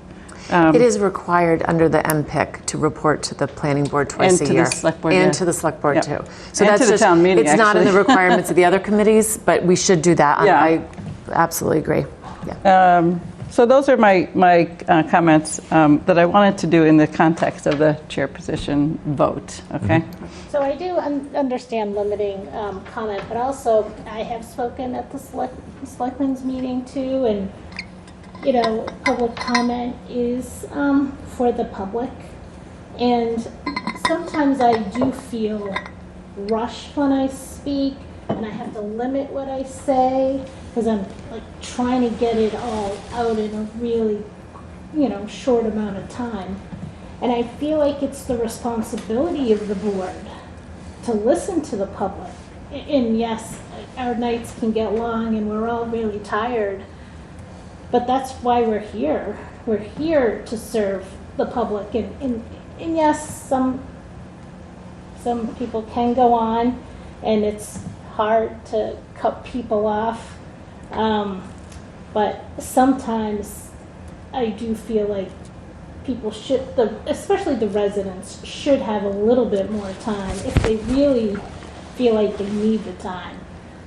So maybe it's just if we have a lot of residents at a public hearing especially, that's when maybe we have to... Yeah, so one thought about that too is if we said on a public hearing that's going to be long and have a lot of topics, like if people can focus their topics on that, what we've been Specific discussing item. that night. And that's what we've like been doing like traffic with or memory care, stormwater say and so this, forth. Yeah. this needs to be pertinent to Yeah. But I just don't ever want a resident to feel like they don't have the time, or we don't have the time to listen to them. Well, no, on that same note, one thing I forgot to say that is something I've been thinking of. We also have residents who send in emails or send in letters, and we read some of them into the record, but not all of them. And I think we really need to be consistent about it. Mr. Mooring, who was here earlier, you know, he emailed us some time ago, and you know, I don't know that he got responses. And I think, you know, that I did speak to him, I did email him, I thanked him for his email, and then we chatted, and you know, he's a relatively newer resident to town, and I think we want people like that to participate, so it's important that they know if they've written something to us, that it's going to get as much attention from us as if they come to a meeting and speak to us. So that's some consistency on policy, whatever we want to do with that, I think would be a good thing too. Yeah, and that's a good point because I have to admit that I haven't responded to anybody because I'm not really sure if I should be responding. I typically respond to or people. not responding, and I kind of feel bad for not responding, but then I don't know how much I should respond and how much not to respond. So I guess I sort of felt like it was safer for me not to respond. And I think maybe what we do is we come up with what we think is a good approach, like for example on MBTA communities, right, where you know, some of the emails that we got are detailed and with some very specific suggestions and ideas, and maybe we invite those folks to come to a meeting so we can have a conversation with them about it. And others might just purely be they wanted to get their point in the record, right? So I don't know. I just think we need to be a bit more consistent and thorough with it because people will be frustrated if they just feel like they send something in, they never hear from someone, it doesn't get discussed at a public meeting, and they, you know, that we're giving more credence to people who come and, or sit on the Zoom and, participate that way. MBTA communities in particular is going to, be something where we want to make sure we give folks as much opportunity to give us feedback as possible, right? So I'll give a very quick response to what you said, and I spend so much of my time in meetings, far more than I really want to, and I think for meetings to be successful, no matter where it is, no matter who it is, structure, process, discipline, collaboration, absolutely necessary. And I think some of the things that you said will make these meetings better. And it's necessary that everybody, all of us, all 5 of us, contribute to making it a good meeting. But I think a lot of what you said is really good for us to, you'd almost want to have a code of conduct as a planning board for how you're gonna conduct business. So they all make good sense to me. And maybe we can get ourselves to 4-hour meetings. I don't know. I know. Let's if we try do. But Yeah. That's Yeah. There's a motion on the floor. So, I second it. is there a second? Okay. All in favor? Aye. Aye. Aye. I'm not even sure if I'm supposed to vote. Okay. All right. You can Good. vote. And with that, I think we're ready for a motion to adjourn. So moved. Second? Second. All in favor? Aye. Aye. Thank you all. Thank you. Good night. Thank you. Yeah. Good. Jim, welcome to your first planning board meeting. Yeah.